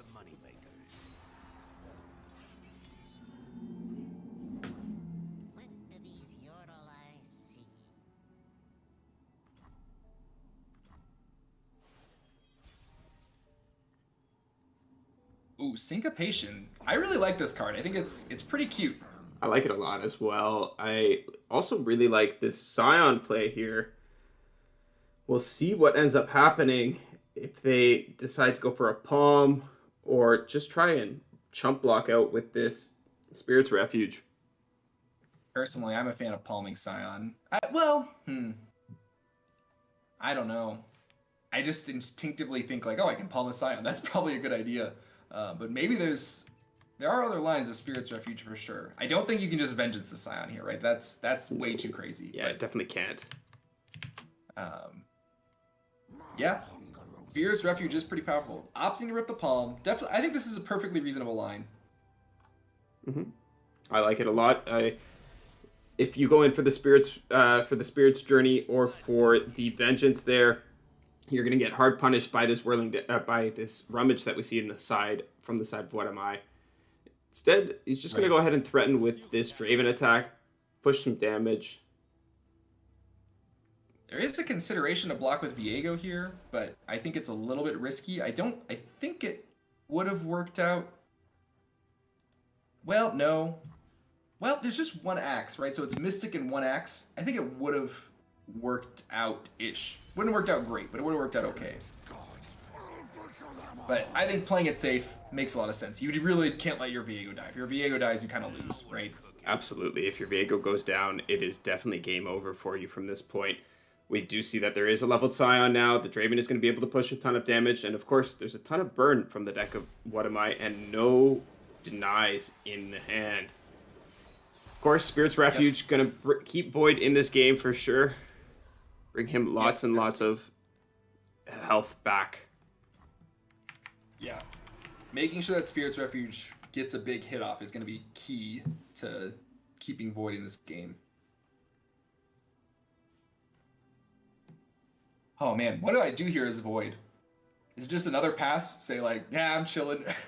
It might be. You can't really attack, right? Because of the Scion? Yeah. I don't even know. I don't play this Viego deck. It's a little bit too 5-head for me. Yeah, I've tried it a few times. I think it's not my speed. Draven Scion, I think, is a pretty cool deck. And I think with the buffs, it's probably got some solid legs. Yep, Void opting for the pass. I think that's what I would have done in this situation as well.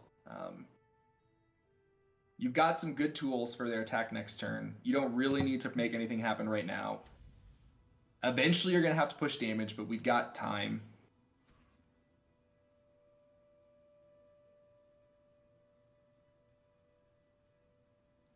Debating, perhaps just opting to take around it. Oh, nope, just throwing a little bit of burn at the face. Just soft pass back, a little mana efficiency. I think it makes sense. But that is just more things we can heal with the Spirit's Refuge on this Viego. I think here, I guess Void's just kind of pretending. Like, there's really nothing you do in response here, right? Yeah, he's just using this Void's time to bluffing think and about his Robo Fire or turn, something. right? Because Yeah, now that we no probably. longer have burst passes and stuff like that, he's going to use all the time that he has to think about how to play out the next couple games. He's actually going to go for the Vengeance here. Going for the Vengeance. Yeah, I mean, you still have Spirit's Refuge mana up this turn. So you're almost for sure not dying here. I think I would have liked to maybe wait until I had a Palm up just to say, no, I don't let this Scion hit me. Oh, Baron wow. coming in. That's very scary. I mean, the good news is for Void, What Am I is tapped out. If you use Spirit's Refuge this Viego, that Viego's fine, right? We know that now, which is very nice. But it's a lot of damage coming in from What Am I's side. I like this swing. Because really... Oh, opting to pass? Well, I guess you can swing after. I think I kind of like that swing, though. I think it was pretty reasonable. Because then you could just preemptively Spirit's Refuge and make sure you survive this turn. Yeah, I would have maybe considered just taking the end round, going into the next one, but that gives Void a full mana bar back, so probably not that good. Yeah, I think you got to make use of the Scion Return when you can.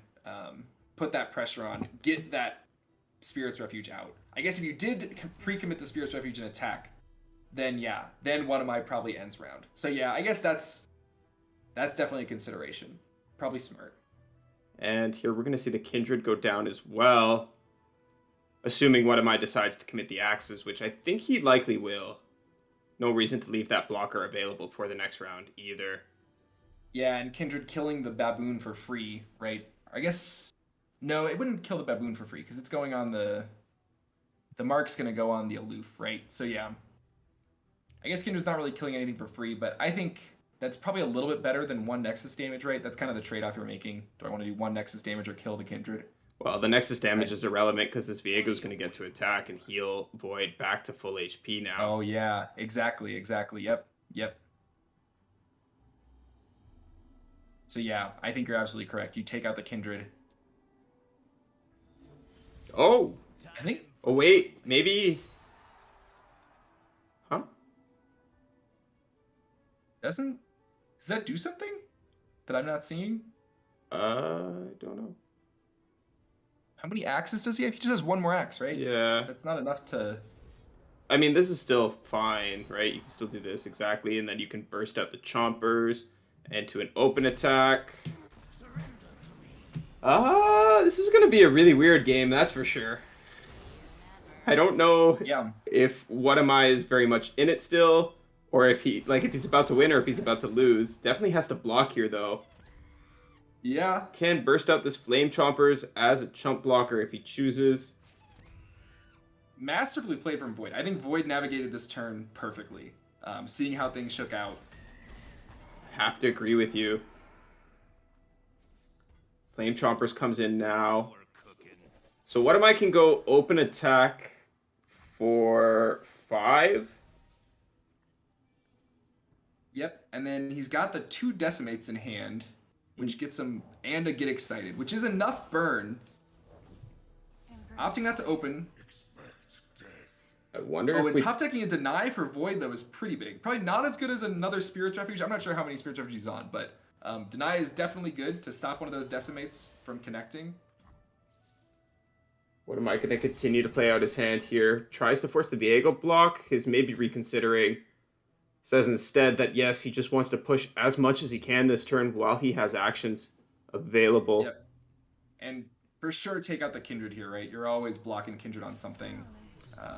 We do see the Syncopate available. It could come out in response here to make some better blockers. I wonder what you do in this position. Yep, there's the Syncopate. Yep, and we do have the Twin, so we know that they can't really threaten our Viego. Lots of options available for What Am I. But not a lot of good ones. Is going to go ahead and try and threaten the Viego there as well. Oh, but actually, you can take it out, right? You do the Twin, and then they just respond with Get Excited. But that is Get Excited that's not going at the face. But with both of our units down on the side of Void, I feel like we are really struggling to have gas, right? Yeah. A Deny is not going to be able to turn this game around. It'll keep you alive. But, yeah, I think you don't go at the Nexus. Yeah. I think heads up play from What Am I saying... You have nothing left to stop this. If there's a Twin, you would have used it already. Yeah. This is looking very, very good in a game that I thought was about to go very, very poorly. What Am I also navigating this very expertly, showing why he is one of North America's best. Second denied, not what Void was looking for. Again, might keep him alive, but Oh, I don't wow. think that's gonna be Says it. you don't have the Atro. If you did, you'd have killed me already. First deny comes Yeah, out. Void can deny these decimates all day. What am I? Probably just jams another one. Goes no, for the opting aloof for in an this aloof. position. That's not our Says if you have a Not a crazy champion, idea. it's gone now. Yeah. Patrol 1, Patrol 2, Patrol 3. I imagine we're playing out the Zonite Urchin here as well. Yep, What Am I likes it too. Yeah. And now this open attack should spell the end. I don't think there's a whole lot of Yeah. things that can answer this. Second Viego, not what you want to see in this position. Yeah. Void Void just saying, recognizes okay. it and says, okay, let's go to game 2. Yep. Very well played by What Am I. Both players, I think, managed that pretty dang well. Very. And maybe those other Those are decks that I'm not super comfortable on. Draven Scion I played a decent amount, but Kindred Viego I've never felt very comfortable on. But Void showing that they know how to pile the deck for sure.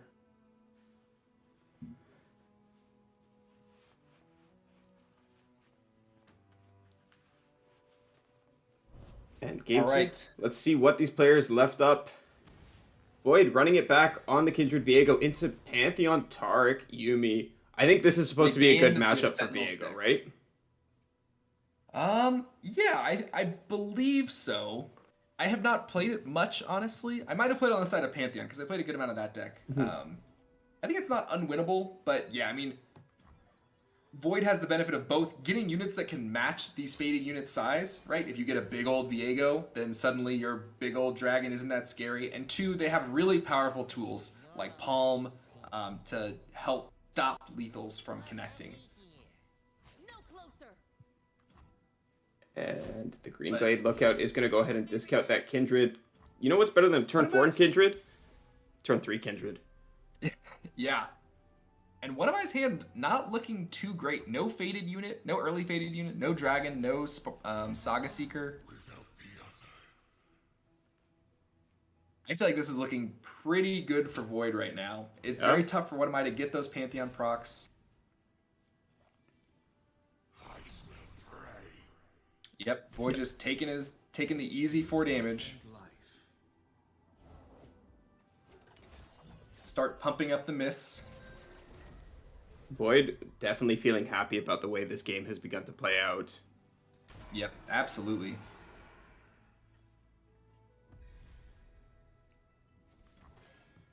Taric going to go ahead and get access to this Zenith Blade here. Will we see the deny come out? Instead, how does this work out?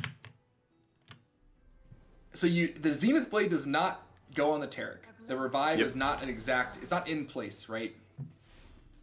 But we still They do... still draw the Zenith though. Yeah, we get our Zenith draw. So now, Yeah. with that having happened, what do you do with the rest of this turn?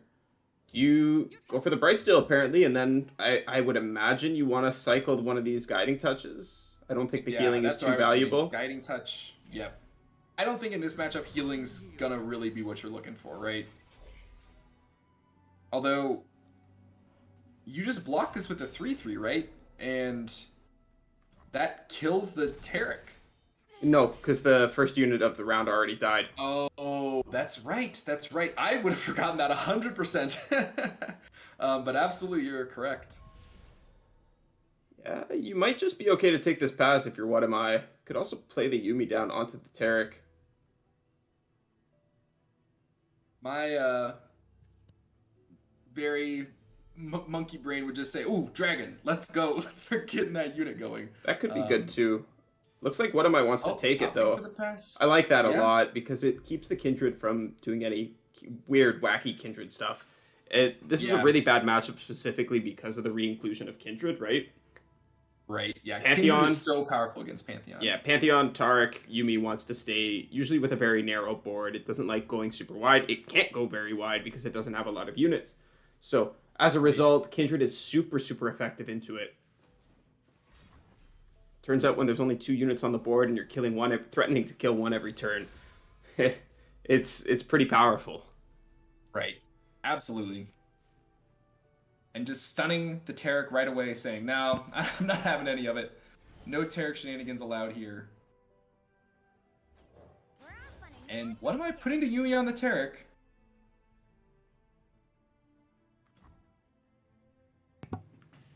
like this. If there is Yeah. a glimpse or something, you can then go for the Cataclysm to go over the stun into the Kindred. That's a camp for the Kindred, doubt. That's not something that I noticed when we were peeking at the deck list, but it's a card that I'm kind of a fan of. I like the I inclusion. really have been liking Camphor, yeah. When I've been playing Pantheon recently, I think the buffed Camphor, I don't think it's a 3 of. Personally, I've been one. I think one of mine might actually be on 2. I think I talked with them a bit about it a little bit ago. Yep. One of mine is still on 2 Camphor. And I think it's a very, very good card. In a lot of matchups that, like, with control, like, you're basically just taxing their vengeances. If you get that Camphor down, you just tax their spell shield poppers as well, and it's just a lot of pressure. And yeah, and also on 2 Bastion. Really, those spell shields are really high value. Oh, and going after this Hydrovine. I like this a lot because it's going to advance your Yumi level up condition. It's going to take away one of their major threats. And with them being tapped out, if it forces a deny here, it means you have a deny. There's no deny available for a rally in the future. Yeah, few options inside of Void. We could go for a Cinco or a Palm in addition to the deny. But I think those might be better resources to save for later. But I do think we really want to keep this Hydrovine alive, is what I'm thinking. Yes. I think it's worth spending one of these tools. Which one? I'll leave that up to Void, the talented Viego Kindred player. But I think certainly one of them. My guess is we're going to see the Cinco come down here. There's not really a better spot for it because, like you said, the Palm can be used in response to a future Cataclysm. It can also be used in response to a rally, just to stop the double rally from happening altogether. The Deny, of course, can stop a rally as well as stop a Zenith Blade, which might end up being pretty big here. Yeah, absolutely. And I feel like one of my is kind of turning this game around. I was definitely feeling Void was in a favored position, but this Terek's getting very large, and this Pantheon, what is this Pantheon at? 3 out of 5, so Pantheon's not flipping this turn. And that's a Terek level up too. Oh, but a Terek level up is huge. Yeah. This just lets us get free attacks. Is this Yumi also leveling up here? 1 out of 3, so not quite yet. But she's getting close. They got stunned the last time, right? That's true. But yeah, an Invincible Pantheon swing in here is pretty... Can't complain about that. Definitely cannot. Yeah, having to burn the Palm here, deny the Terek damage, because that was 9 damage is a lot, and you don't want to block with any of your other units, right? This is a good spot for the Palm, though. It does stop any potential rally shenanigans, and it lets you set up your second Hydrovine, which might swing things back into Void's favor here. Yeah, I think Can you develop the other Hydrovine? I mean, Rally is still fairly scary. I think I actually probably would have developed a Hydrovine there, but I don't know this deck that well, or this matchup for certain. I imagine he's waiting for What Am I to do a couple more things before committing to it. Oh, and opting to just play out the... What's to keep representing Deny just to send the message home that I have it. Don't do something. Don't rally me. I have it. I'll stop you.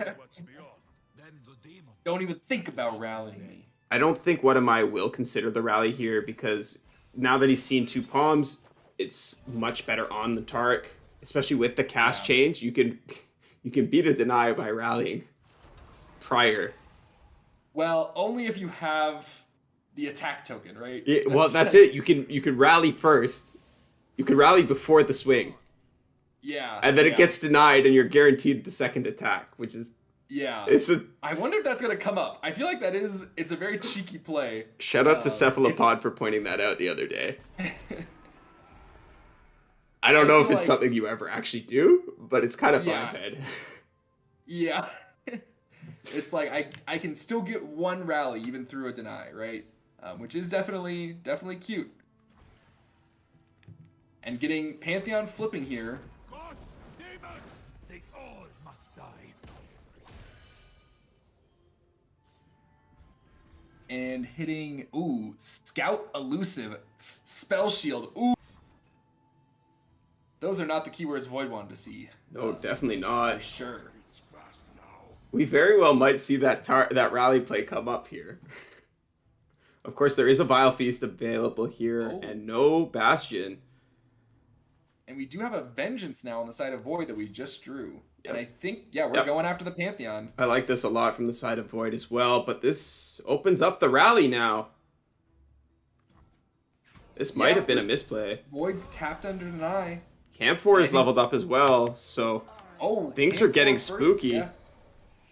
That's got to be game, right? Rally here has to be game. I think so. I think the double rally here has to close this one out. It's way too much damage. Yeah, that's.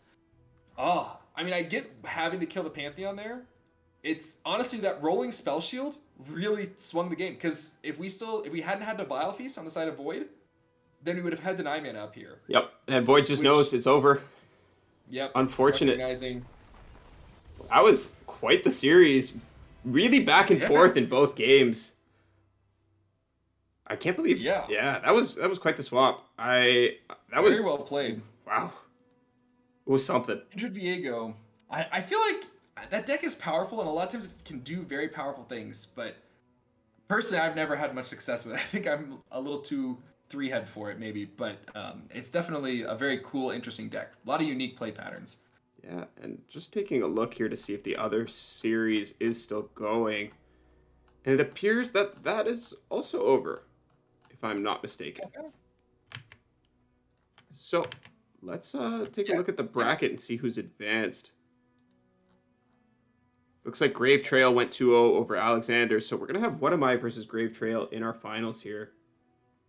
Oh, that'll be exciting. It will be. And you have Grave Trail, right?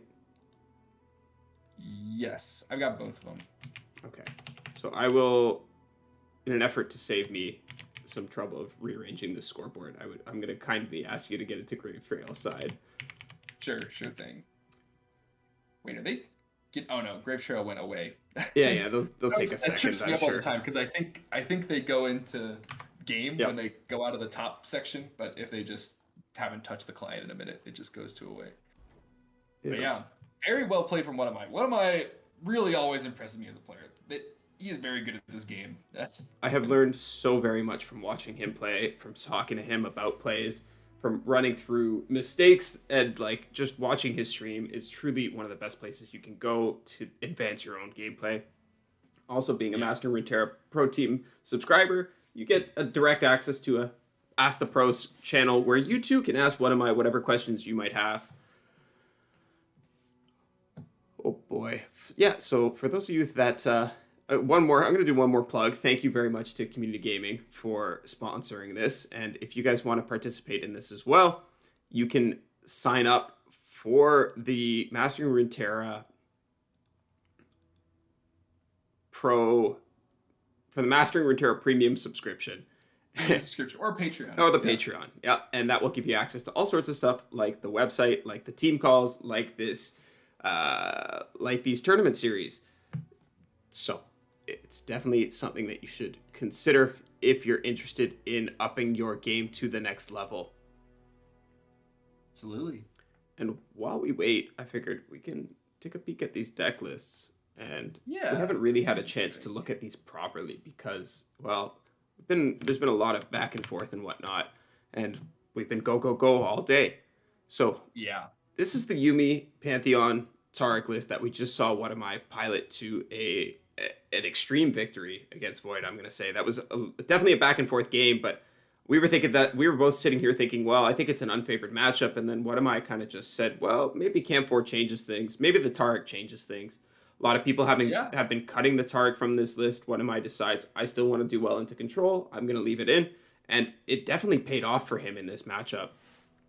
Yeah, and I want to say, I mean, What Am I's start was not great, right? You did not have the like high roll start that you want to hit with Pantheon. Right? You want to hit that like Saga Seeker into Yuumi on 3 or something like that. And I think the first faded unit they played was on like turn 5 or 6. Still just saying, oh, I can go in on this Taric. That's cool with me. And putting a lot of pressure routinely, I think expertly managed by What Am I. Like very, very well played. I'll be honest. So I like the mono, or I shouldn't say mono, but just Yuumi and Pantheon because it's easier to play. Because Taric's tough to navigate. It's tough to know what spells to commit on Taric and what time. Whereas Yuumi's kind of more just put Yuumi on faded unit, win game, right? Yep. But yeah. So, but what am I showing? The power of well-navigated games with that Taric in there. Pulling that set out, yeah. Absolutely. And then his next deck is the Draven Scion list that we saw pop up. That one of survival skills was so critical in that game one, letting him level up the Draven on turn. Was it turn 3? It was turn 4, I think it had to have been. 3 or 4. Yeah, it was 4. Plays the Taric, attacks on, or plays the Draven, attacks on 3. Then turn 4 has double axe to toss the Lost Soul and the survival skills for the level up. And that just came up huge. This deck clearly showing that it is still it is now once again a contender for top spot in the metagame. It killed through what? How much HP? Void healed for 12? No, healed for 16. Void healed for 16. Healed for 16, and he still died to this Scion list. Scion at 9 is apparently good enough once again. So definitely keep an eye out on that. An eye on these lists to see how they evolve and be able to crush the ladder and future tournaments. And then what am I's last list here is Elise, Jace, Vi, Sentinels. And this is a bit more control flavored than a lot of the lists that I've seen, having the Ruination, of course, having triple Aloof Travelers, having double Piercing Darkness. Big favorite card for What Am I. See it in a lot of his lists, but definitely a very powerful list nonetheless. One of your favorite cards. Well, not really, but a card that goes with one of your favorite champions. Albus Pharos is a 3 of. Albus Pharos. Oh, I think you got to run triple Albus in this deck. Yeah. I think it's definitely the way to do it. Interestingly, this deck, I would say it's actually slightly worse after the changes. Not massively, but the change to Albus makes it so that the double J spells don't count. Oh, we're getting we're in. Sorry, I didn't mean to cut you off. You're good. I was going to let you finish your thought before saying something, but these gentlemen have begun, and I don't want to miss even a second of the finals action for our viewers. For sure. I'm bringing up Grave Trail's side. But I think it's pretty much the same. The benefit, though, is that if your 6-cost spell gets denied, then it still counts, right? It still counts for Albus progress, even if that spell gets denied. So, and same with Jace level up progress. So I think it's probably about even, maybe a slight nerf with a change. Not nearly as impacted as a lot of other decks, though. Yeah, definitely not. Dropping, was that the stun landmark? It was. Grave Trail? That's interesting. What did it stun? Must have... That was on turn 1. No, that was on turn 1. That was on turn 1. Just to stop every bit of damage. Zonite Urchin. Yeah. And actually, that makes sense to me. This is a deck that is quite weak to aggressive strategies like the one What Am I is playing. Draven Scion, Draven Scion, as we saw last game, can put out so much damage so quickly. Killing through 16 points of healing is just absolutely insane. Yeah, it's kind of. I think it's an interesting list. It's kind of like a mid-range burn. I wouldn't call it slow burn like the old Draven Ezreal list, but it is kind of mid-range burn, which is it's kind of an interesting archetype. I think it plays differently from a lot of other lists. But these aloofs being picked up might be pretty good for the side of What Am I. Here it's going to go ahead and burn the Desert Naturalist. That's going to stop a major tempo play from Grave Trail and a following turn. Yeah. If you really wanted to use that on the stun landmark or something to get a stun out and a 5/4, very powerful play this deck can do. Or on the Sarcophagus. Obviously, that's kind of the classic one to use it on. Absolutely. We'll see what Am I opts to do here. It's going to lead off with the Zonite Urchin. See what his top deck is. And Grave Trail's kind of in an awkward board space issue. I think you might have to override. Well, you really don't want to. You want to pop those landmarks, right? I guess this makes a lot of sense. Right of the Arcane here, freeing up a board space, stopping some damage. I like this. Stunning something, yeah. Now the question is, where do you go from here? Do you end up playing out the Ziggs? He's not quite leveled up yet, and you don't have protection for him. Not that there's a single spell that could kill him. I imagine you just go for the second Endless Devout. Oh, what's it gonna hit? I was leaning. Oh, ooh, the Devout's gone. Maybe the better option for Grave Trail. I think Ziggs is more important, even though that Devout is definitely a powerful play. What am I? Ziggs puts a lot of pressure on. Yeah, Ziggs definitely is a powerhouse champion in this deck. This deck does want to be winning through its champions pretty often. Very rarely can you find a way to the W without them, and without them having some overwhelm.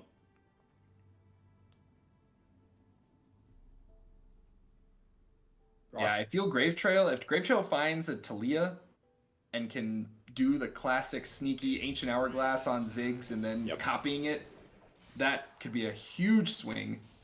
And it'd be tough for what am I to answer it? Like, you could go with like a Get Excited Mystic, but that's a lot of burn spent on a Ziggs that's just going in an Hourglass, right? Yes, it is. That's a lot of burn that could be going face, and we'll see if that does end up happening here. What Am I does have both the survival skills and a Whirling Death, though. It looks like this Ziggs is going to go down. Yep. He sees it. He's going to go ahead and level up the Draven as well. This is not what you want to see. Oh, wait!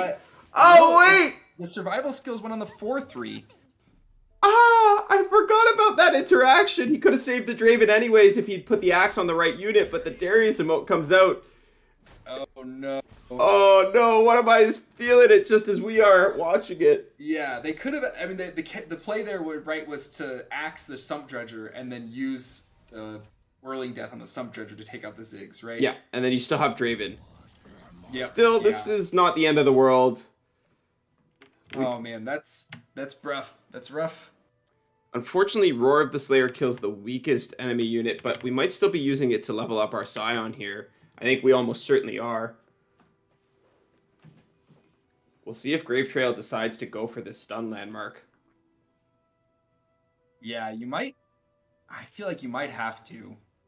I think you're pretty happy to overwrite one of these 2-1s for it. Yeah, the 2-1s are not that important in this spot. And stunning this Scion just... It says, like, yeah, it's going to take you another turn to kill me, right? Mm-hmm. Pretty much every time. I think it's got to be the line, almost certainly. Yeah. Opting to pass. And what am I taking it? That's very interesting. Taking a pokey here, taking out the 4-1. I think that play makes a lot of sense. Biding your time.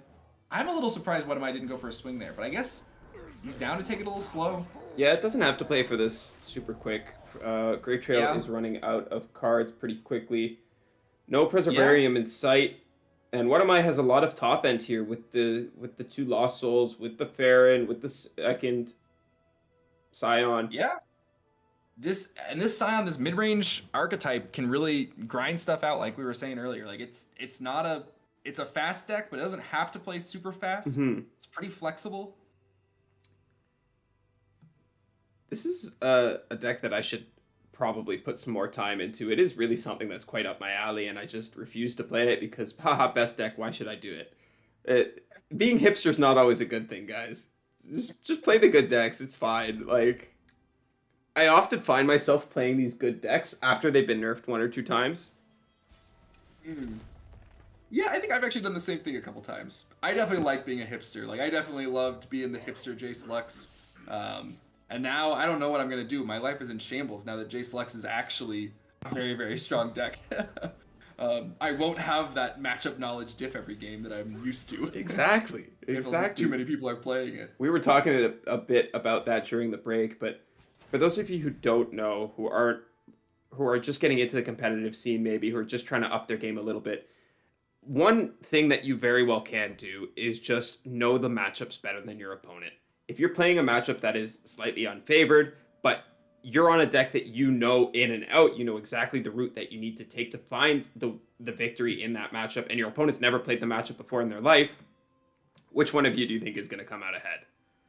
Right, yeah. It's going to be you. I use that example a lot with Jace Lux. The Ari Kennen season, like that matchup was not favored, but I've played Jace Lux and Ari Kennen 50 times, and my opponents played it maybe once, right? So I was able to have a lot of advantage in knowing those matchups. And what am I going for pushing a lot of damage here, saying I don't want my Captain Farron to get damaged. I want to push 8 damage on your Nexus. Are you going to go for an Hourglass here? Hourglass on the Ziggs? I hope is so. What it's currently targeting. Okay. You can just wait until after the action for this. Like, doing this during the combat doesn't make a difference. Yeah, it doesn't make a difference. But I do like this play. I really, really like this play, actually. I think putting 2 Ziggs down on the board is one of the few ways that Grave Trail is going to be able to come out ahead here. Yeah, this was heads up for sure. I I don't know if I would have seen that. I don't have that much experience on this deck, like I was saying, but you're now burning for 4 every landmark you kill, and you have another way to kill another landmark, and you're getting 1 right now, and you can swing with the Ziggs to push another 4 damage. Oh, and right of the Arcane off the top. But we're just missing... Actually, Right of the Arcane is... I think it's worse than just going for the overwrite on the 2/1 and popping it with the Desert Naturalist. Yeah, we really need a landmark, right? We can swing with the stuff that's not Ziggs, but then we don't have quite enough. Yeah, we really want our 3/1 to die somehow so we can get another landmark to pop. Yeah. But that's not quite enough if we don't swing with the Ziggs. There's an argument that maybe we should have blocked with the 3/1 last turn. Oh, yeah. I think that would have been pretty heads up. It would have been... Our board space is still a bit of an issue at that point, but we have this Right of the Arcane, so I think it works out just fine. And, well, what am I with both Decimates in hand is can present lethal this turn for sure. It's just a matter of can Grave Trail put some pieces together to get lethal before then. He is wider. And... Actually, this swing will do it, right? All he needs to do is push 2 damage, and he can do so, but... Oh, wait! The Roar of the Slayer! Oh, the Roar of the Slayer. Yep. Gonna take out the 2/4 to not push that 2 damage. And there's no Right of Negation. But 1 Ziggs is surviving here, which means that we can use the Right of the Arcane for the last point of lethal, right? Isn't that going to Grave Trail? Well, we can go get excited over top of the Arcane to stop the Zig, to kill the Ziggs, right? Stop the Ziggs. Oh, that's right. That's right. It's not quite enough. So it looks like What Am I is going to come out just barely ahead in what ended up being a very tight game 1. Oh my gosh. Oh, that was a crazy match. But yeah, I think you're right. They have the get excited. I mean, you're never like committing a Decimate here on What Am I side, right? You're worried about some way to pop that landmark. Yeah, you're thinking like, I just need to get to my next turn without dying. I just need to get to my next turn without dying. I just need to get to my next turn without dying. And that's fine. If you have 2 massive Overwhelm units that are about to swing in, here is the committed Right of the Arcane. This is going to put you to 1, though. Get Excited comes down. Farron's going to die, but that's okay. This gives Grave Trail a pokey stick out, right? It does. Also, Unleashed Energy does not do it, actually. But no, Pokey Ziggs Stick is gone yeah, now. the Ziggs is gone. Yeah. But Pokey Stick, and I don't think, have we played a Pokey Stick? So the odds, I think, are pretty good. Yeah, they're not terrible. Absolver's not going to do it. Unfortunate. That's the card you would have liked to see last turn to help you get that last bit of damage. Man, if we had Absolver last turn, that would have been definitely game-winning. Grave Trail keeping it very close in that matchup. Oh, yeah. Oh, wow. Very well played, especially that last turn. I was like, oh, What Am I's got it. Wait, no, Grave Trail's got it. Wait, no, What Am I's got it. Oh, man. Exciting set. Or match, I should say. Yes.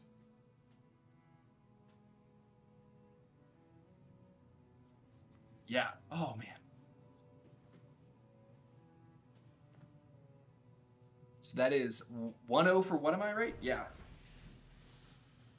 Going into game 2, and it looks like they left up the Elise saying they don't want to play against Pantheon.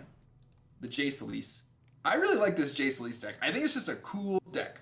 I'm a big fan as well. I feel like it has some good matchups, some bad matchups, but it's a really interesting deck. And I generally like decks with like flexible game plans, right? This deck, it's like a control deck nominally, but you can be a fearsome beatdown deck at the same time, right? It's not just one play pattern this deck can afford. Yeah, absolutely. Its main game plan is with that fearsome early aggro push, right? Right.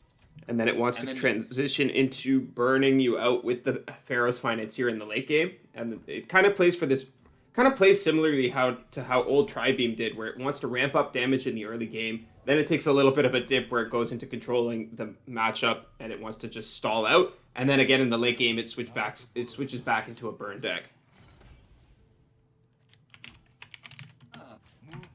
Interesting swing, because a Vile Feast is kind of a big punish here.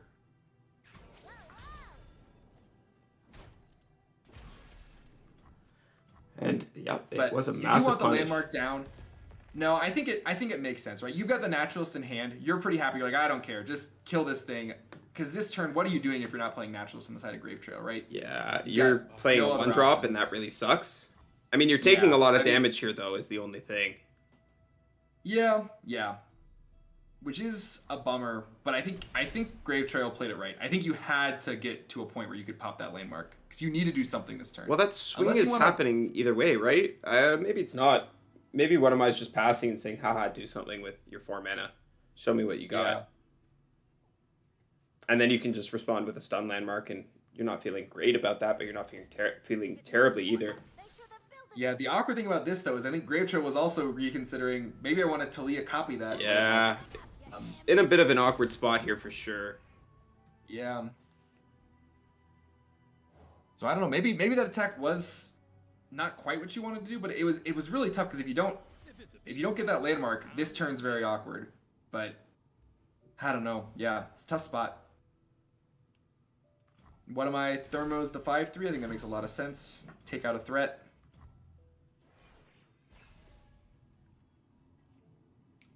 Piercing An Absolver Darkness pick up number for 2 Grave picked Trail? up, and Absolver from the side of Grave Trail. Sorry, I spoke right over you there, Davebo. Oh, you're good.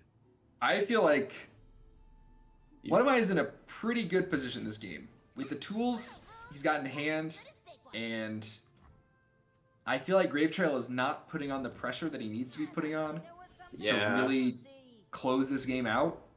This matchup is like not a terrible one for the side of Zigtalia, but you really do want to be finding the endless devouts so that way you can kind of have that uncontestable landmark stall stuff going on. Those are much more powerful effects when used with these Desert Naturalist as compared to the other landmarks that we've seen popped, which don't really do a whole lot. Yeah.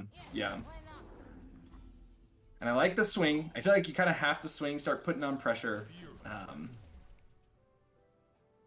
you ever block the 5/4 on the side of What Am I with the 2/2? Just block. Nope. Electing to hold it up. Why are we holding this 2/2? Oh, interesting Absolver. I like to it. take out the Jace. Yeah. You And have especially you keep your 2-1 alive. you have the Herald of the Magus in hand already, and I believe it should be active at this point. It is 1 off from being active. I just checked. Oh, but the just Roiling Roiling Sands. which we'll get it there pretty quick here. Yeah, and What Am I healing back up? Makes a lot of sense. Yep. Unfortunately for Grave Trail, this timing is going to be a little bit awkward, but he's going to be able to go double stun landmark into Talia next turn. And What Am I does have a fantastic answer in the form of the Vengeance. So They can't, if What Am I doesn't play anything, Grave Trail can't copy the stun landmark.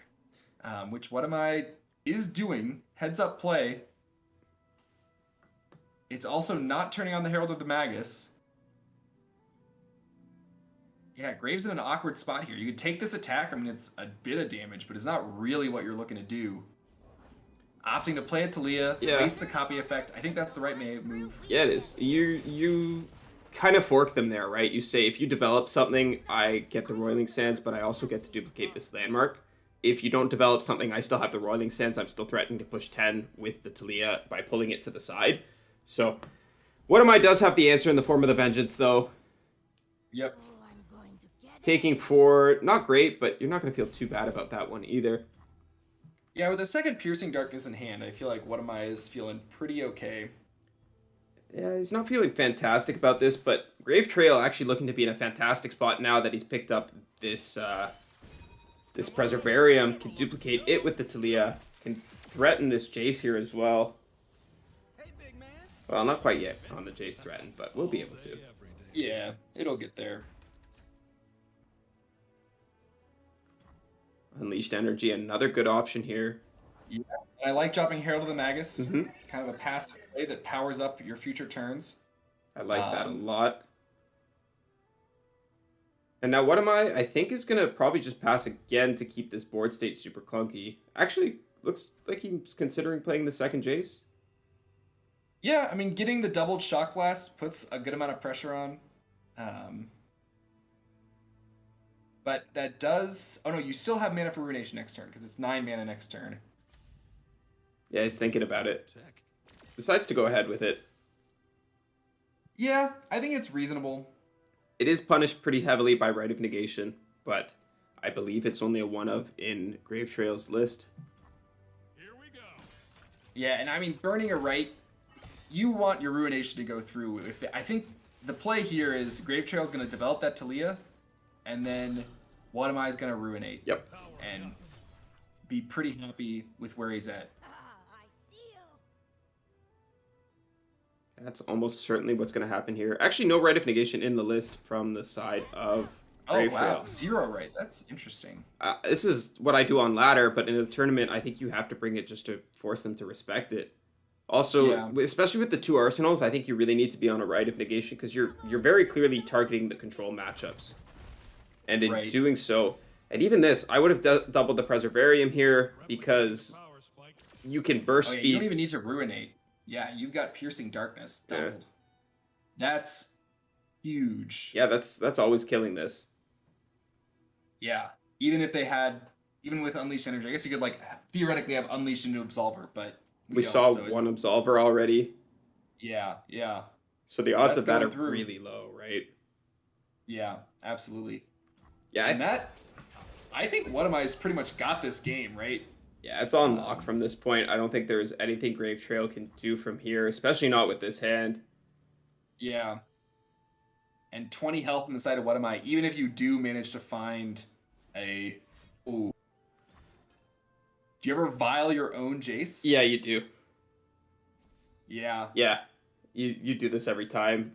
Grave Trail may be showing a little bit of fatigue in this moment, not considering the Yeah. Vile Feast. I think you had to go for one of the stun landmarks. You have 2 of them, right? You don't really need both of them on the field. Well, that's what I was saying earlier, too. You want to double that Preservarium because you have this Unleashed Energy for a burst speed stun anyways. Duplicating the stun Yeah. doesn't do a whole lot for you. Right. Yep. I think you're absolutely correct. It gives Monty. you an out against one more blocker, but you have it overwhelmed Talia. If you're getting the attack off, you're doing more than fine pretty in that happy situation. Yeah, yeah. I think what you really needed is a way back into this game, and I think the only way that happens is by drawing more cards. Hoping to draw a double pokey here maybe, but not finding it. I think going to 3 here is going to be... You're technically not dead, but it's pretty likely that one of these Station Archivists is Found going the to find a pokey. Shock Blast or Just something. a little bit too late. Could have Oh, used. yeah. Actually, can't burst speed stop it without a landmark on the board, without a unit on the board. Without a unit, yeah. You need something to target. Ziggs, though, pretty threatening, but I just feel like, oh, Nothing's more exciting than Yeah. so we're drawing those Mystics, right? Yeah. I feel like... Well, Yeah. they're coming up, but he's got the second Archivist. So it Oh doesn't yeah, he's even got the matter. second Station Archivist anyways right now, so it's just game right here. Yep.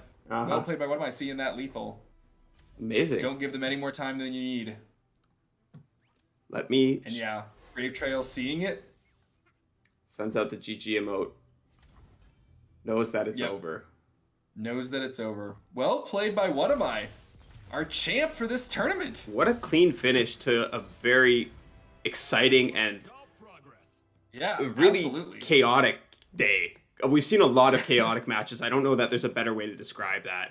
Let me see if What Am I would like to join us for a winner's interview. Yeah.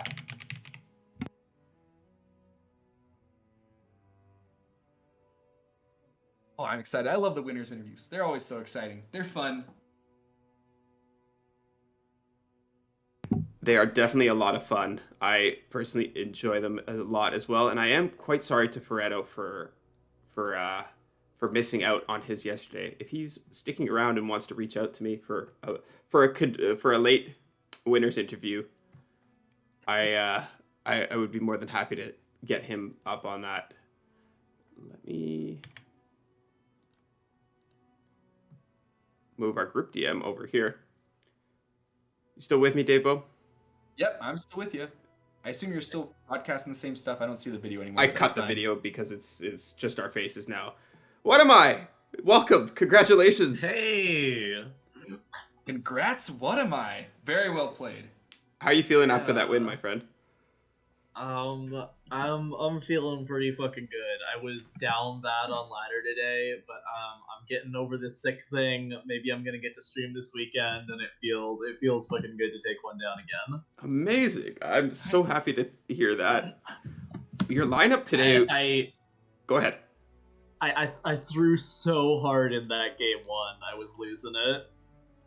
Did you? With the survival skills that we were talking Yeah. about? Oh, yeah. Yeah, that happens. I mean, yeah, you said game one, and my mind went back to the Void, to the first series, because it's been such a long day for me, and I'm losing it. But yeah, that was a little bit of a misplay, but you recovered very well from it. You know, it takes a really strong player to keep their head in it after something like that. We could definitely tell the tilt was coming through with the Darius emote spam, but you kept in it. You found your way back through to the victory, and you know you had a two clean 2-0s, right? I'm not completely losing it. I think Yeah, so. no, the top four was clean. Wow. Were Very impressive. you happy with your play overall today, aside from ladder, obviously? Oh god. Other than ladder, what actually in the tournament, I think I played it pretty well. I think I was actually playing pretty well. I will admit, a little bit worried about my deck selection. The Jace Vi list was a little. It kind of felt like my weak point, but it pulled it out at the last minute there. You know, I'm a big fan of that list. I really like the way you've constructed it. Davebo, it sounds like you have something you want to say to our champion here. Oh, I was just gonna say, I really like that list too. I think I like the triple aloof and double station aggress, making sure you never run out of gas. And I think that deck is just really powerful. I'm interested. Do you think that deck on average got better or worse with the cast play merge? I'm interested on your take. I think the Lux version got slightly better. I think this version got slightly worse, but I am still a fan of this version overall. Okay. And Nice. We noticed something very spooky, very, very different in your Pantheon list. Camp for the Doubt. That's quite the tech. Yeah. I guess you must be a big fan of it, playing two, as well as keeping the Tark in there. Do you want to talk us through those tech choices a little bit? Sure. So for a while, I was just on 3 Panth for Yumi. And I realized that you don't generally want to double draw Yumi, and you don't tend to need Yumi to win. So I actually felt pretty comfortable going out to Yumi. And Tarek is just like another big body that can pull some solid things. And he carried me in that Viego game, right? Mm-hmm. Yeah. And Camp 4 is kind of a nod to any of the more controlling matchups. There are plenty of decks who are going to say, I'm going to be good against Pantheon because I can answer a couple of threats, and then they're going to run out of stuff and I'm going to kill them. And I say this a lot. I win more games with Camp for the Doubt than I do with Pantheon on average. Just like dropping the giant Overwhelm Spell Shield on turn 6 is a control deck's worst nightmare. Definitely. It doesn't surprise me as much as it probably should. But what I am surprised about is that nobody else has kind of picked up this tech. You're a little bit known for playing some cards that people don't necessarily always think about and include. Of course, you played that Thresh Ace-Hole deck that nobody else could seem to find victory on for a very long time. So I think I'm going to try this list out, or at least a similar list. I'm going to make a couple tweaks for ladder probably, but Camp 4 seems like it's something that's definitely worth experimenting with. As far as go ahead. I was going to say, if you compare it to Ruin Runner, right, it's just so much better. And in this deck, it's very easy to have on, right? By turn 6, it's usually going to be on. If not turn 6, certainly turn 7. And it's just like Ruin Runner with 2 more health and Challenger. Very, very strong. Very threatening unit, right? Mm-hmm. Yeah, it can pull victories all on its own, and it doesn't tend to die in combat because you have buff spells, and rallying with it is awful. It's just nasty. Yeah. Super powerful card by the looks of it, and I'm excited to take it for a Terran ladder. I was going to ask one more final question, and then I'll give it over to Davebo to see if he has any others. But as far as your lineup goes, you did mention that you weren't super happy with that Sentinels list. Do you think this is a powerful lineup overall, and it's a two-parter? What would you replace the Sentinels list with if you were going to run this back? I think that Pantheon and Scion are the 2 strongest decks straight up. I think that I didn't really know what I wanted to do today, so I just decided to bring 3 really good decks. Mm-hmm. And I think Pantheon Scion X is probably just like one of the best 3 good decks lineup. The third deck might be some kind of Aphelios. It might be some kind of Jace deck. I'm not quite sure what goes there yet. I might try a Felios next time. I'm not sure. Okay. Makes a lot of Jam sense. Jace Lux, you know I'm recommending that. I mean, that's basically what I did. I just did the SI version. True. Yeah, It's true. yeah. Davebo, do you have any more questions for our champion? Oh, I think we hit most of my questions. I think I'm good. Okay. Do you have any shout outs you'd like to give? Honestly, I wanna go ahead and give a shout out to the TO of this one. It was well run, and your guys' casting was awesome. So that's what I got. Thank you, friend. I really appreciate that. Davebo did indeed crush My it heart. today. The man really crushed it. Oh no, Monty crushed it. I'm just piggybacking. You know who really crushed I it, will- though? What am I? Congratulations to our champion. Oh, absolutely. Any closing words before I close off the stream? Just thanks, guys, and peace. All right. Well, thank you very much to all of our viewers for tuning in. Thank you to Davebo once again for joining me today. Thank you to What Am I for joining us for the Winters interview. I hope, chat, you loved that as much as we did. Thank you, of course, to Community Gaming for sponsoring this, and Mastering Runeterra for letting me put this broadcast on for you guys. Davebo, any closing words for our viewers? Keep being awesome, everyone. Thanks everyone for coming out. It's a ton of fun casting, so I appreciate everyone in chat hanging out and watching the stream. Makes these tournaments a lot of fun. All right. Well, that's going to be it for us tonight. We'll be back tomorrow, and we hope to see you there. Thank you once again for joining us. Have a good night.